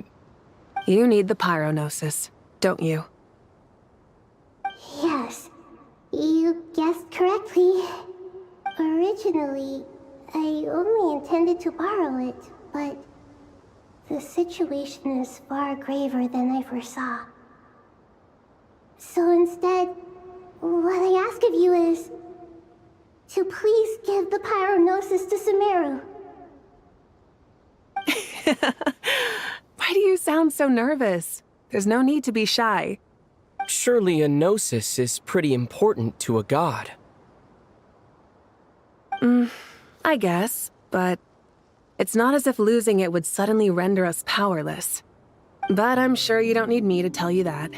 With all the nations you've traveled to, and all the gods you've met, you must have realized that by now. As far as I'm concerned, a gnosis is basically an elemental energy enhancer. But I don't usually use it. You know me.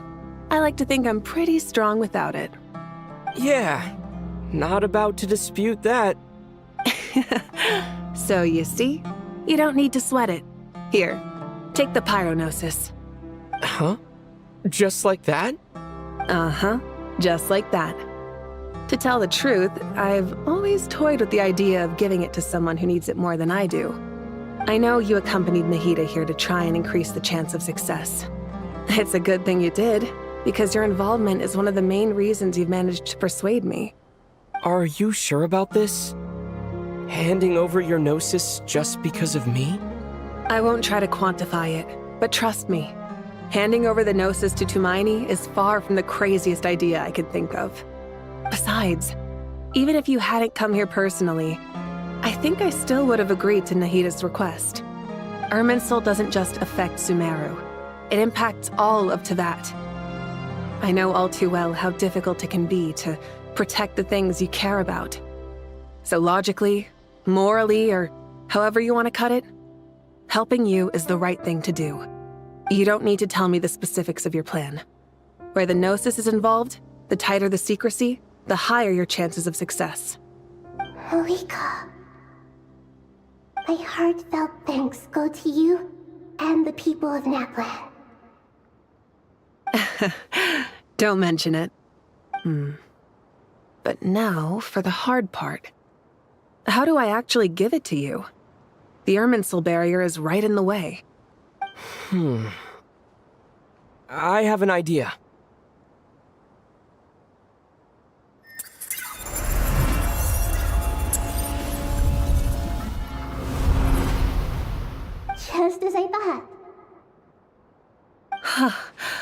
Incredible. What did you do?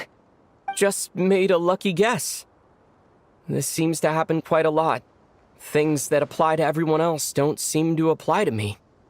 I figured the same might be true here. Irminsul usually produces effects based on the records it holds.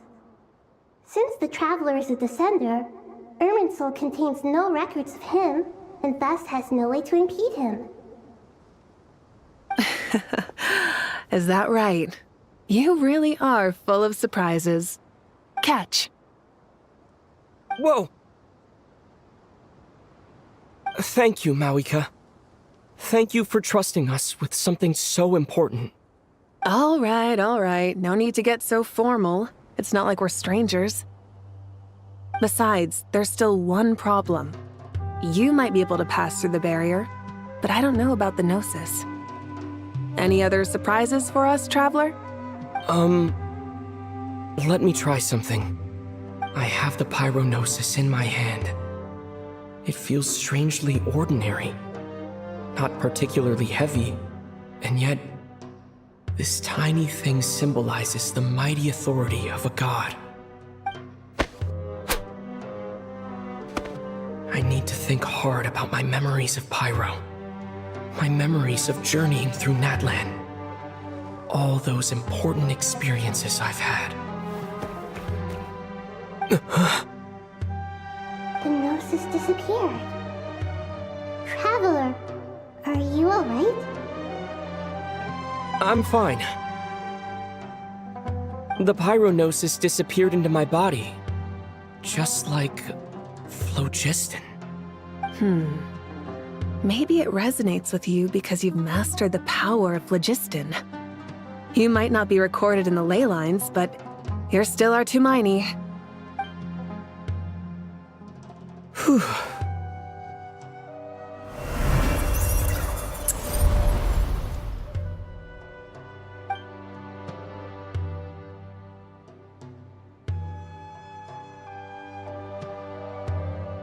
Please allow me to express my gratitude once again, Mawika.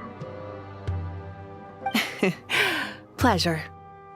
Well, I've given you all the help I can. The rest is up to you. Good luck. We won't let you down. Yeah. We aren't about to lose.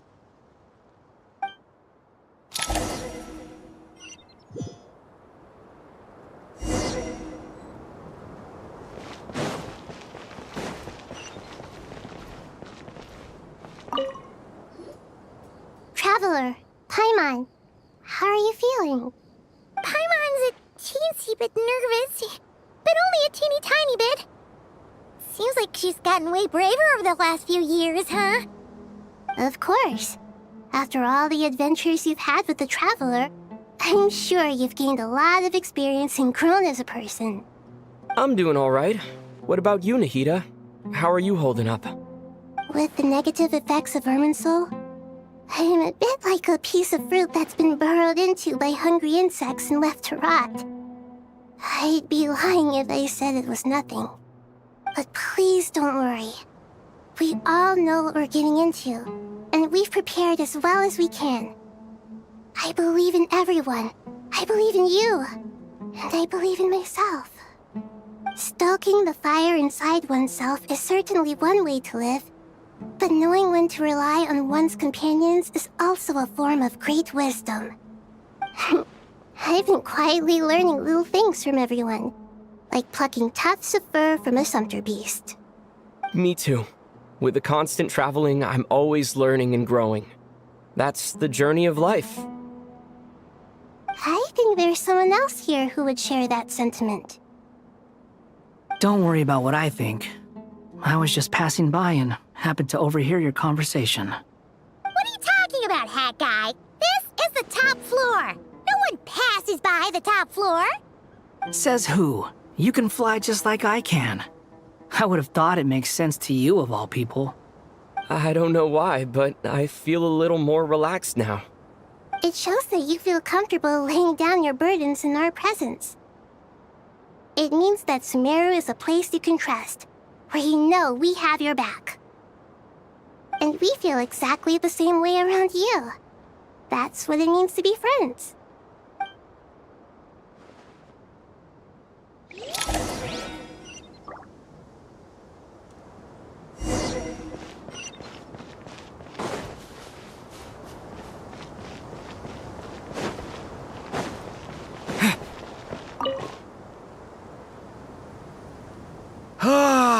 It's finally done. Ugh, but I have a nagging feeling that there's something I've forgotten. Oh, there you are. Everything wrapped up on your end? Okay, fair enough. That was a pointless question. We were working in tandem, after all. You must really be exhausted. Well, it's been a busy day for both of us. When work ends, you clock out. No looking back. Yeah, we're definitely due a break. Probably a little late to start drinking now, though. I'll stick with water. Here, this one's for you. Thanks. You want a bite to eat? I can grab us something. Or wait, I think there's a stove nearby. Let me take a look. Are you nervous? A little, yeah. Unlike you, it seems. How are you not feeling at all nervous? Because everything that happens next is beyond my individual control. I don't worry about things I cannot influence. What do you mean, cannot influence? You're the one who came up with half of the strategies we ended up using. There's only so much I can do. I was only doing my duty. Was it like this last time, too? You mean with Azar and his accomplices? Yes and no. The situation back then was easier to control, but we weren't as prepared as we are this time. So the enemy is stronger, but so are we. I still vividly remember the way you interrogated me in the library after the fact. Where were you when Sumeru needed you most? If your memory is so vivid, you might also recall that it was you who came looking for an argument. You're often the one who initiates these things, you know. I came for a conversation! I didn't know it was gonna turn into an argument! Anyway, at least I showed up this time.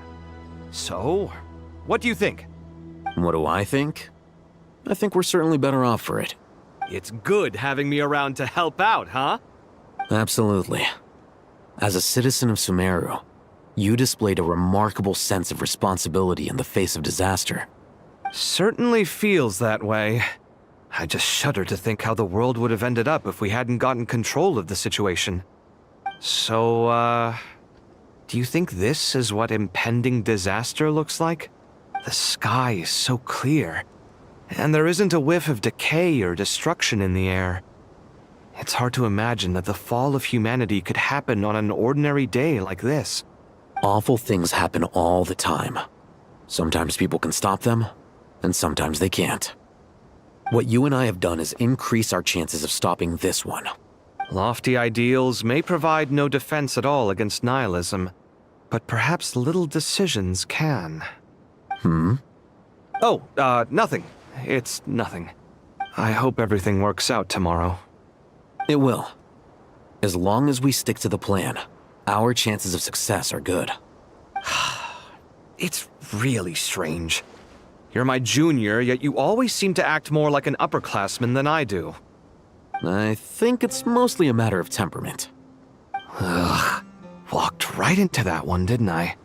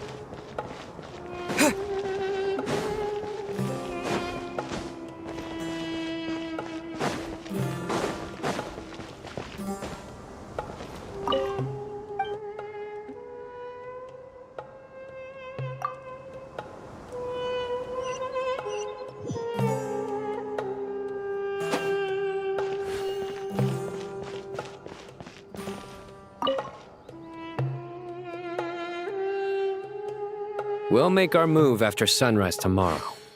Good. Is everything ready? As much as possible. That'll be enough. Don't let the pressure get to you. We'll take things one step at a time. That's how we've always done it. Master Tainari! Mr. Sino! So this is where you were. I brought some juice and some water. Would you like some? I know how easily you get dehydrated in the desert, so you should definitely have some water. In which case, I'll have the juice. I gotta ask, though. Who's on juice-making duty at a time like this? Madame Farazan said she was feeling a little nervous, so I told her about the automatic juicer my friend invented. She took it right off me and started making carton after carton of juice. A juicer? Did Sucrose send that to you? Yeah, I hadn't had the chance to try it out before this incident occurred, but I couldn't bear to leave it behind in Gandharvaville. The juice is very sweet.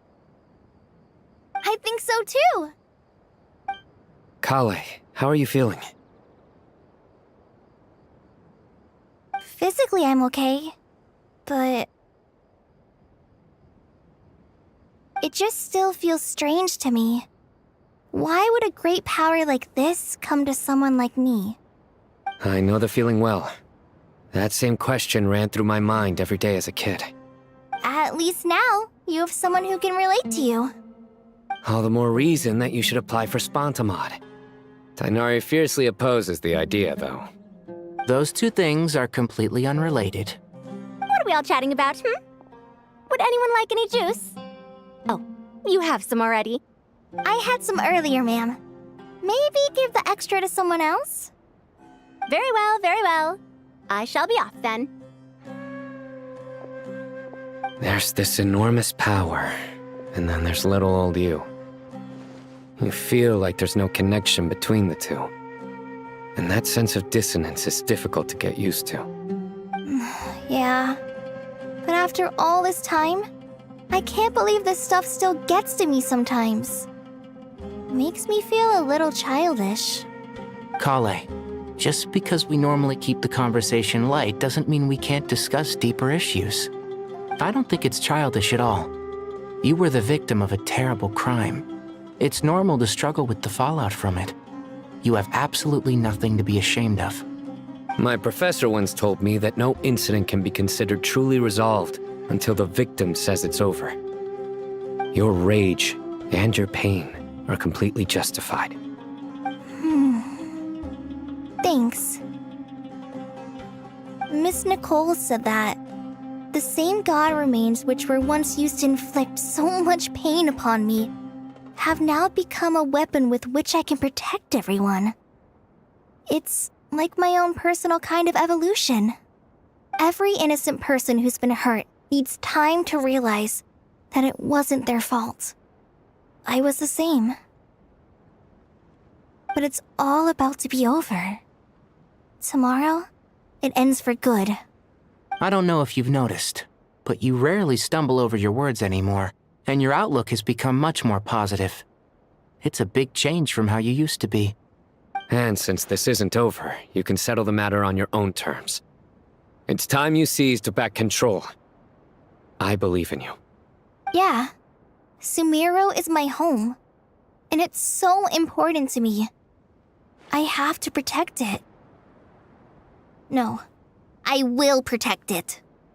And once you're done, how about you come back and apply for Spontamod? Stop it with the sales pitch, would you? Hey, excuse me. There are still 3 unclaimed cups of juice here. Why don't you take one each? Ugh, my arms are getting sore from carrying them around everywhere. Madame Farazan, why are you... Here, let me take them off your hands. Thank you, Madame Farazan. Drink up and enjoy my handiwork. I think I'm going to make something else now instead. Please, try to relax, Madame Farazan. Your nerves are starting to get the better of you. I know.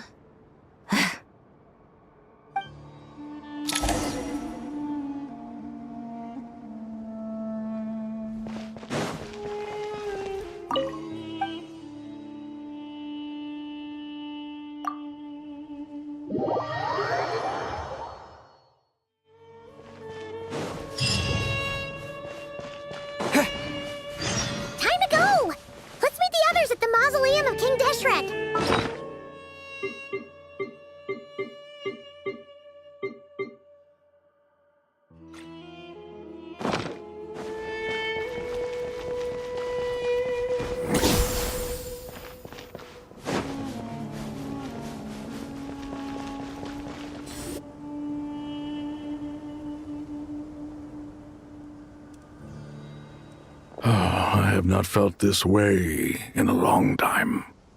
Standing up high, gazing out at the rolling dunes. One cannot know what freedom truly means without first losing it.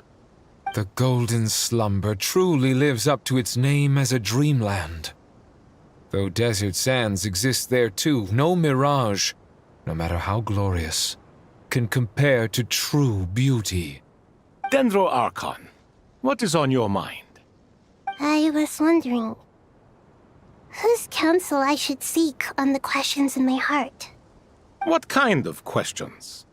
So many. More than can be put into words. As I once said to a friend, we look, we see, and we comprehend. But the question still troubles us. What are the many disasters that this world faces, but the sum of all irresolvable questions? The biggest question you should be asking is how to seize victory. Yes. Although, I would express it differently. I must not fail. And so the question I am most curious about now is whether the path to victory will be an arduous one. What we declare to be a young sapling, we may, in fact, find to be a towering tree, if we would only cast aside our ignorance and look beyond the veil of time to see her true form. Nahida! We're here! Just in time. My preparations are almost complete. Ready when you are. We're here too. Miss Nicole! Miss Nicole! You run so fast! I thought I'd get a lot of exercise as a forest ranger, but I can barely keep up with you. Sorry, I got a little carried away. Lesser Lord Kusanali, the equipment is ready, and the modifications to Aru are all complete. As discussed during our meeting, Accessing Irminsul via the Akasha is no longer feasible at this stage. There are other options, it's just they're a little more extreme and more technologically demanding to implement. Maybe you should take it from here. The architecture and functionality of the Akasha terminals overlap considerably with Aru. There is reasonable evidence to suggest that one was developed based on the other, or that they both utilize technology of the same origin. As long as the transplant and merge operation succeeds, Aru should theoretically work on a scale greater than the Akasha and approximately equal to Irminsul. It will become the largest active computing device in all of Teyvat. A system this powerful is capable of a lot of different things. In the past, the Akasha was primarily used for one-way information transmission, but I suspect it could also serve as a central bridging hub. In the pursuit of greater knowledge, some scholars have attempted to connect their consciousness to Irminsul through the use of terminals, incense, and meditation. Correct. In academic language, scholars who reach that stage are said to have entered Satyavada life. Hypatia has performed this practice many times in the past, and she was once under my care for a period of time. Right. And this at least proves that there is a zone within Irminsul that can be connected to. that's right. Providing wisdom to the people is one of the very reasons for Irminsul's existence. I think I understand where you're going. Please, continue. In that case, I'll skip to the conclusion then. We need to further modify Aru, merge it with the Akasha, manufacture terminals, and distribute them to every single person we can reach. Every person? Even the desert folk? Yes, everyone. I've already calculated the amount of raw materials we need. So you mean we're going to get new Akasha terminals? Yes, but this time the people of Sumeru won't be using them to acquire knowledge, just to connect to Irminsul. That's the key. When we evacuated the city, we brought all the important assets from the House of Dana, in case we ended up needing them.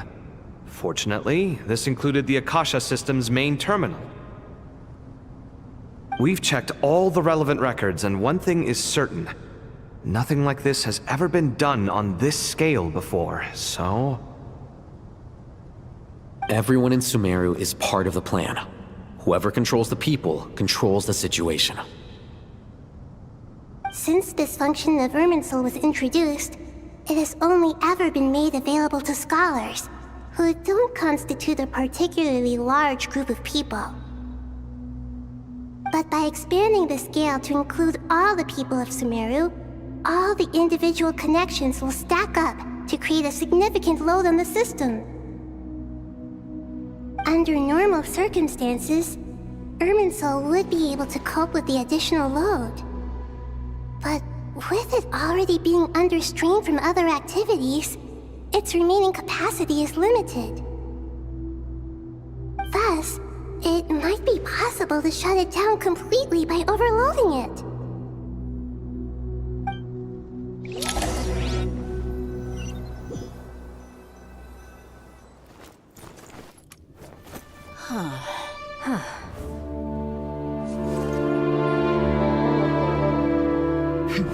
Counting down. 3, 2, 1. Are you ready? Ready!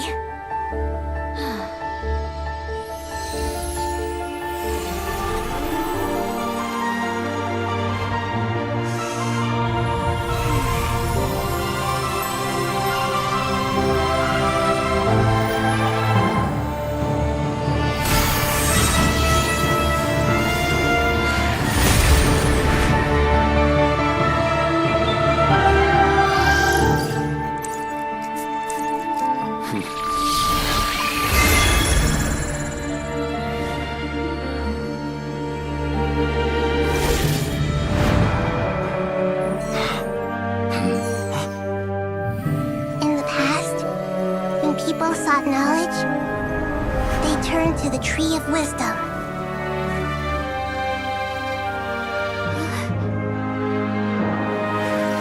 Today, we use it to save Sumeru and the whole world. These boughs that nurtured learning must not become tools for destroying the world.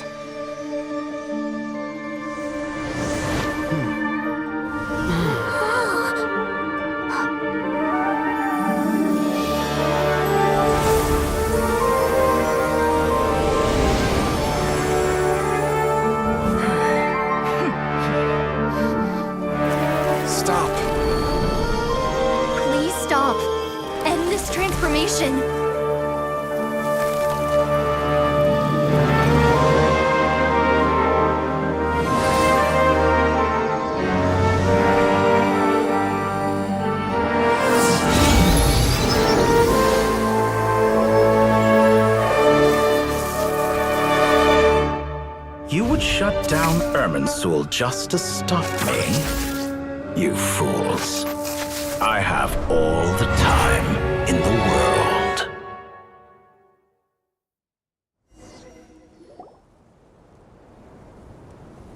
Success! The evil Irminsul tree has stopped growing! Great!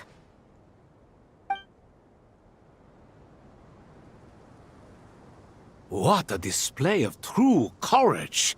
The courage to think and the courage to act! I never thought I would witness the shutdown of Irminsul with my own eyes. Perhaps this is human wisdom in action? Indeed, only humans could do such a thing. Gods are few and far between. What was once created for spreading knowledge is now used for another purpose. A rather ingenious plan. I am grateful to you three for your help. Only thanks to you were we able to extend Aru's interference capabilities to cover all terminals. Now, nobody who wears a terminal will have their activity accurately tracked by Irminsul. No matter how many eyes Dottore possesses, he will not be able to see us clearly. Now for the next step. I will need the help of your supreme powers once again. How might we be of service, Lord of Dendro? I need to reach the Eternal Oasis immediately. Right now? In that case, Ibis King, would you agree that this is a fine opportunity to dust off our old tricks? Never. I assume you have that chess set with you? You mean the one you gave to me as a gift? Asking for it back, are you? How could I? You misjudge me. I just wanted to show you another way you can use it. Connect to Safei Shatranj.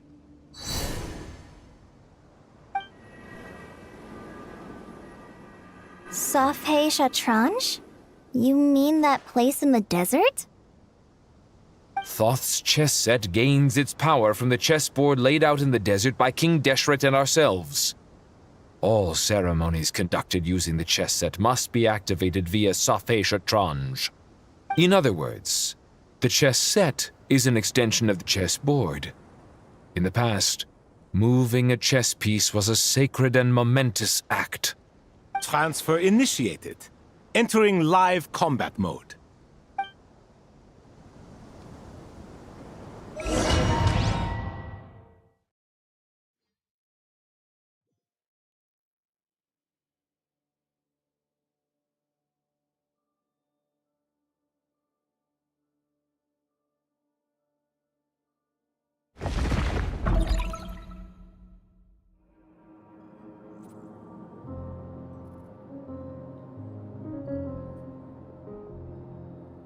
We haven't heard a single word from our spy in the desert. I'm afraid he might have been captured. Never mind. But we spent years turning him. And a lot of Mora. Nothing comes for free in this world, but the loss is not without its purpose. For a small price, we have wasted a precious amount of the limited time they have.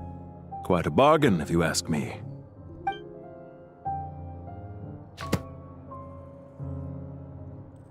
Understood. Weighing profit against loss is a necessary part of life. But to tell the truth, I have been operating at a loss since this all began. Since many centuries ago, in fact. For instance, why would a banker act as the executor of a will? If you hadn't deposited your personal belongings at Northland Bank, I would have no reason to be here right now.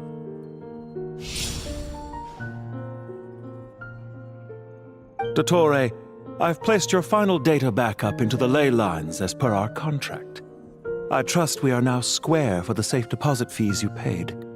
Is it not a little petty to split hairs like this, given our amicable relationship?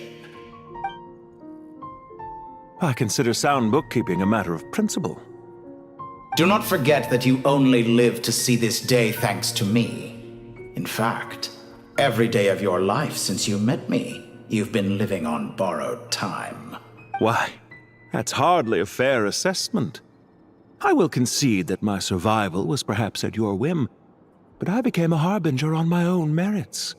Managing money is not like other professions. Mine is not a role I could have acquired based on your recommendation alone, and certainly not one I could have lasted so long in without genuine ability. The information stored in the ley lines is quite comprehensive. Rest assured, I have not forgotten how strong your pride is. Well, I presume you have no sense of fragmentation while talking with me. How could anything possibly go wrong with such strict measures in place? The remainder of your soul was split in two, with one half sent to Nod Krai and the other stored in the most secure vault of the Northland Bank. Though I must say, your disdain for the other segments is quite amusing. Zandik is you, and you are Zandik. Zandik created the segments, yet you, a segment yourself, reject him.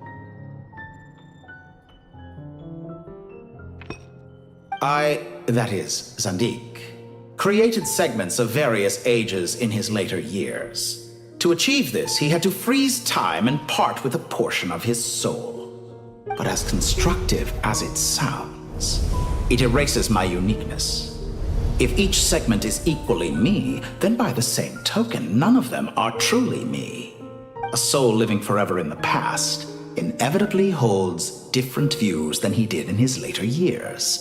The same thing that completes me also restricts me.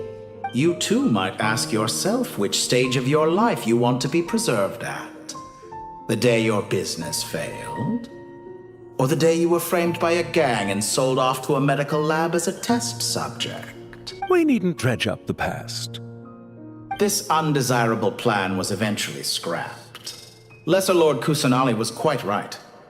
I needed an opportunity to eliminate myself. And after that, I concluded that there was no more effective plan than directly splitting the soul. Once the soul is transferred out, you will find that creating a physical body is far simpler than creating a puppet. The other half of your soul suffered a crushing defeat in Krai, you know. And yet in the process, I obtained the information I always wanted, did I not? Because now we finally know where the best testing ground truly lies. I once thought your ultimate goal was to ascend to godhood. But as it turns out, that was merely one of your experiments. Experiments take many forms. Most people are too eager for success, too fixated on the end goal. They forget that the experimental process itself is just as important. A suspiciously vacant seat, a new face. I trust you can put two and two together. The reason it doesn't exist is because someone tampered with the record. What can I say? After all your efforts, you really did uncover the world's secrets. So, is the new world you promised a lie? No, it never was. I am glad to be able to control Irmin's soul from within.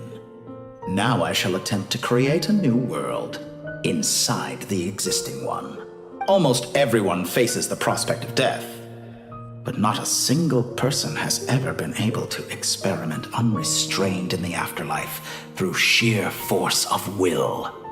I am the only one to have overcome this enormous challenge. Would I not be letting the world down if I didn't make the most of the opportunity to experiment? Clearly, the dividing of your soul did not affect the magnitude of your ego. Out of all the versions of you that have ever existed, this you is the most insane and the most radical. Is that why you chose to work with me? Which was it then? My insanity?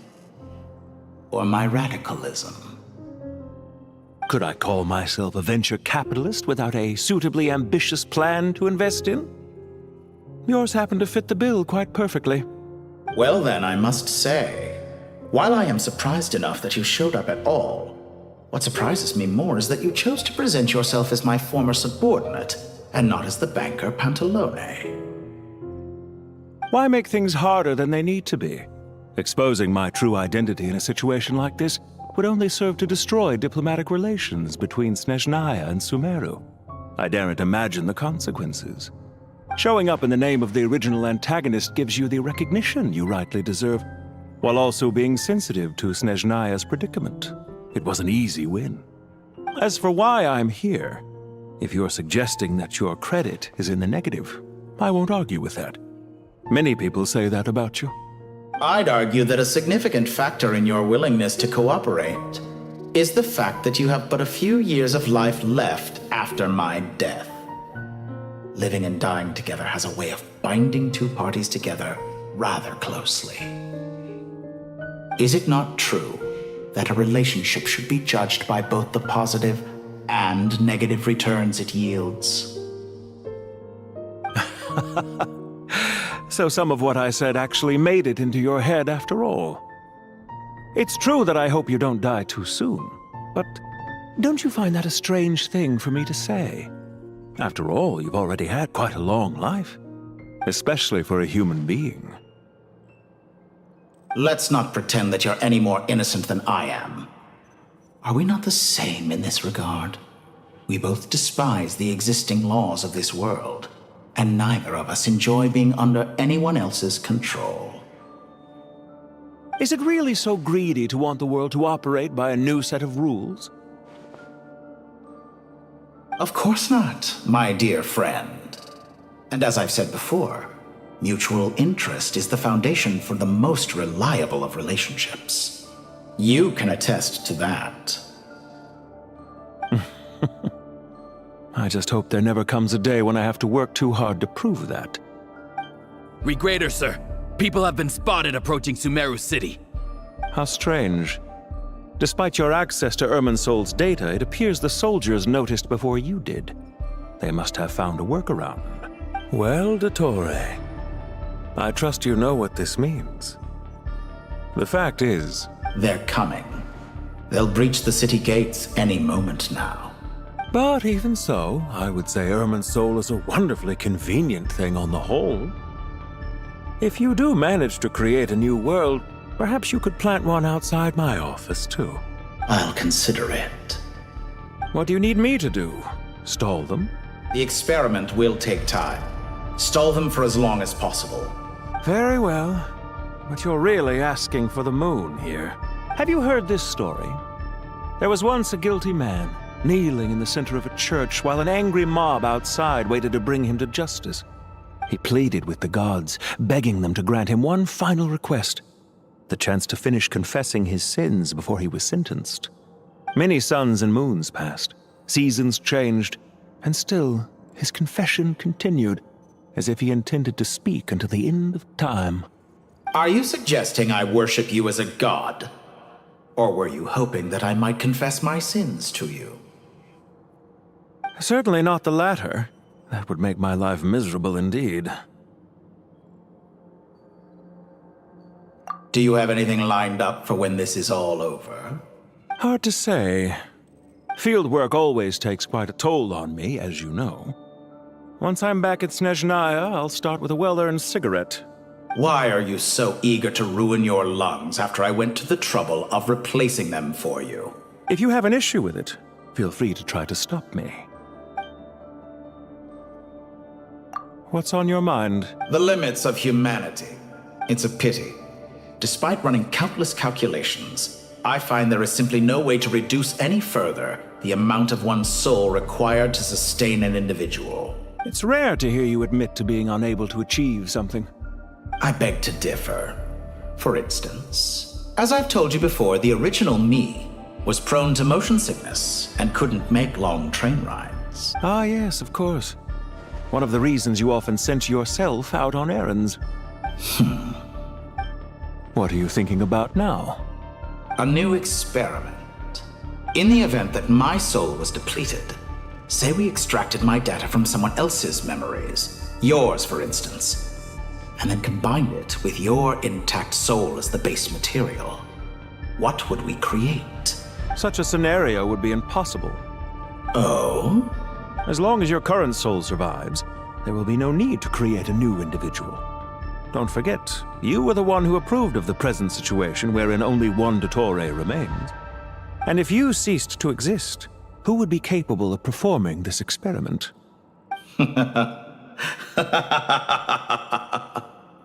Since the day I met you, you've always excelled at talking your way out of a quandary. Isn't it a little too early to be saying goodbye? Not that I wish to keep you from your business, of course. Very well. Let's leave the conversation there for now.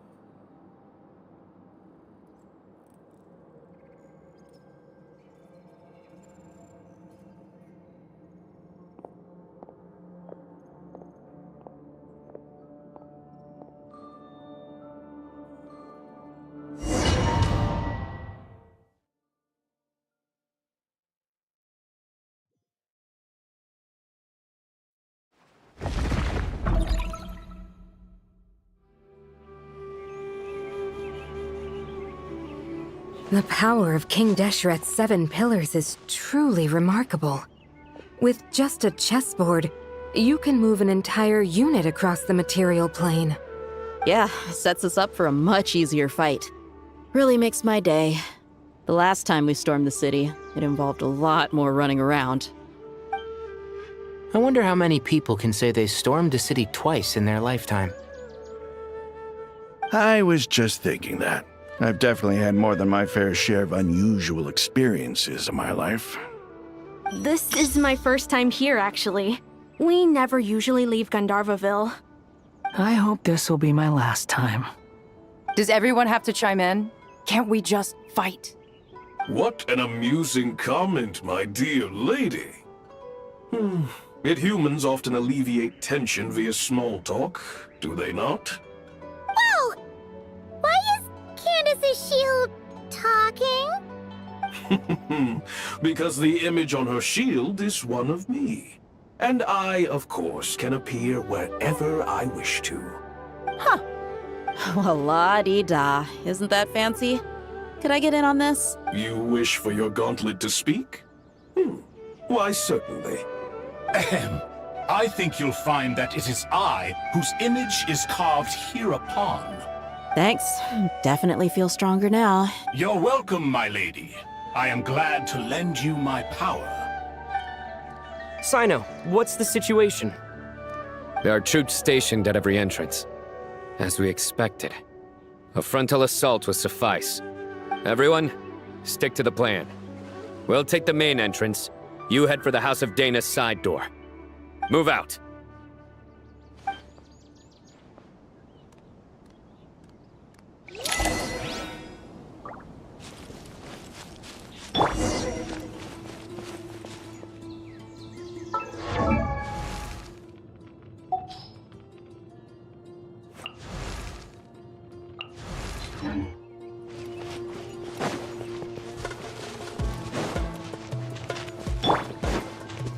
Out of my way! Take this! Watch out! Get lost! Whew. Thank you, Jed. You gotta be more careful. If you're not ready to put your life on the line, you can't be certain of defeating your opponent. She's right. Keep your wits about you, Rana.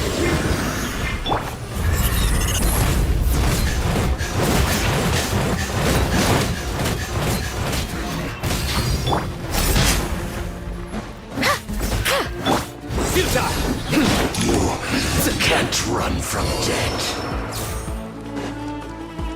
Take them out and secure the harbor. Reinforcements will arrive by water. Consider it done. Show no mercy. Yield. Peace out prevails.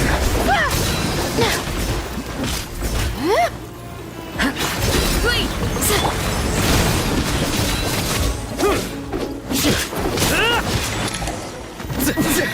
Winter shall eventually come.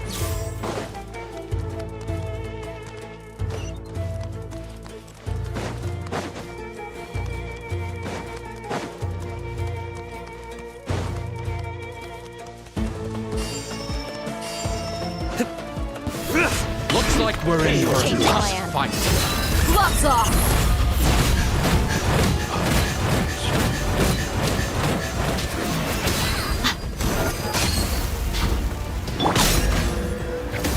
You're exposed! Hear my prayer! Surrender! Your sins weigh upon your soul! You can surrender. Your penance is due! I lost Utah. Guilty! Save yourself. You stand condemned! Too easy! Let's get it on! Ha! You're dead meat! It's jammed.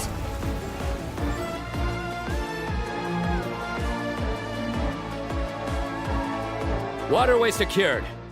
Brothers! Sisters! Perfect. Just in time. Welcome. Once we've linked up, we'll continue the advance. The team has arrived at the north entrance, as planned. Good. Press on.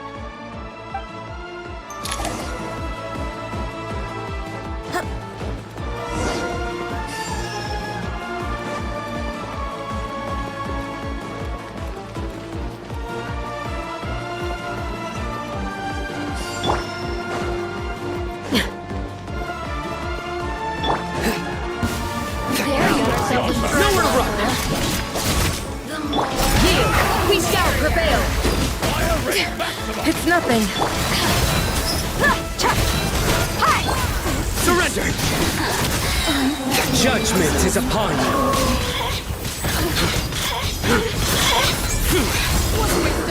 Your skull! Couldn't! Your penance is due! Grant us your blessing, please! Look alive! Ha! Gloves off!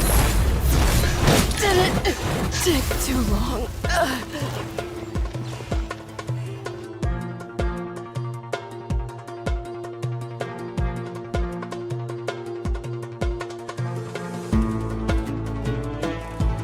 Look out! It's an ambush! Finally. We need to hurry. Take the middle road now. Mahamatra Sino, area clear. Don't relax just yet. More Fatui approaching from the right.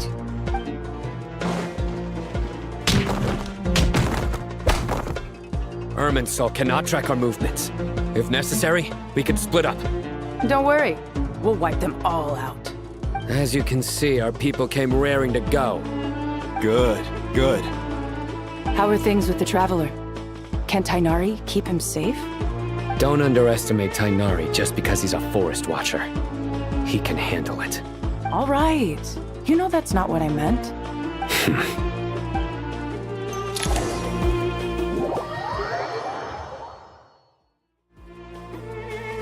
Sino and the reinforcements have drawn the Fatui's fire away. It's our turn. By using a cluster leaf of cultivation, we can pass through certain terrain silently. Good luck with that. We'll just fly up there. Huh? Oh, yeah. Paimon forgot she could fly. Ready? Ready!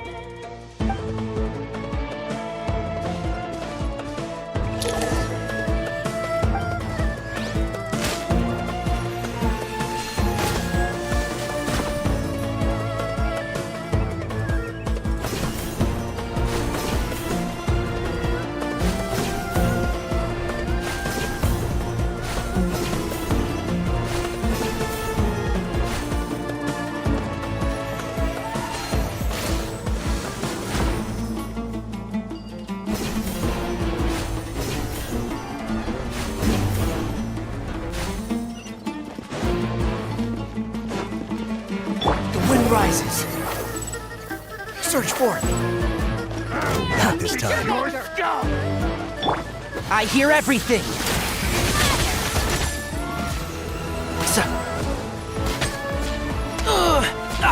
I'll bury you. Time for the big one! This ought to do it. Yeah.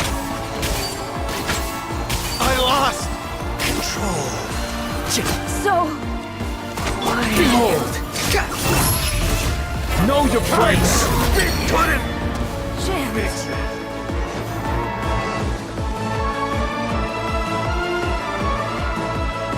Squall and Fury. Too slow.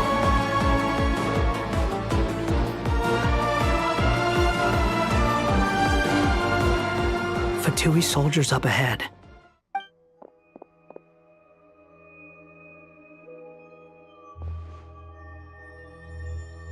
Careful. Prepare for battle. Hey! There's people over there. You have some nerve showing your faces here in the center of Sumeru City.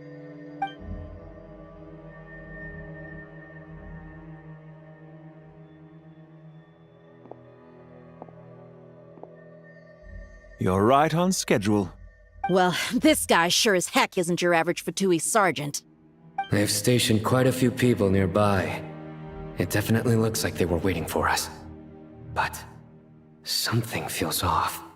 Everything about this guy feels too deliberate. I highly doubt he's just a subordinate of Dottores. And he's no mere sergeant. Whatever his rank is, it's high. Much higher than we thought. So you've been waiting for us. But it looks like you're geared up for a conversation, rather than a battle. Very clever, General Mahamatra Sino. I know you're the one in charge of this siege, and I look forward to making a deal with you. A siege? Sumeru City belongs to us! Historically, yes. But things can always change. We have quite a sizable force with us, you know. For instance... There's a Fatui ambush at the north gate. Can you handle him? We can for now. Yes, I'm quite sure both sides can hold their ground for the time being. The battle has not yet reached its climax. But what happens next? Do you enjoy watching bloodshed? Surely some of those here are people you count as friends. Once a war begins, some people must die. I doubt you wish that fate upon anyone you know. Wait a second. It's a trick. He's not even there.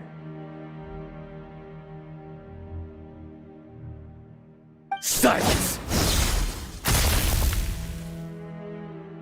He disappeared. What was that? A ghost? Curses! He was never there to begin with.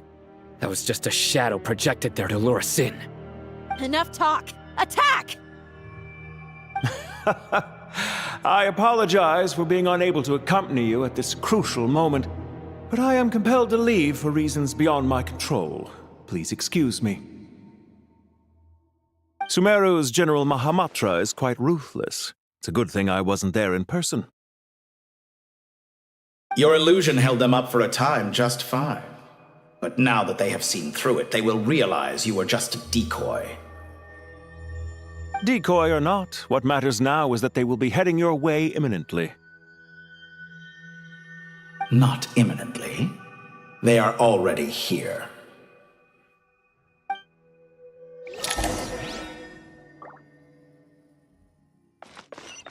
Behold!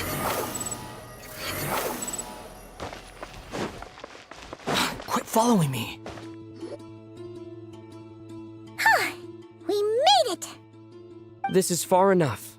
Tainari, you go help Sino. Don't worry about us. We'll manage from here. Are you sure you don't need me to stand guard? No need. Once the connection is established, we'll disappear from the Sanctuary of Surasthana. Go help the others. All right. Goodbye for now, then. Please tread carefully.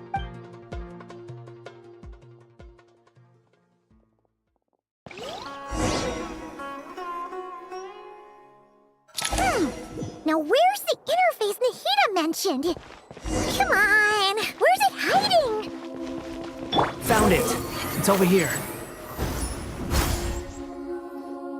We can connect to the inside of Irminsul through the Sanctuary of Surasthana's built-in security system. You should be pretty familiar with the process. Is it the same route as last time?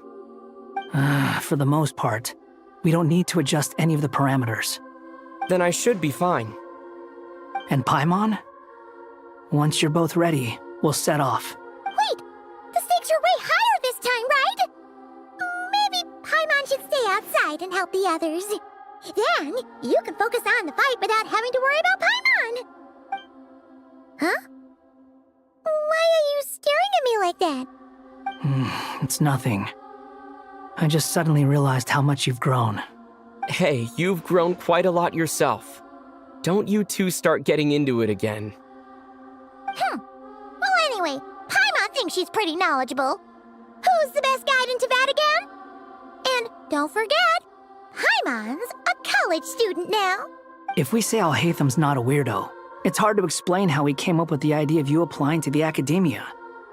But for all that he counts, you're doing surprisingly well in your studies. Just goes to show how important it is to have someone supporting you. And Paimon's not the only one. Let's not forget that you only became a student because of Nahida's personal recommendation. That's fair. I have learned a lot in Sumeru. Oh yeah, did you ever come up with that ugly nickname you promised me? What? No way! We're friends now! Paimon gave up on giving you one ages ago. Anyway, isn't Hat Guy enough of a nickname for you? Or not? Fine. Suit yourself. We need to go. Paimon, if you're staying, look after yourself. Will do. Paimon's gonna link up with Tainari and Sino. You guys are the ones who need to be careful. We will be. Bye for now. Seems like the mic is working, so just in case I celebrate when the quest is finished. Initiating connection. Yeah. Okay, I'm gonna take it back now.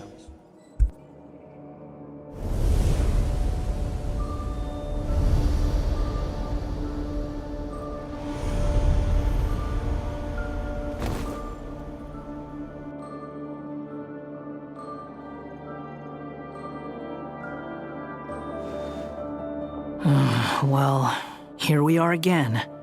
Come to think of it, I still don't even know where we're going. Thanks to our terminals, it should be impossible for Irminsul to read. I can... Don't tell me. Only you need to know. That way, whatever happens to me next, it won't affect your progress. Listen to me. Your safety is just as important as mine. Don't even think about sacrificing yourself for the greater good. We came here together, and we're leaving together. All right, if you insist. I won't argue with you.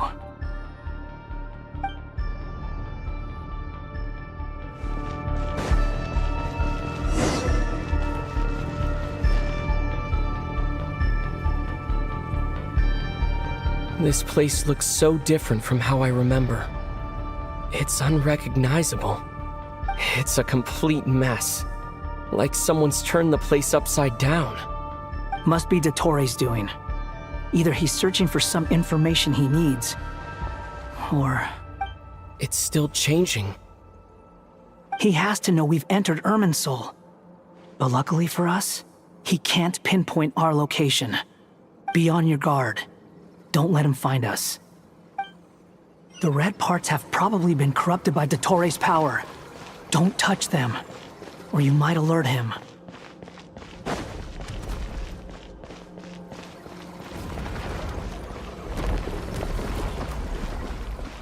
He's looking for us. Tread carefully. That wall could be a problem. Fortunately, it looks breakable. Give it a shot.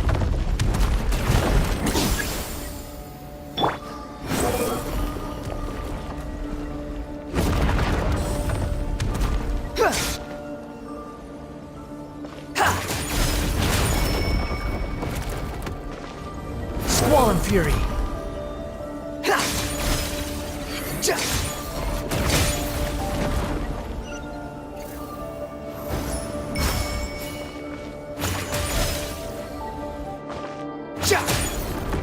Behold!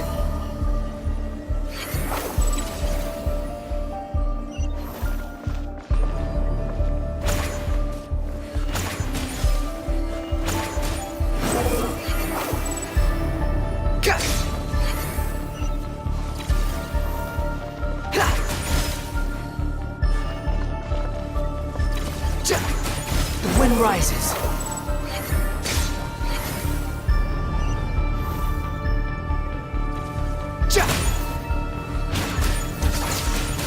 Behold!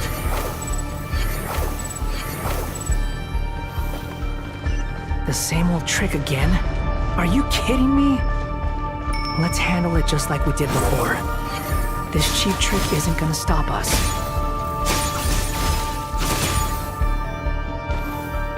Oh no, it's a trap! Is that why he was using the same trick over and over again? To get us to lower our guard?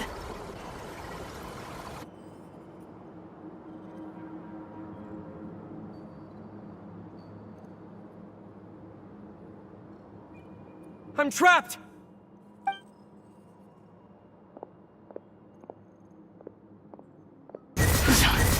Why won't this thing budge? Hello? Hello? Can you hear me? Nicole, is that you? Yes, it's me. I'm monitoring your progress from inside the Eternal Oasis, and I have to say, this terminal is simply marvelous. It makes tracking you so much easier. I couldn't see anything at first, but now that you two are inside, I can use your location with support from the terminals to get a partial view of the situation inside Irminsul. It's not the clearest image, but it's better than not being able to help at all. So, here I am. I can't intervene directly, But I can help to guide you out of the jam you're currently in. So please, just follow my lead. Dottore in his current form is a blight upon both Irminsul and the ley lines. Pay attention to your surroundings. There must be sources of his contamination nearby. The corrupted information is his means. Is that one of them? Precisely. Good work. But we're not done yet. Stay close, and let's see if we can find any others like it nearby.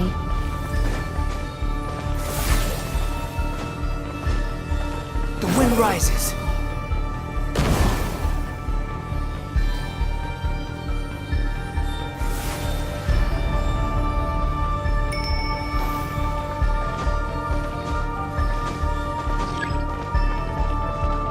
Squall Fury. This must be another one. Agreed. Now... Wait! Watch out! It's Dottore. I think he's found us.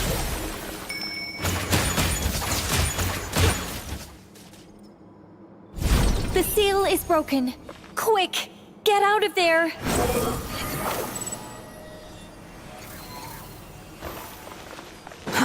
Too slow. And where exactly do you think you can run to? Wait, what is that? Pursuers! That's gotta be it! Run! Don't let that thing touch you. Dodge that attack!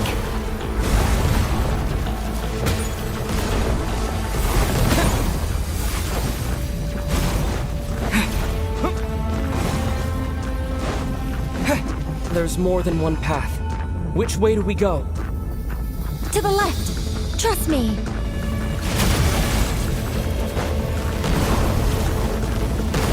Fleeing like vermin. What a pathetic sight. Hey! Watch yourselves! Stay focused! There's a cliff ahead. Jump! More of those corruption sources.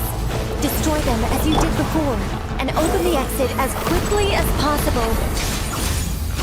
They're relentless. Is he trying to wear us down? You'll just have to destroy these too. I think the pursuit is over. Hard to say. Stay alert.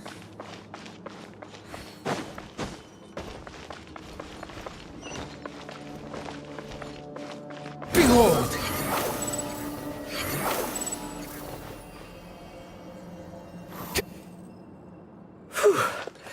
I think we've made it to relative safety. Phew, goodness. That was tough. You doing okay? I'll be fine. Don't worry. Take a short rest, and then... Nicole? Nicole! The connection's been cut. But that means...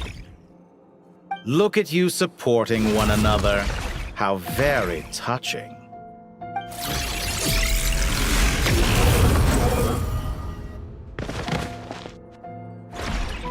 Dottore! Took you long enough to find us. You're more useless than I thought. Oh, really? I think I deserve a little more credit for my methods than that.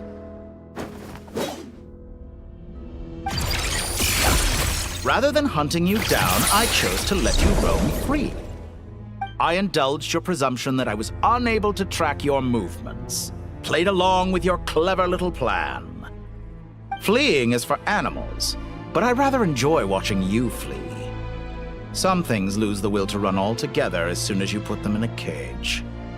If that's true, then why did you come looking for us? Because I wanted to observe you up close, of course. Don't misunderstand me, I'm not here for a fight. Is it so unusual that I wish to greet my old acquaintances in person? After all, it's been a while. Scaramouche.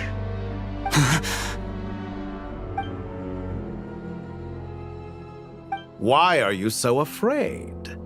I have done nothing unprecedented in discovering the truth. Nor did I go to any great lengths to uncover your story. You made a bold series of moves in deciding to erase yourself. And with the power of this great chronicling device called Irminsul, you were able to achieve something quite remarkable. Once most people form an opinion about someone, it tends to imprison their mind. Yet you managed to erase every trace of your existence. A novel take on death indeed. However, this meant that you stood out to me all the more when I saw you in Krai. I didn't even have to go looking for you. Just the sight of you was enough for me to intuit the truth. For someone in my position, connecting the dots was a trivial affair. It would have been more surprising if I hadn't managed to piece it together. You seem very pleased with yourself for figuring it out. I'm sure you'd even be more delighted to learn the full extent of your crimes. That would hardly be necessary. Besides, isn't there something that concerns you more right now? Something that fills you with dread? Let me put your mind at ease. I have no intention whatsoever of restoring any of the records you deleted. For one thing, it would be exceptionally difficult. But more to the point, I doubt that the prospect of losing your current life is all that frightening to you. Because in your case, the cruelest twist of fate is that you'll never again have the chance to make up for any of your mistakes. Isn't it? Dottore?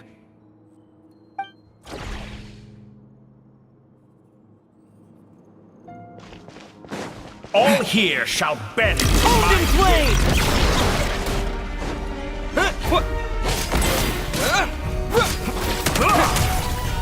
Squall Fury!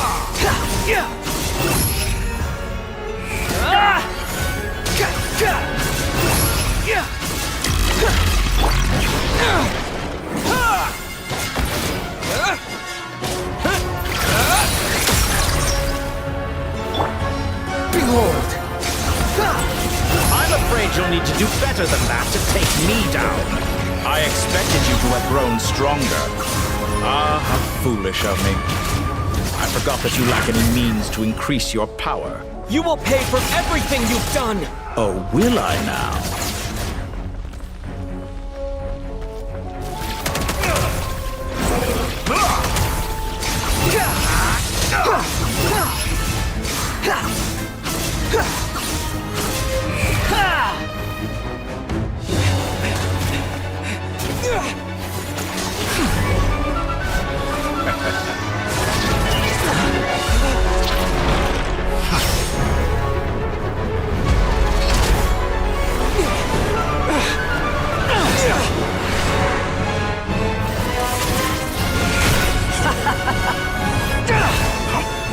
Does the prospect of death amuse you? I can ask you the same question! I'll distract Dottore. You focus on the mission. Got it!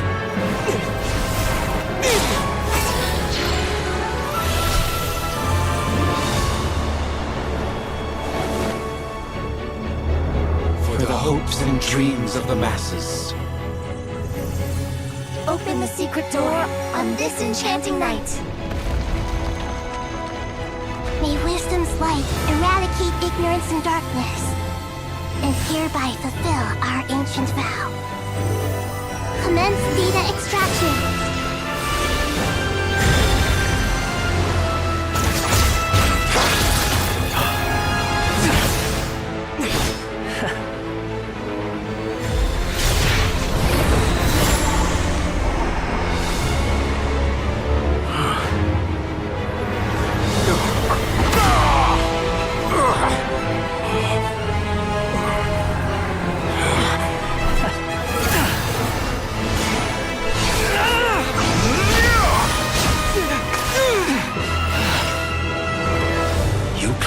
Outdated ideals and stand in the way of progress. You will pay for interfering with the grandest experiment of all time.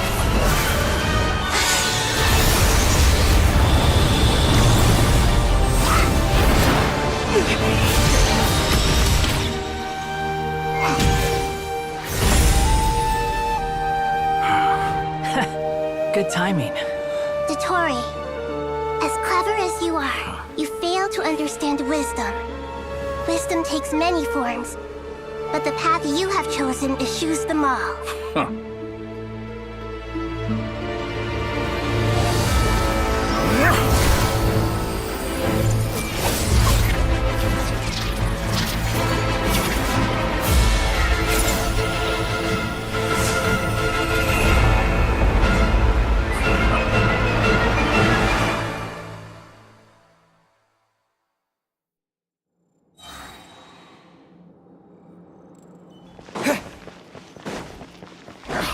My strength is fading! Since we're within Irminsul, it stands to reason that any power you wield comes from it. You're extracting the information from Irminsul just to strip me of my power. I will find his weakness.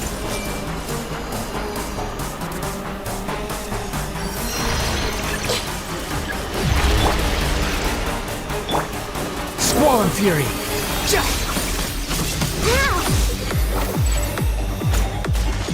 I admire your attempt to introduce a new variant, but it's nowhere near enough! Just like a little buzzing fly! Honed in flame!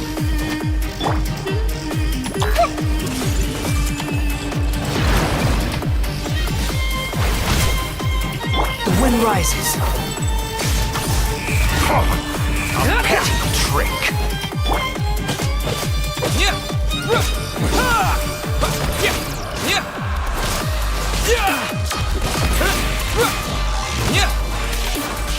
I see everything! Behold!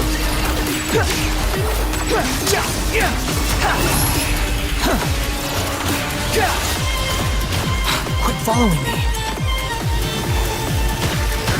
The wind rises. Let's try this! Muso no Hitokaki! Too slow. Hey!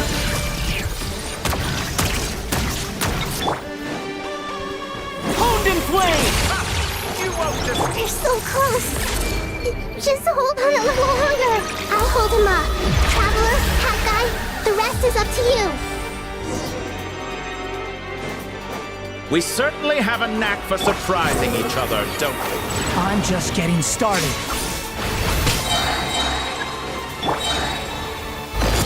It's time! Say your prayers! Stay on the offensive, and watch your back!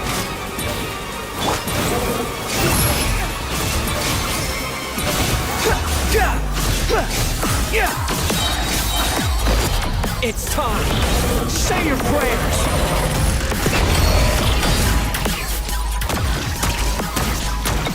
Behold! Let's try this! Muso no Hitokaki! Too slow.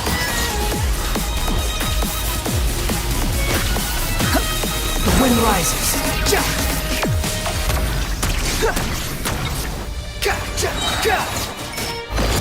It's time. Say your prayers.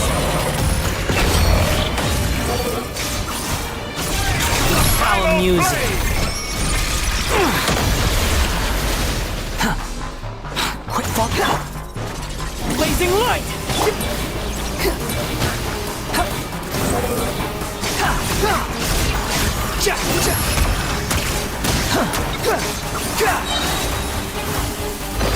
It's time. Say your prayers.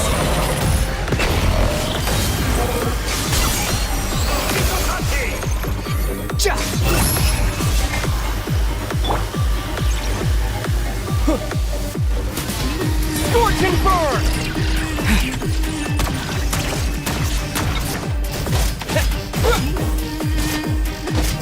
Burn all before you!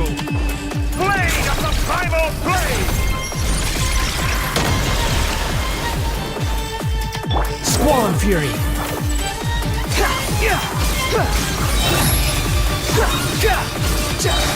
Finally, it's time. Time for you to Say die. your prayers. Excited? Time for me to die? How could I have reached this place if death was something I feared? The last gasp struggle of a dying man is a pretty pathetic sight.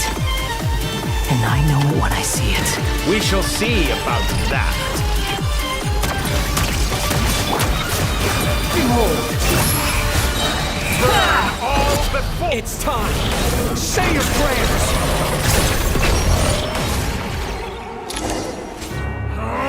That's enough!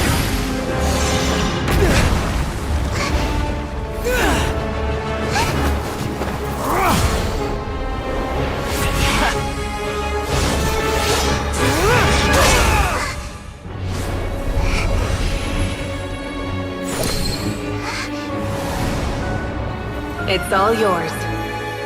Do with it as you see fit.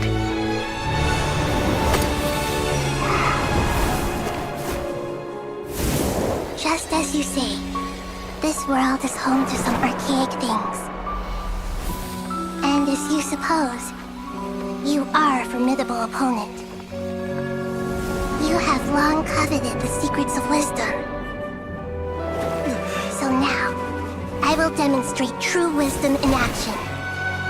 I invoke my supreme authority as the keeper of Irminsul. Commend me or condemn me. But give your verdict now!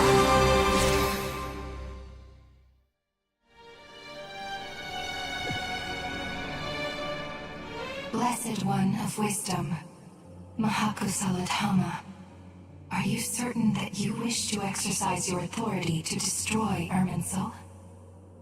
It represents both your roots and your finest accomplishments. You truly intend to abandon the very thing you have always fought for? This is my decision. Irminsul has been corrupted beyond redemption. Irminsul is the original tree of Tevat. It is the means by which the heavenly principles maintains fate itself. The 7 Archons should honor and revere it, for their authority was bestowed upon them by the heavenly principles. It is precisely because I honor and revere it that I fight for the humanity it exists to protect. Wisdom is knowing how to weigh the options and make the right decision. If you truly care about the fortunes of this world, then it is me you should seek to preserve. Planting a seed begins the chain of cause and effect. Since you have become a great tree yourself, why should the loss of another tree be anything to fear? Till we meet again, Lord of Dendro.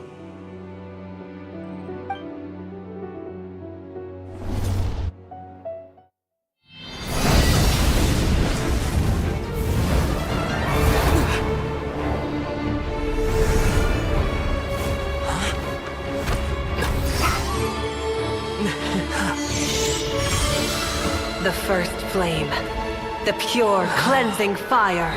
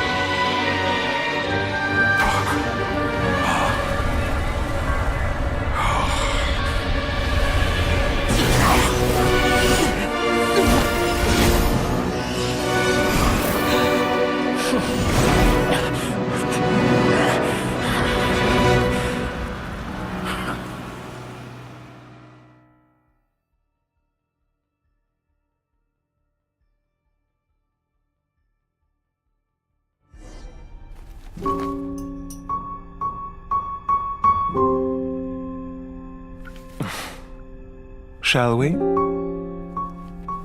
Where were we? I was suggesting that you needn't perform when signing a contract. You're only sitting here because your bank demanded an evaluation of the trustee. So you told a story about a young scholar from a merchant family in Sumeru? I told a compelling tale, didn't I? The post-expulsion story is far more captivating. The human experiments or the elixir of immortality? The part where you die. Ah, yes.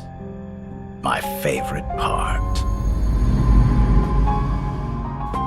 The 35-year-old Segment thought of himself as Dottore, reserving the name Zandik for the original specimen. Of all the Segments, he was the most selfish. After his expulsion, Dottore searched for a new direction. He joined the Fatui, studied Elazar in great depth, secured resources. He was rather fortunate in his career. Zandik turned to Conrian technology and successfully created his segments. But this was not immortality.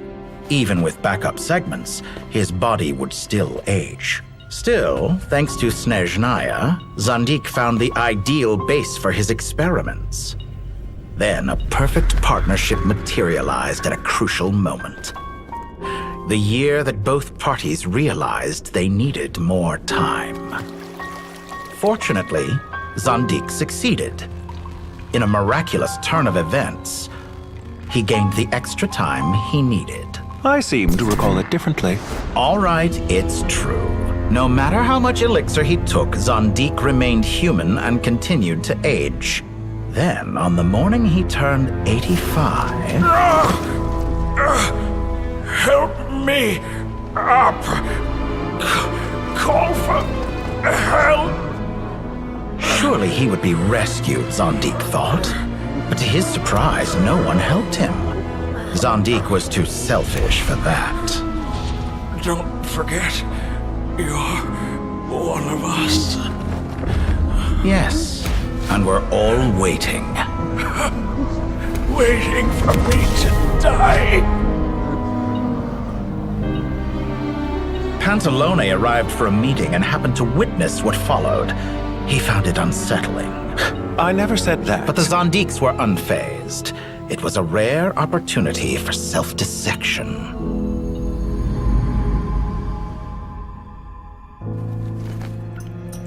What does all that have to do with you depositing your data at Northland Bank?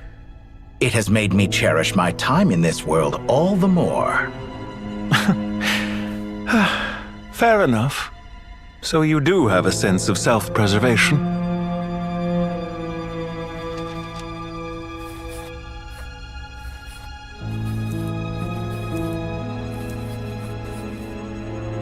What do you mean? You're hardly normal, and you don't cherish life. You just don't want to admit defeat in the limited time you have. Even so, don't I deserve an interesting ending? I'm counting on it.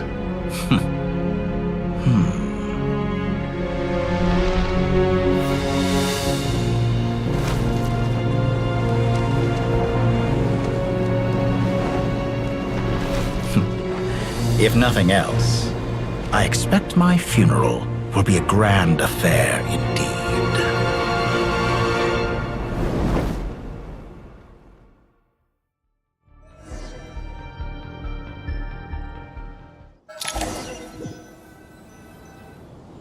What a magnificent fire. In Snezhnaya, we light fires to ward off the cold. Fire, it seems, is antithetical to ideas such as cold, frozen, and unchanging. Perhaps it has always been that way. From the beginning, fire has been used to drive away wild beasts and warm the body and mind. You could say it's a form of treatment. One that cures the human heart of mortal fear. Mortal fear?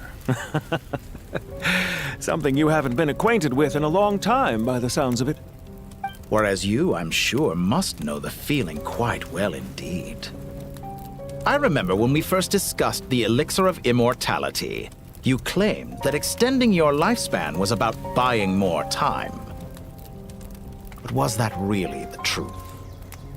You fear the prospect of dying a wretched end in this world, don't you? Of course I do. I'm only human, after all. And while you may have forgotten it, you cannot deny that you too were once human, Dottore. I do not believe that there is no such fear in your heart. Perhaps you are right. but I abandoned it long ago and devoted myself to my experiments. I have felt no fear since. From the very beginning, I never thought you could win this game.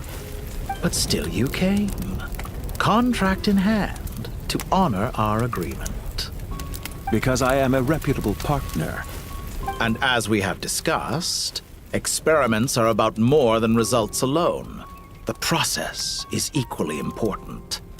I have come here and completed my creation, and I do not regret my decision. I'm afraid your journey ends here. After I die, there will be no one to make the elixir of immortality, and your remaining stock will only last a few more years. How then will you prove that you didn't perish in this incident alongside everyone else? When I feel optimistic about market environments, I never forcibly adjust them. They have their own direction. And I myself am one such environment. I have been quite particular about many things in my life. But where the manner of my death is concerned, I choose not to be. You make yourself sound so magnanimous. Oh, but I am. And I hope you will be too. It may have been a long time since anyone told you this, Dottore, but I recognize that you are a truly rare talent. Ha! I can see it. The experiment in blasphemy that I've been performing all this time. It has been a long process, and I do not care about the results as much as people might imagine. If the very goal of your experiment was to explore infinite possibilities, then there was never any reason for it to end. Indeed. Yet now, the experiment has officially drawn to a close. What should I call you? Zondik? Or do you prefer Dottore? Suit yourself. Goodbye, Feofan. This time, that's what it truly is. And don't I know it? Goodbye, Zondik.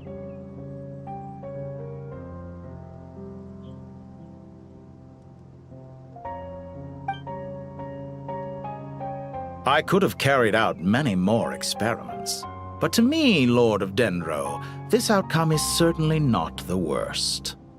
I believe you. But unfortunately, this is where it all ends for you.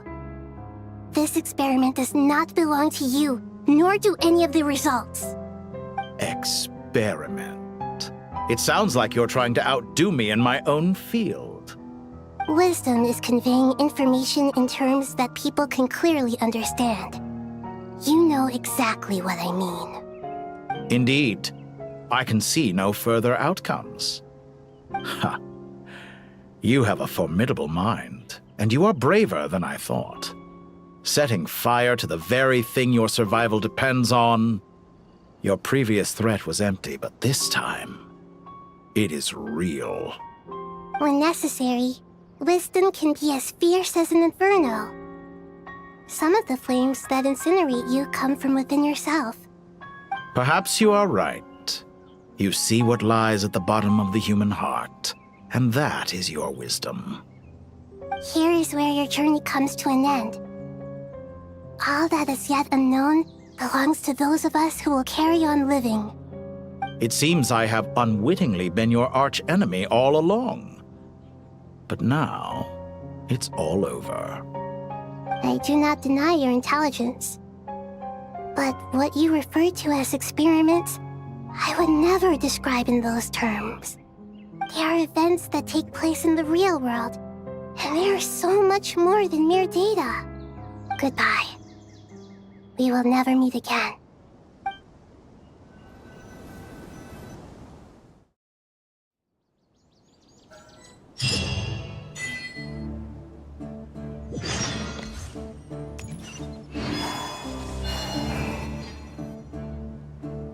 Well, that's the last of them. Everyone on the list is already back where they should be. It was a long, hard road, but we finally finished escorting everyone back. I just pray that we'll never need to leave again. I hope we can stay here forever in this peaceful paradise of our own choosing. paradise. In the annals of the Temple of Silence, that word carries great significance. It represents the hopes and desires of the gods. I wouldn't think gods need such a place. People always think they're the only ones who can lose their homes. They forget that gods too need a place to reside. As the Goat King once said, "A god without his people shall cease to exist." Gods need their believers every bit as much as their believers need them. Only we can truly understand how much the desert faith has faded over the centuries. But we still talk about the gods as though they're part of our lives. Given the myriad ways in which gods and humans interact, I'd say they really are. How else could Dunyarzad consider the Dendro Archon a friend? Well, that sounds about right to me. Describing them as friends sure makes us feel a whole lot closer. If you told me a few years back that I'd have this many friends, I'd have called you a liar. Belief is a choice, just like friendship. We've made our choices through battle. The right ones, wouldn't you say? I'll be heading back to the Temple of Silence. I heard the Goat King and the Ibis King decided to pay us a visit. How about you? It's back to Aru Village for us. Still plenty of supplies to distribute and people to help. Until next time, old friend.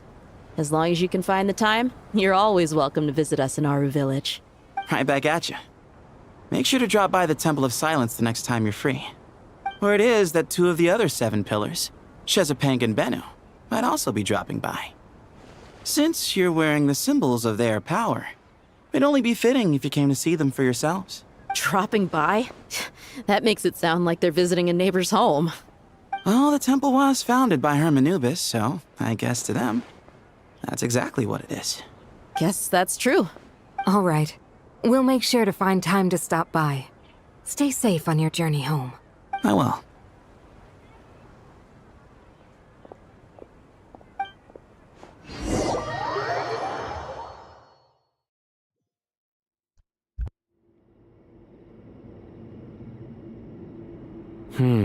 You do have a point. See? Retirement has always been a problem, especially for old-timers like us who've been locked away all these years. You finally step out into the light, and bam! You're face to face with a whole different world. Naturally. What do you think, Layla? Huh? Why would you think to ask me? How could I possibly be qualified to decide where the servants of King Deshret should live? Sorry if my question was unclear. Do you think their statues will stand out too much if we place them here? Hey, I never agreed to this. How could we possibly allow our statues to be left in Hermanubis' home? That would be like breaking into someone's house, then pretending it belonged to you in the first place. Different beliefs can coexist. We still need to respect one another. By which you mean, you two plan to stay at the Temple of Silence for a while? So, you see this as sort of a family visit? Is that correct? Family. You could say that. In a sense, Hermanubis would view this as his home. Just look at this place. Magnificent, is it not? The sad truth is, in the past, all 3 of us invested so much into misguided ventures. We failed to build what we should have. And what do you mean by that? I mean that for the most part, time spent associating with the likes of Sobek, and, let's say, Thoth, might reasonably be considered wasted. Why does that not surprise me? Go on. Anyway, given how much time we'll all be spending together, I'd say that the bonds we built will end up proving to have been a sound investment. Once Sethos, the current leader of the Temple of Silence, returns, you can discuss the matter of staying here with him. But judging by the expressions of everyone here, I imagine you'll receive a very warm welcome. This sacred ground houses untold knowledge, after all. What better place for the servants of King Deshret to appear in the mortal world? How about we share a meal together first? I imagine it's been many years since you last tasted fresh food. Oh, that sounds wonderful. After so many hundreds of years, I can only surmise that desert cuisine has become a lot more varied. Are we having a get-together? If you'd like, I can help prepare some food. After all, Lord Thoth, you helped me so much in the desert, and I still haven't properly thanked you. Oh, my, that would be wonderful. I'm touched that you still remember. How the times have changed. To the people of today, it seems the Ibis King has become a kind and passionate god. And you, Mr. Herreshoff? What kind of god do you wish to be? To be honest, I haven't given it much thought. How about you, Dendro Archon? Do you have any hopes for your future? Me? I'm very happy with my current life. Forgive my bluntness, but you do not seem to derive your authority from majesty and might, like Lord Al-Akhmar. Clearly your approach has its advantages, but also its dangers, don't you think? I do, but projecting a majestic front doesn't really suit me. Besides, my relationship with others isn't simply one of a god and her people. Not putting on airs might earn you more adoration. Exactly. Besides, I really like parties where everyone brings their own food and we all come together to share. You should join us. I'm sure you'll find it fun. Last time when we got together for a picnic near the Avidia Forest, it was quite the occasion. Seeing as you're already here, how about we hold the next one in the desert? Can we do that? Wouldn't Tainari have to transport a ton of drinking water? Don't worry, I can help out. Layla, would you like to join us next time? Me? Sure. The more the merrier. That way we... Don't take this the wrong way. I just think you should know. When it comes to passing the time, chess is more our thing. In that case, Dendro Archon, what do you say? If I were to compete against you, I can't say with certainty I'd win, but I certainly wouldn't mind giving it a shot. Where's Sobek? I'm sure he'd be good for a few rounds. Cards, cards, cards! I'll always prefer chess. I wonder what variant of chess we're talking here. Mr. Thoth, is there some sort of astrological significance to this game? Oh, I'm glad you brought that up. As long as the leader of the Temple of Silence agrees, we can search Hermanubis' place for books to teach you how to play.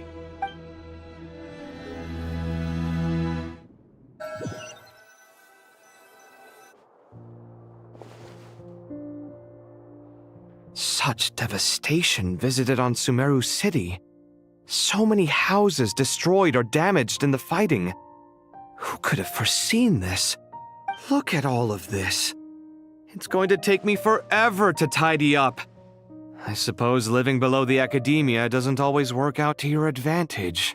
I would have thought a little appreciation of my sincerity and effort in helping to clean up this mess might be in order.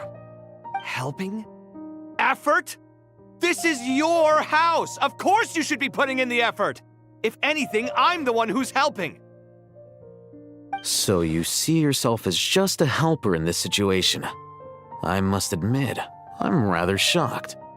If you're trying to say that since I live here too, I have an obligation to tidy up, fine, I suppose I do. Wait a second, stop changing the subject! Nevertheless...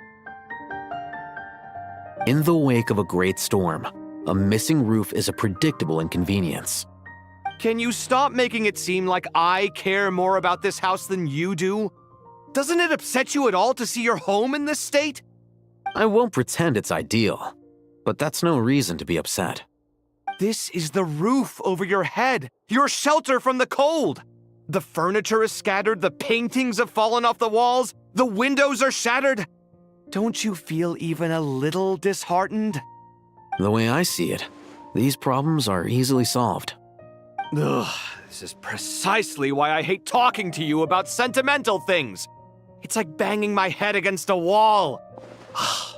You simply don't understand just how much work goes into making a proper home. It sounds like this is causing you a lot of anguish. You mean the house or the paintings? I mean your sentimentality. Oh, well, yes. But I'd rather not dwell on such things right now. Generally speaking, when anguish becomes the norm, people usually make an attempt to improve their situation. But there are so many people and things in life that are difficult to change. It's not like you can force them.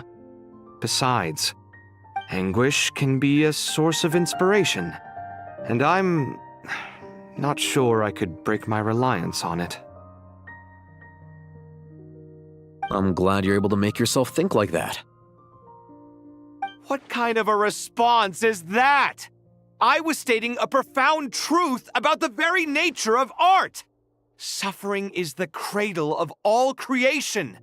Even you can't deny that. And I wasn't trying to. I'm just happy for you. Pure and simple. Can't you tell? Happy about what? Happy that you can always find an answer that backs up your views. You... More often than not, life is a process of running into problems and then searching for answers. Yours more than most. Not everyone's so good at justifying things to themselves. It's something that you've been steadily mastering. Huh.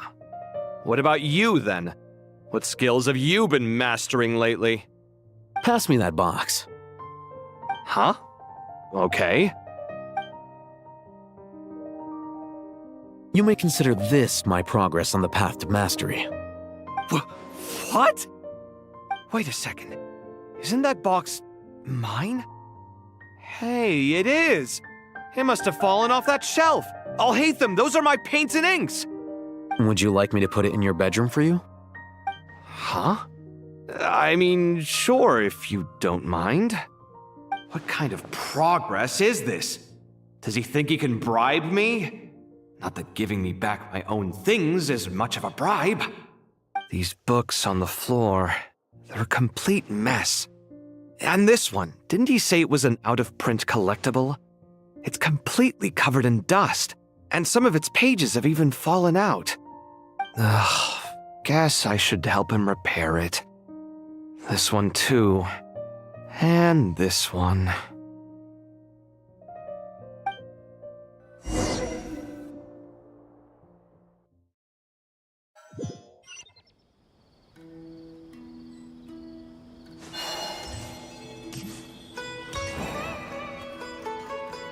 Local sumter beasts, imported goods, such a bright future ahead. I can picture the Mora just rolling in.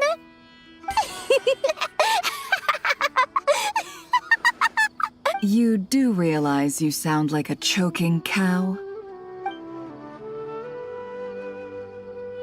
It's called being imposing. Can't you feel it? Are you not intimidated? Oh, I'm positively shaking in my sandals. What commands do you have for me, oh mighty Lord Sangamabe? You've got a lot of nerve, Nefer. You went and told Candace and the others everything, didn't you? Seriously, do you have any idea how differently they see me now? Surely that's a good thing. I presume they're more disposed to actually like you now, maybe even view you as a friend. You traded my secret for sympathy! Thanks to you, I've lost every last shred of my mercantile majesty. How am I supposed to make anyone think I'm a big, scary investor now? The dark days of Lord Sangamabe are behind you. Why not take this chance to make a few honest friends? Speaking of friends, since when did the notorious Lady Nefer gain such an admiration for holier-than-thou types? A moon chanter here, an angel there? Who'd have thought it? A coming together of fates, nothing more.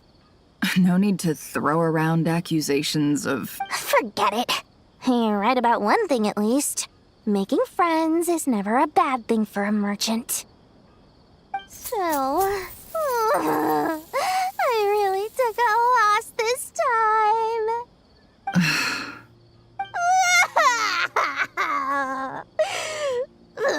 What are you looking at? I'm trying to see if you're really crying or if those are just crocodile tears. A little birdie told me that when Lord Sangamabe makes money, the tears flow from the center of her eyes. But when she loses it, they flow from the corners. Which is it this time? Ugh, you are so annoying. I'm not talking to you anymore. Nefer, thank goodness you're here. I've been looking everywhere for you. Huh? Oh, well. If it isn't the House of Dana's very own librarian. What can I offer you today, Miss Katayun? Oh, no, I'm not here to buy. I'm here to bring Lady Nefer a book, and a fascinating one at that. We agreed to meet at the entrance to the mausoleum of King Deshret. One more thing, I bought this copy with my own money. It's not borrowed. Reasoning knows not time of day, but suspense always follows a blizzard. That's quite the mouthful. Huh? Isn't that the one that... It was all the rage for a while. People throughout the city were clamoring to get their hands on a copy. The names inside were all circled. Everyone thought it was a riddle. Don't bring up that book in my presence. I don't even want to hear its name. That thing was nothing but a scam. Surprisingly enough, I've actually heard of this book, though it doesn't seem of much consequence. So, what truth lies behind it? You're from the Vahumana and you're asking me what the truth is? I'd say the actual truth was about the least important part of the whole episode. I brought you this book because it probably has the most interesting backstory of any in the House of Dana's collection, at least in recent years. As for its quality, well, you can judge that for yourself. Don't tell me it's actually any good. You may not know this, Lord Sangamabe, but Lady Nefer has a fondness for books with... how should I put this? Mixed reviews? No eye for good literature, huh? Perhaps she feels that bad books hide interesting secrets? But I shouldn't put words in her mouth. It's probably fair to say she prefers the conversations that books can spark over the substance of the books themselves. Suits my style as an intel broker, wouldn't you say? Very interesting, thank you. I'll return it to you once I'm done reading. And as it happens, I have something for you, too. Incense?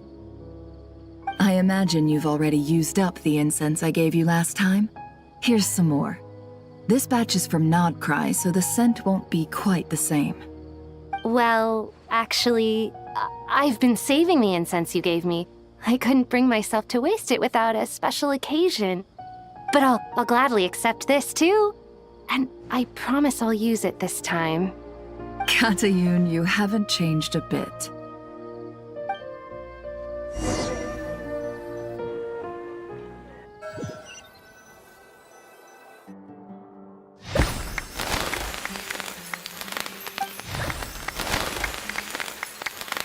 Congratulations, Kale.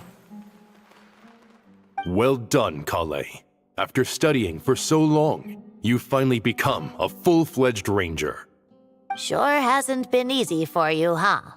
This really is fantastic news. All grown up. No longer a trainee, but an official forest ranger. Oh, the next step is to secure tenure in the academia. Thanks, everyone. It's true. I'm an official forest ranger now. Master Tainari, thank you for your guidance and support. I wish Mr. Sino were here so I could thank him too. Sino had a matter to attend to at the Temple of Silence. I don't imagine he'll be back for some time. But don't worry, we can celebrate together once he's finished. I'm afraid the party will have to wait. Kale still has some matters to attend to first. Kale? Is everything all right? No, it's not what you think. There's nothing wrong with my health. I just have a few things I need to deal with. I've made plans with the Traveler and Paimon to visit Mondstadt. Master Tainari and Mr. Sino will be accompanying us too. Well, that's a relief. Let's get together when everyone's back. I'm sure you'll be doing even better by then. Of course. I have a feeling you're right.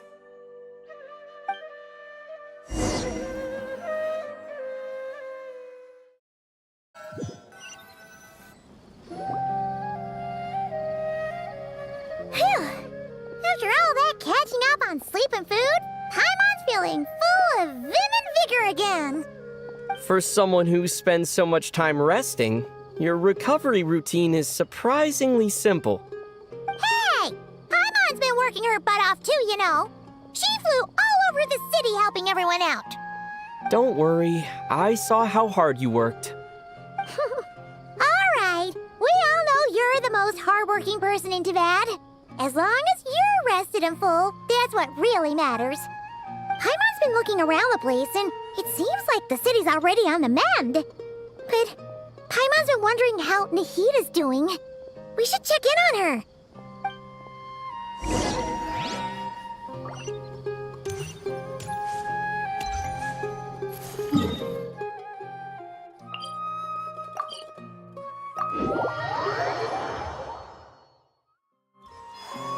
Let's roll!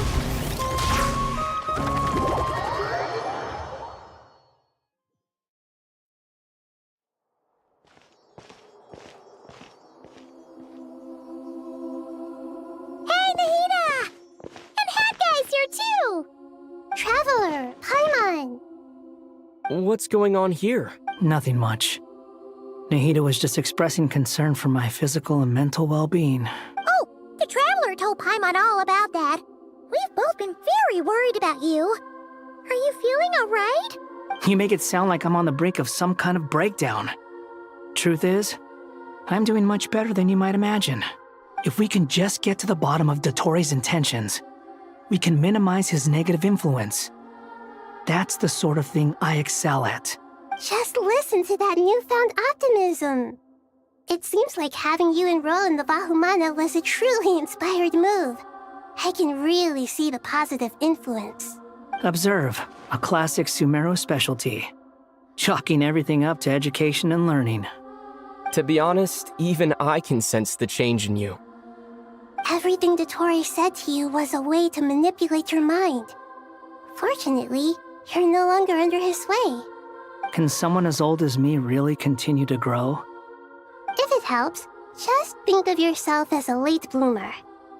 It's all a matter of phrasing, and it comes down to what standards you measure yourself by. For a puppet, developing at such an age is perfectly normal. But if you choose to call yourself a late bloomer, it sounds more like you consider yourself human. However you see yourself, well done. All right, I see what you mean.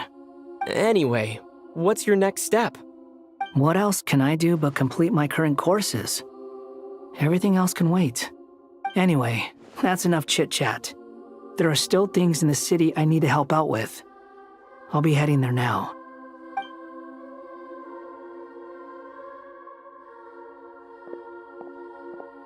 I'm so happy that Hat Guy is doing better than we thought. But what about you, Nahida? How are you holding up? The pyronosis burned down the corrupted Irminsul. The flames blazed for 7 days and 7 nights before they finally subsided. All that was left were the parts underground. Now, Aru shoulders the responsibilities that once belonged to Irminsul. The situation was contained before it got out of hand, so Tevat's most vital information has largely been preserved. Irminsul has a strong influence over you, doesn't it? How will you cope now that it's gone? There is no need to worry. Thanks to Nicole's extraordinary talents, my connection to Irminsul has been severed and transposed onto Aru. Angels can do things like that? They can. Such abilities are precisely what makes them so powerful. The goddess of flowers, Nabu Malikata, once claimed that she too could perform feats beyond the reach of mere mortals. In my eyes, much of what she went on to achieve reached such transcendent levels. Her and Nicole really are both fascinating and magnificent. So, does that mean your situation is stable now? Correct. Just imagine that Aru has become the new Irminsul, and the essence of my existence has been bound to it. The wisdom of Sumeru has ultimately converged into a single, unified entity. Should we ascribe this all to fate, or is it merely fortune? Whatever it is, the important thing is that you're okay, Nahida. Dendro Archon, Lesser Lord Kusanali. Oh, thank goodness you're here. Greetings, Traveler and Paimon. Sir Nevis, do you have something urgent to say? Yes, there's something I need to report. We've received a message from Snezhnaya.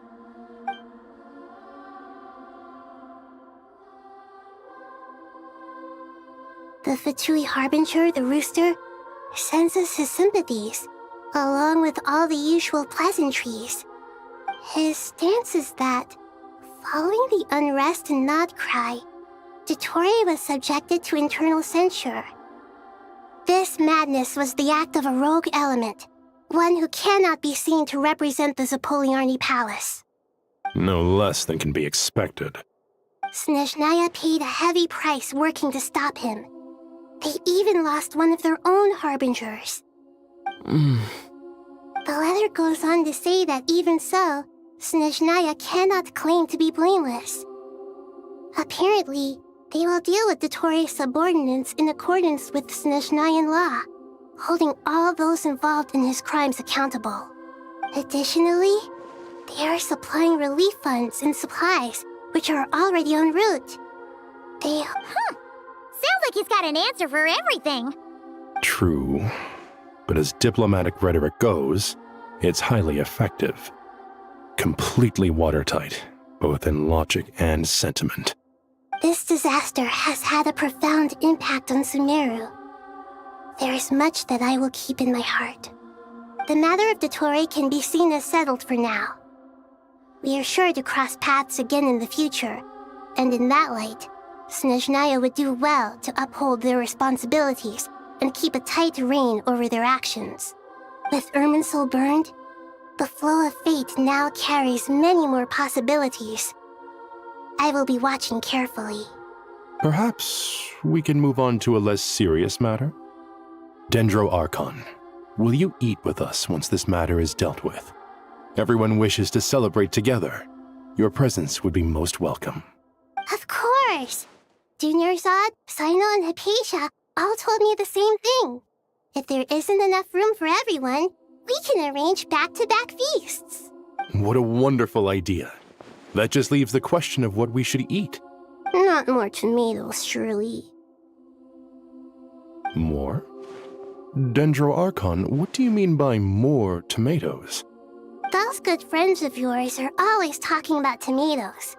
Sometimes when I'm walking through the city, I can even hear them arguing in the fields. Since you see them so often, you must hear about tomatoes even more than I do. Tomatoes. Tomatoes. The word has a certain magic to it. Like the autumn fur of a sumpter beast swirling in the wind, sometimes flying up my nose. Tomatoes. What can we make with tomatoes? Wait, why tomatoes? Take your time, there's no need to rush. The Traveler, Paimon, and I still have somewhere we need to visit. You'll have plenty of time to think it over before I return. Does this mean you're going to Natlan? Meet them there in person. It will require a long journey. I know. But this is necessary. I must go myself. Traveler, Paimon, we'll set off as soon as you're ready. Is that all right? Sure. We'll be ready whenever you are. You'll hear no objections from Paimon. We should grab some snacks along the way, though. It'll be just like going on a long holiday. Wonderful. I'm looking forward to this so much.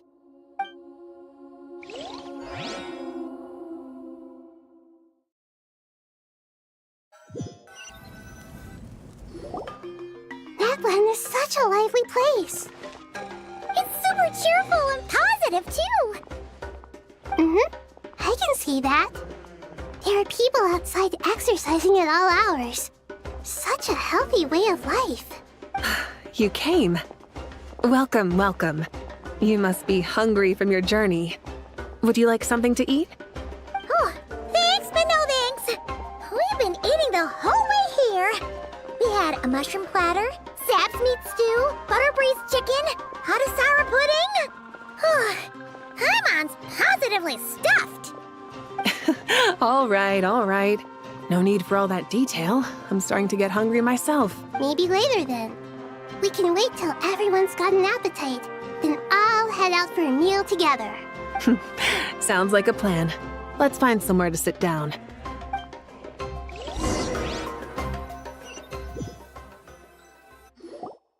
I should tell you, I already have some sense of why you've come. Why's that, Malika? To say thank you. Your senses are spot on. But on top of that, we also feel guilty. Because the pyronosis has vanished? I sensed its loss. Despite scouring through the remnants of Irminsul, we couldn't find any sign of the pyronosis. Not even any trace of it burning to ash. That's certainly unusual. Still, the potential fallout from Irminsul's loss is significant, to say the least.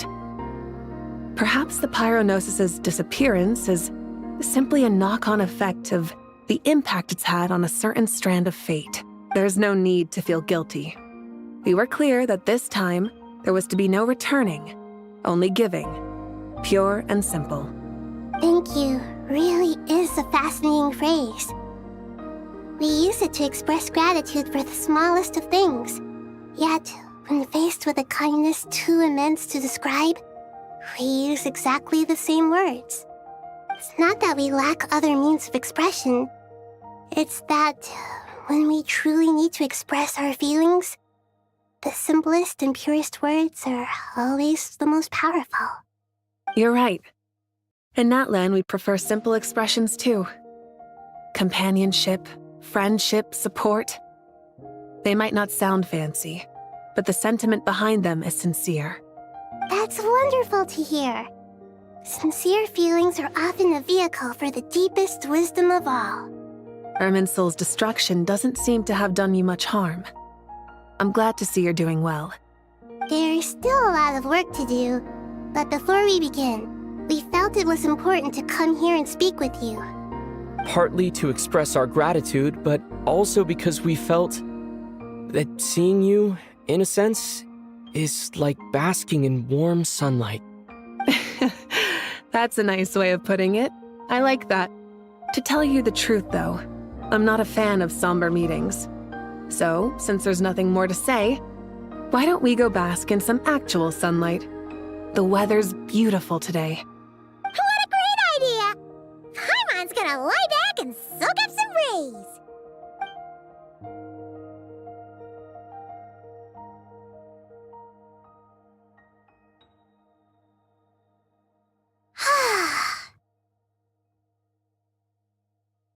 In that case, I think I'll lie down for a bit too before we head to our next stop.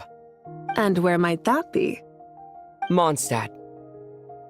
Paimon and I are gonna head back there with Kale and the gang.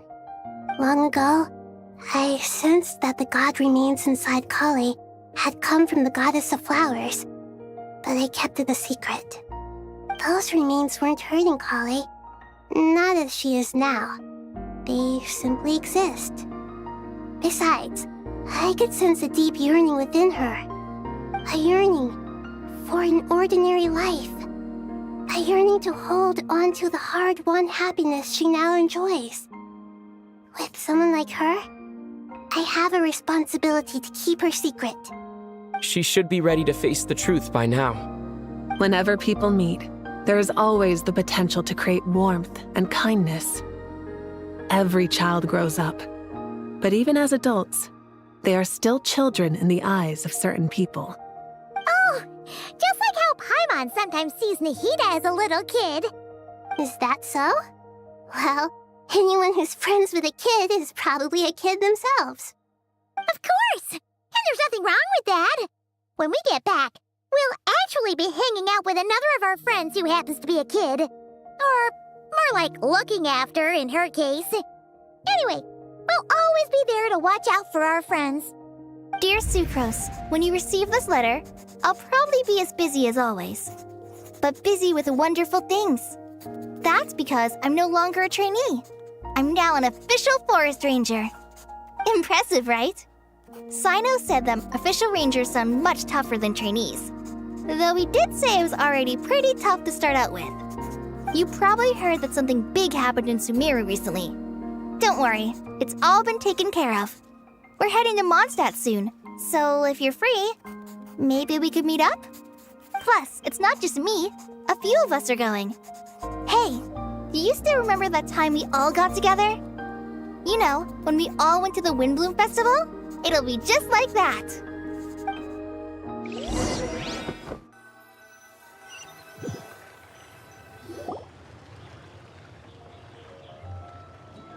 Dainari, is that... Don't you say it! Is that the great Vayuvyastra? Behold, the great Vayuvyastra, General Mahamatra. How times have changed. I wasn't expecting you to beat me to the punchline. You've really upped the aggression in your battle against Sino's jokes. Kale, how did you know what I was going to say? For the love of... Hey!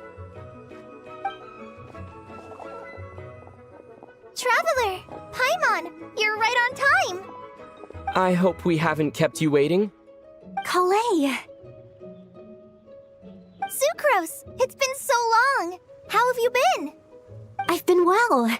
Everything's going great. What about you? Are you still busy? Not at the moment. Oh, right! That juicer you gave us works amazing! Seriously? That's wonderful. I don't suppose you drew up a detailed test report. Oh, what fruits did you use? How's the texture of the final product? Sucrose, you might want to try asking your questions one at a time. Albedo! Paimon didn't see you there! It's been a while since all of us were together like this. How about we follow the same plan as last time? Good idea, my friend. You never disappoint. So, what are your identities this time? Don't remind him. First things first. Allow me to introduce our very own official Forest Ranger Kale. The rest of us are simply her humble travel companions. This sounds like one of those mushy stories that gets people hooked on some corny, heartwarming premise. Oh, is our story not heartwarming? If I recall correctly, there was even a scene like this in King of Invocations. Besides being heartwarming, our story's also about tough, impressive-sounding job titles. At least that's what I think.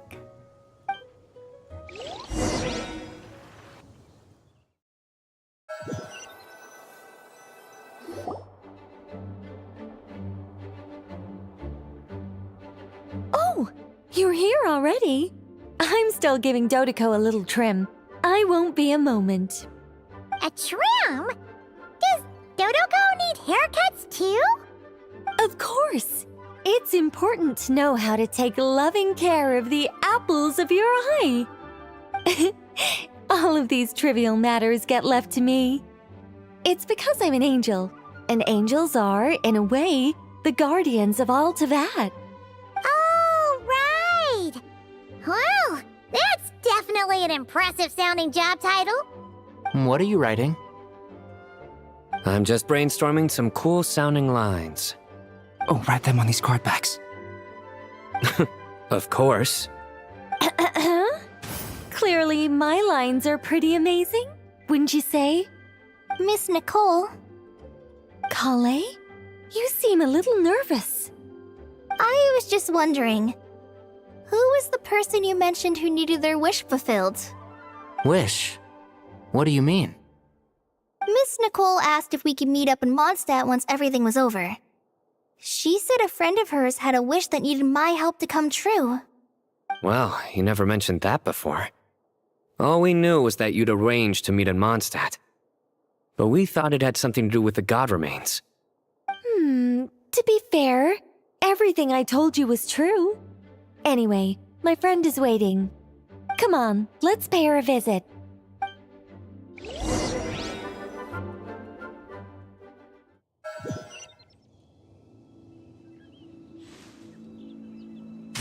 again!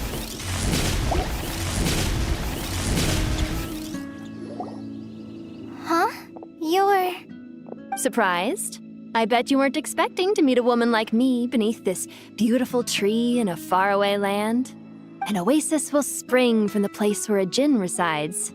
That saying falls somewhat flat here in Mondstadt, given that everywhere is already so lush and green. Lilupar! What are you doing here? I made friends with Miss Nicole. I asked her to bring me here and then invite Kale to come. The prologue to this story is that I have a wish. It has stirred within my heart for centuries, millennia even. Originally, it was merely Al-Ahmar's lie, but now it has become reality. Could this be... Related to the goddess of flowers? My dear young lady, my mistress left her final trace in this world upon you. I can't tell you how glad I am to see you here. And now I have seen you, and peered into your heart. You have experienced hardships and suffered setbacks. The torment an ordinary person might expect to face has befallen you threefold. This is the source of your resilience. But, beneath all this, I've witnessed the seeds of desire. You yearn to return to the simple life you once knew, do you not? I do. I want to throw away everything that isn't mine. But how do you decide what is yours? The scars that others carve into your flesh?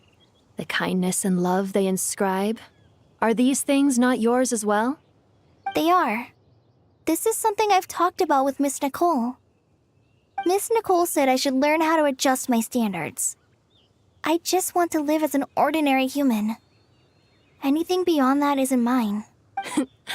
Don't you want anything from the remains of the goddess of flowers? She gave me a revelation once. I think that's already more than enough. In the past, you would not have possessed such a rich heart. Your brief life has taught you to hold on to everything good, to home in on kindness. How fascinating. You're nothing like Nabu Malikata, and you're certainly not her. Of course not. I'm not some great and powerful being, Miss Lilupar. Yet I am a djinn. We exist because of the Lord of Flowers. We revere and love her.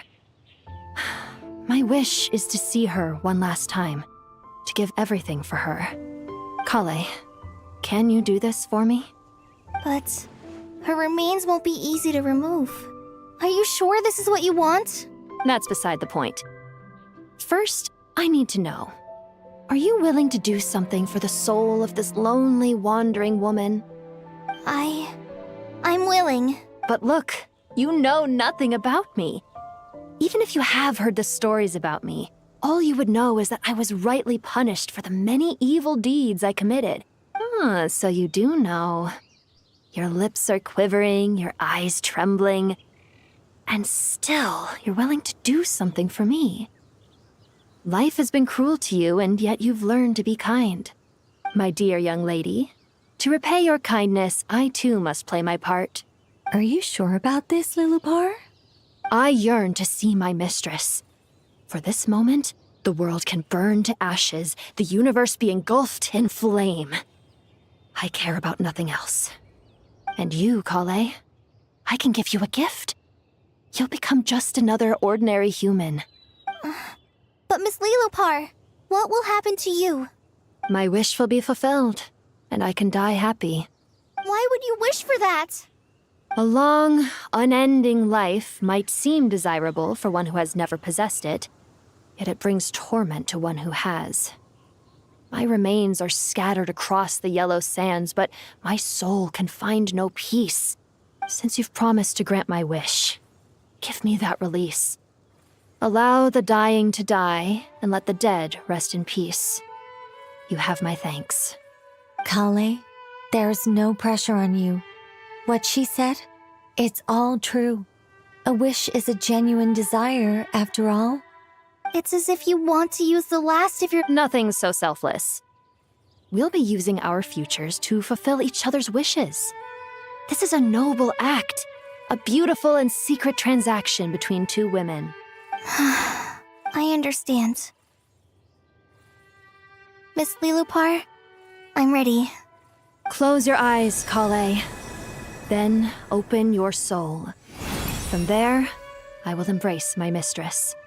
The downpour of flowers is your touch.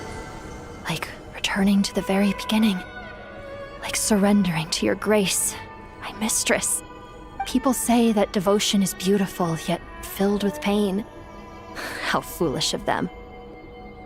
For me, devotion is beautiful, pure and painless. Devotion is my love. Thank you.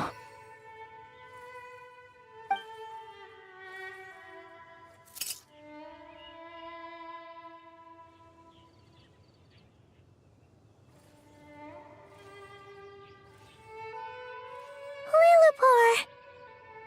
She disappeared? She left, carrying the blessing of flowers. Kale, are you alright? I'm fine. Now that the remains are gone, I don't actually feel any different at all. Those remains weren't hurting Kali. Not as she is now. They simply exist. Besides, I could sense a deep yearning within her. Kale must have already received what she was yearning for. I'm doing fine. I feel relaxed. There's really no need to worry. Then my wish has come true, too. To become ordinary? That's just one of my wishes. Actually, I have a few more. For instance, I want to protect the people I meet and help them find happiness. That sort of thing. So between Miss Lillipore and me, you fulfilled 2 wishes already, and protected 2 people. Wonderful, isn't it? I feel so fantastically happy. I guess that settles things here. So what's next? What do you want to do when we get back to town? Clay, look who I've brought to see you. Hey, Kale! I heard you guys were holding some kind of secret event. How come you started without me? Huh? Oh no, it's nothing like that. We were just saying goodbye to an old friend. Really? Who? Me. The old me. So that's what this is all about. Did you come all the way to Mondstadt for that? Because we knew the old you so we could witness the change? Exactly. The old me is gone. I puffed her into the air, and she became a fluffy pink cloud, floating into the sky, before disappearing forever. Do you think, maybe up in the sky, she has friends waiting for her with test tubes, flasks, and bows? Oh, when you put it like that, it doesn't sound so bad after all. What do you think, Miss Nicole? I think maybe that's right. At least, if it were up to me, I'd consider that a happy ending. Dear Sucrose, even though my childhood ended long ago, these past few days have really felt like growing up again. I've become stronger, and I feel like I can finally accomplish things by myself. Surely someone as mysterious as you will find a friend like this fascinating. Always growing, always thriving like a plant. I came to say goodbye to my old self. I know that after this, she'll be gone. Thinking about it makes me feel a little lonely. I know the weakness that kept me company will one day leave me too. But somewhere in my heart, I feel a great sense of joy. It feels like I've always wanted to take this step, to walk towards the new me.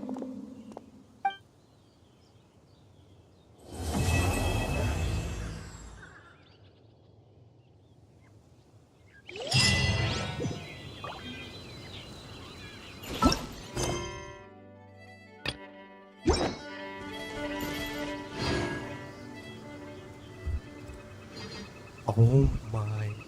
We have finished all our conquests. Well, actually, yeah, I suppose. I finished.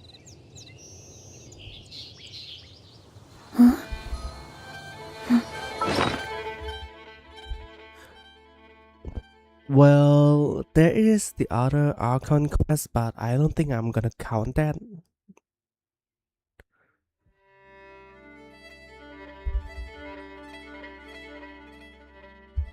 Should I count it? If I count it, I'm not finished. But if I don't count it, I guess I finish it.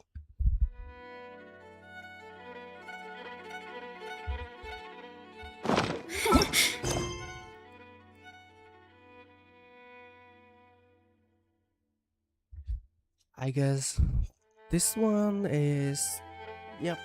That's finished. I'm gonna earn the stream now. It is finished. Oh my god.